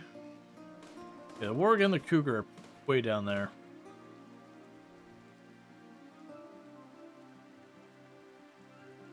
Alright, chat. I'm not gonna be going and staying up particularly late tonight. I got crap sleep last night, and I already know I'm fading on the energy and all that kind of good stuff. But I do hope everyone's been enjoying the run and all that. It's been like a really nice night. I don't know what's been going on. It's I just want to say thank you. Like, we've been having a very, very big turnout on the YouTube side recently. Like, it's been fun kind of watching it like slowly climb, which is not something I'm used to seeing on the YouTube side. Like, YouTube side, like, streaming usually is like next to nothing tuning in versus Twitch. We have tons of people usually. But so thank you so much for that. If you've enjoyed tonight's content, you're not already following the channel, don't forget to drop a follow. That way you can find your way back here in the future. As a reminder, on the, the 28th, so just under a week, Big Ambitions 1.0 is coming out, so we'll be checking that out. That's like Serial Entrepreneur Tycoon. We've got Valheim 1.0 coming out. We've got TCG Card Shop Simulator 1.0 coming out. We've got Grave Seasons releasing in this coming month. We've got, you know, the new Farm Sim expansion coming up here. Basically, everything is coming out. everything is coming out, updating or otherwise important stuff, so expect to see a lot of that kind of stuff. I do feel pretty good that we'll probably be able to get this run to a nice wrap up, a nice ending point before we get to the point where all that stuff is dropping. So most likely I'll be playing more RimWorld for this coming week. I will probably take at least one day to do something not RimWorld, just to, you know, keep things fresh for me, where I'm not just playing the same game again and kind of going all that stuff. Yeah, no, it's definitely been a good year for releases. It's been overwhelming, which has been hard, but it's like a good problem to have. But yeah, so I definitely feel like before Big Ambitions drops, I'll probably find a game that's like a one-off that we'll do like a stream just for fun. We'll be doing more RimWorld and all that kind of stuff and all that. And then we will move on to doing some, you know, doing some Big Ambitions, doing some Valheim, doing some Grave Seasons, like all these ones. The one I'm looking forward to the most is still Grave Seasons. It was supposed to come out last week, but they delayed it, and I believe it's towards the end of next month. I think it's actually on September 20th, which is like when 35 different games are all releasing on Steam on the same day. So with that said, if you have enjoyed the content over on the YouTube side, don't forget to like and subscribe. I don't have a host ready over there, but thank you so much for tuning in. So the stream is going to come on to an end abruptly over there, but I do hope to see you tomorrow at 7 p.m. EST. Probably for more RimWorld, but maybe something else. We'll figure it out when we get there. Regardless, there's going to be more RimWorld coming either way. And for those over here on Twitch, I am going to go ahead and put up my ending stream screen and see who I can find to drop a raid on.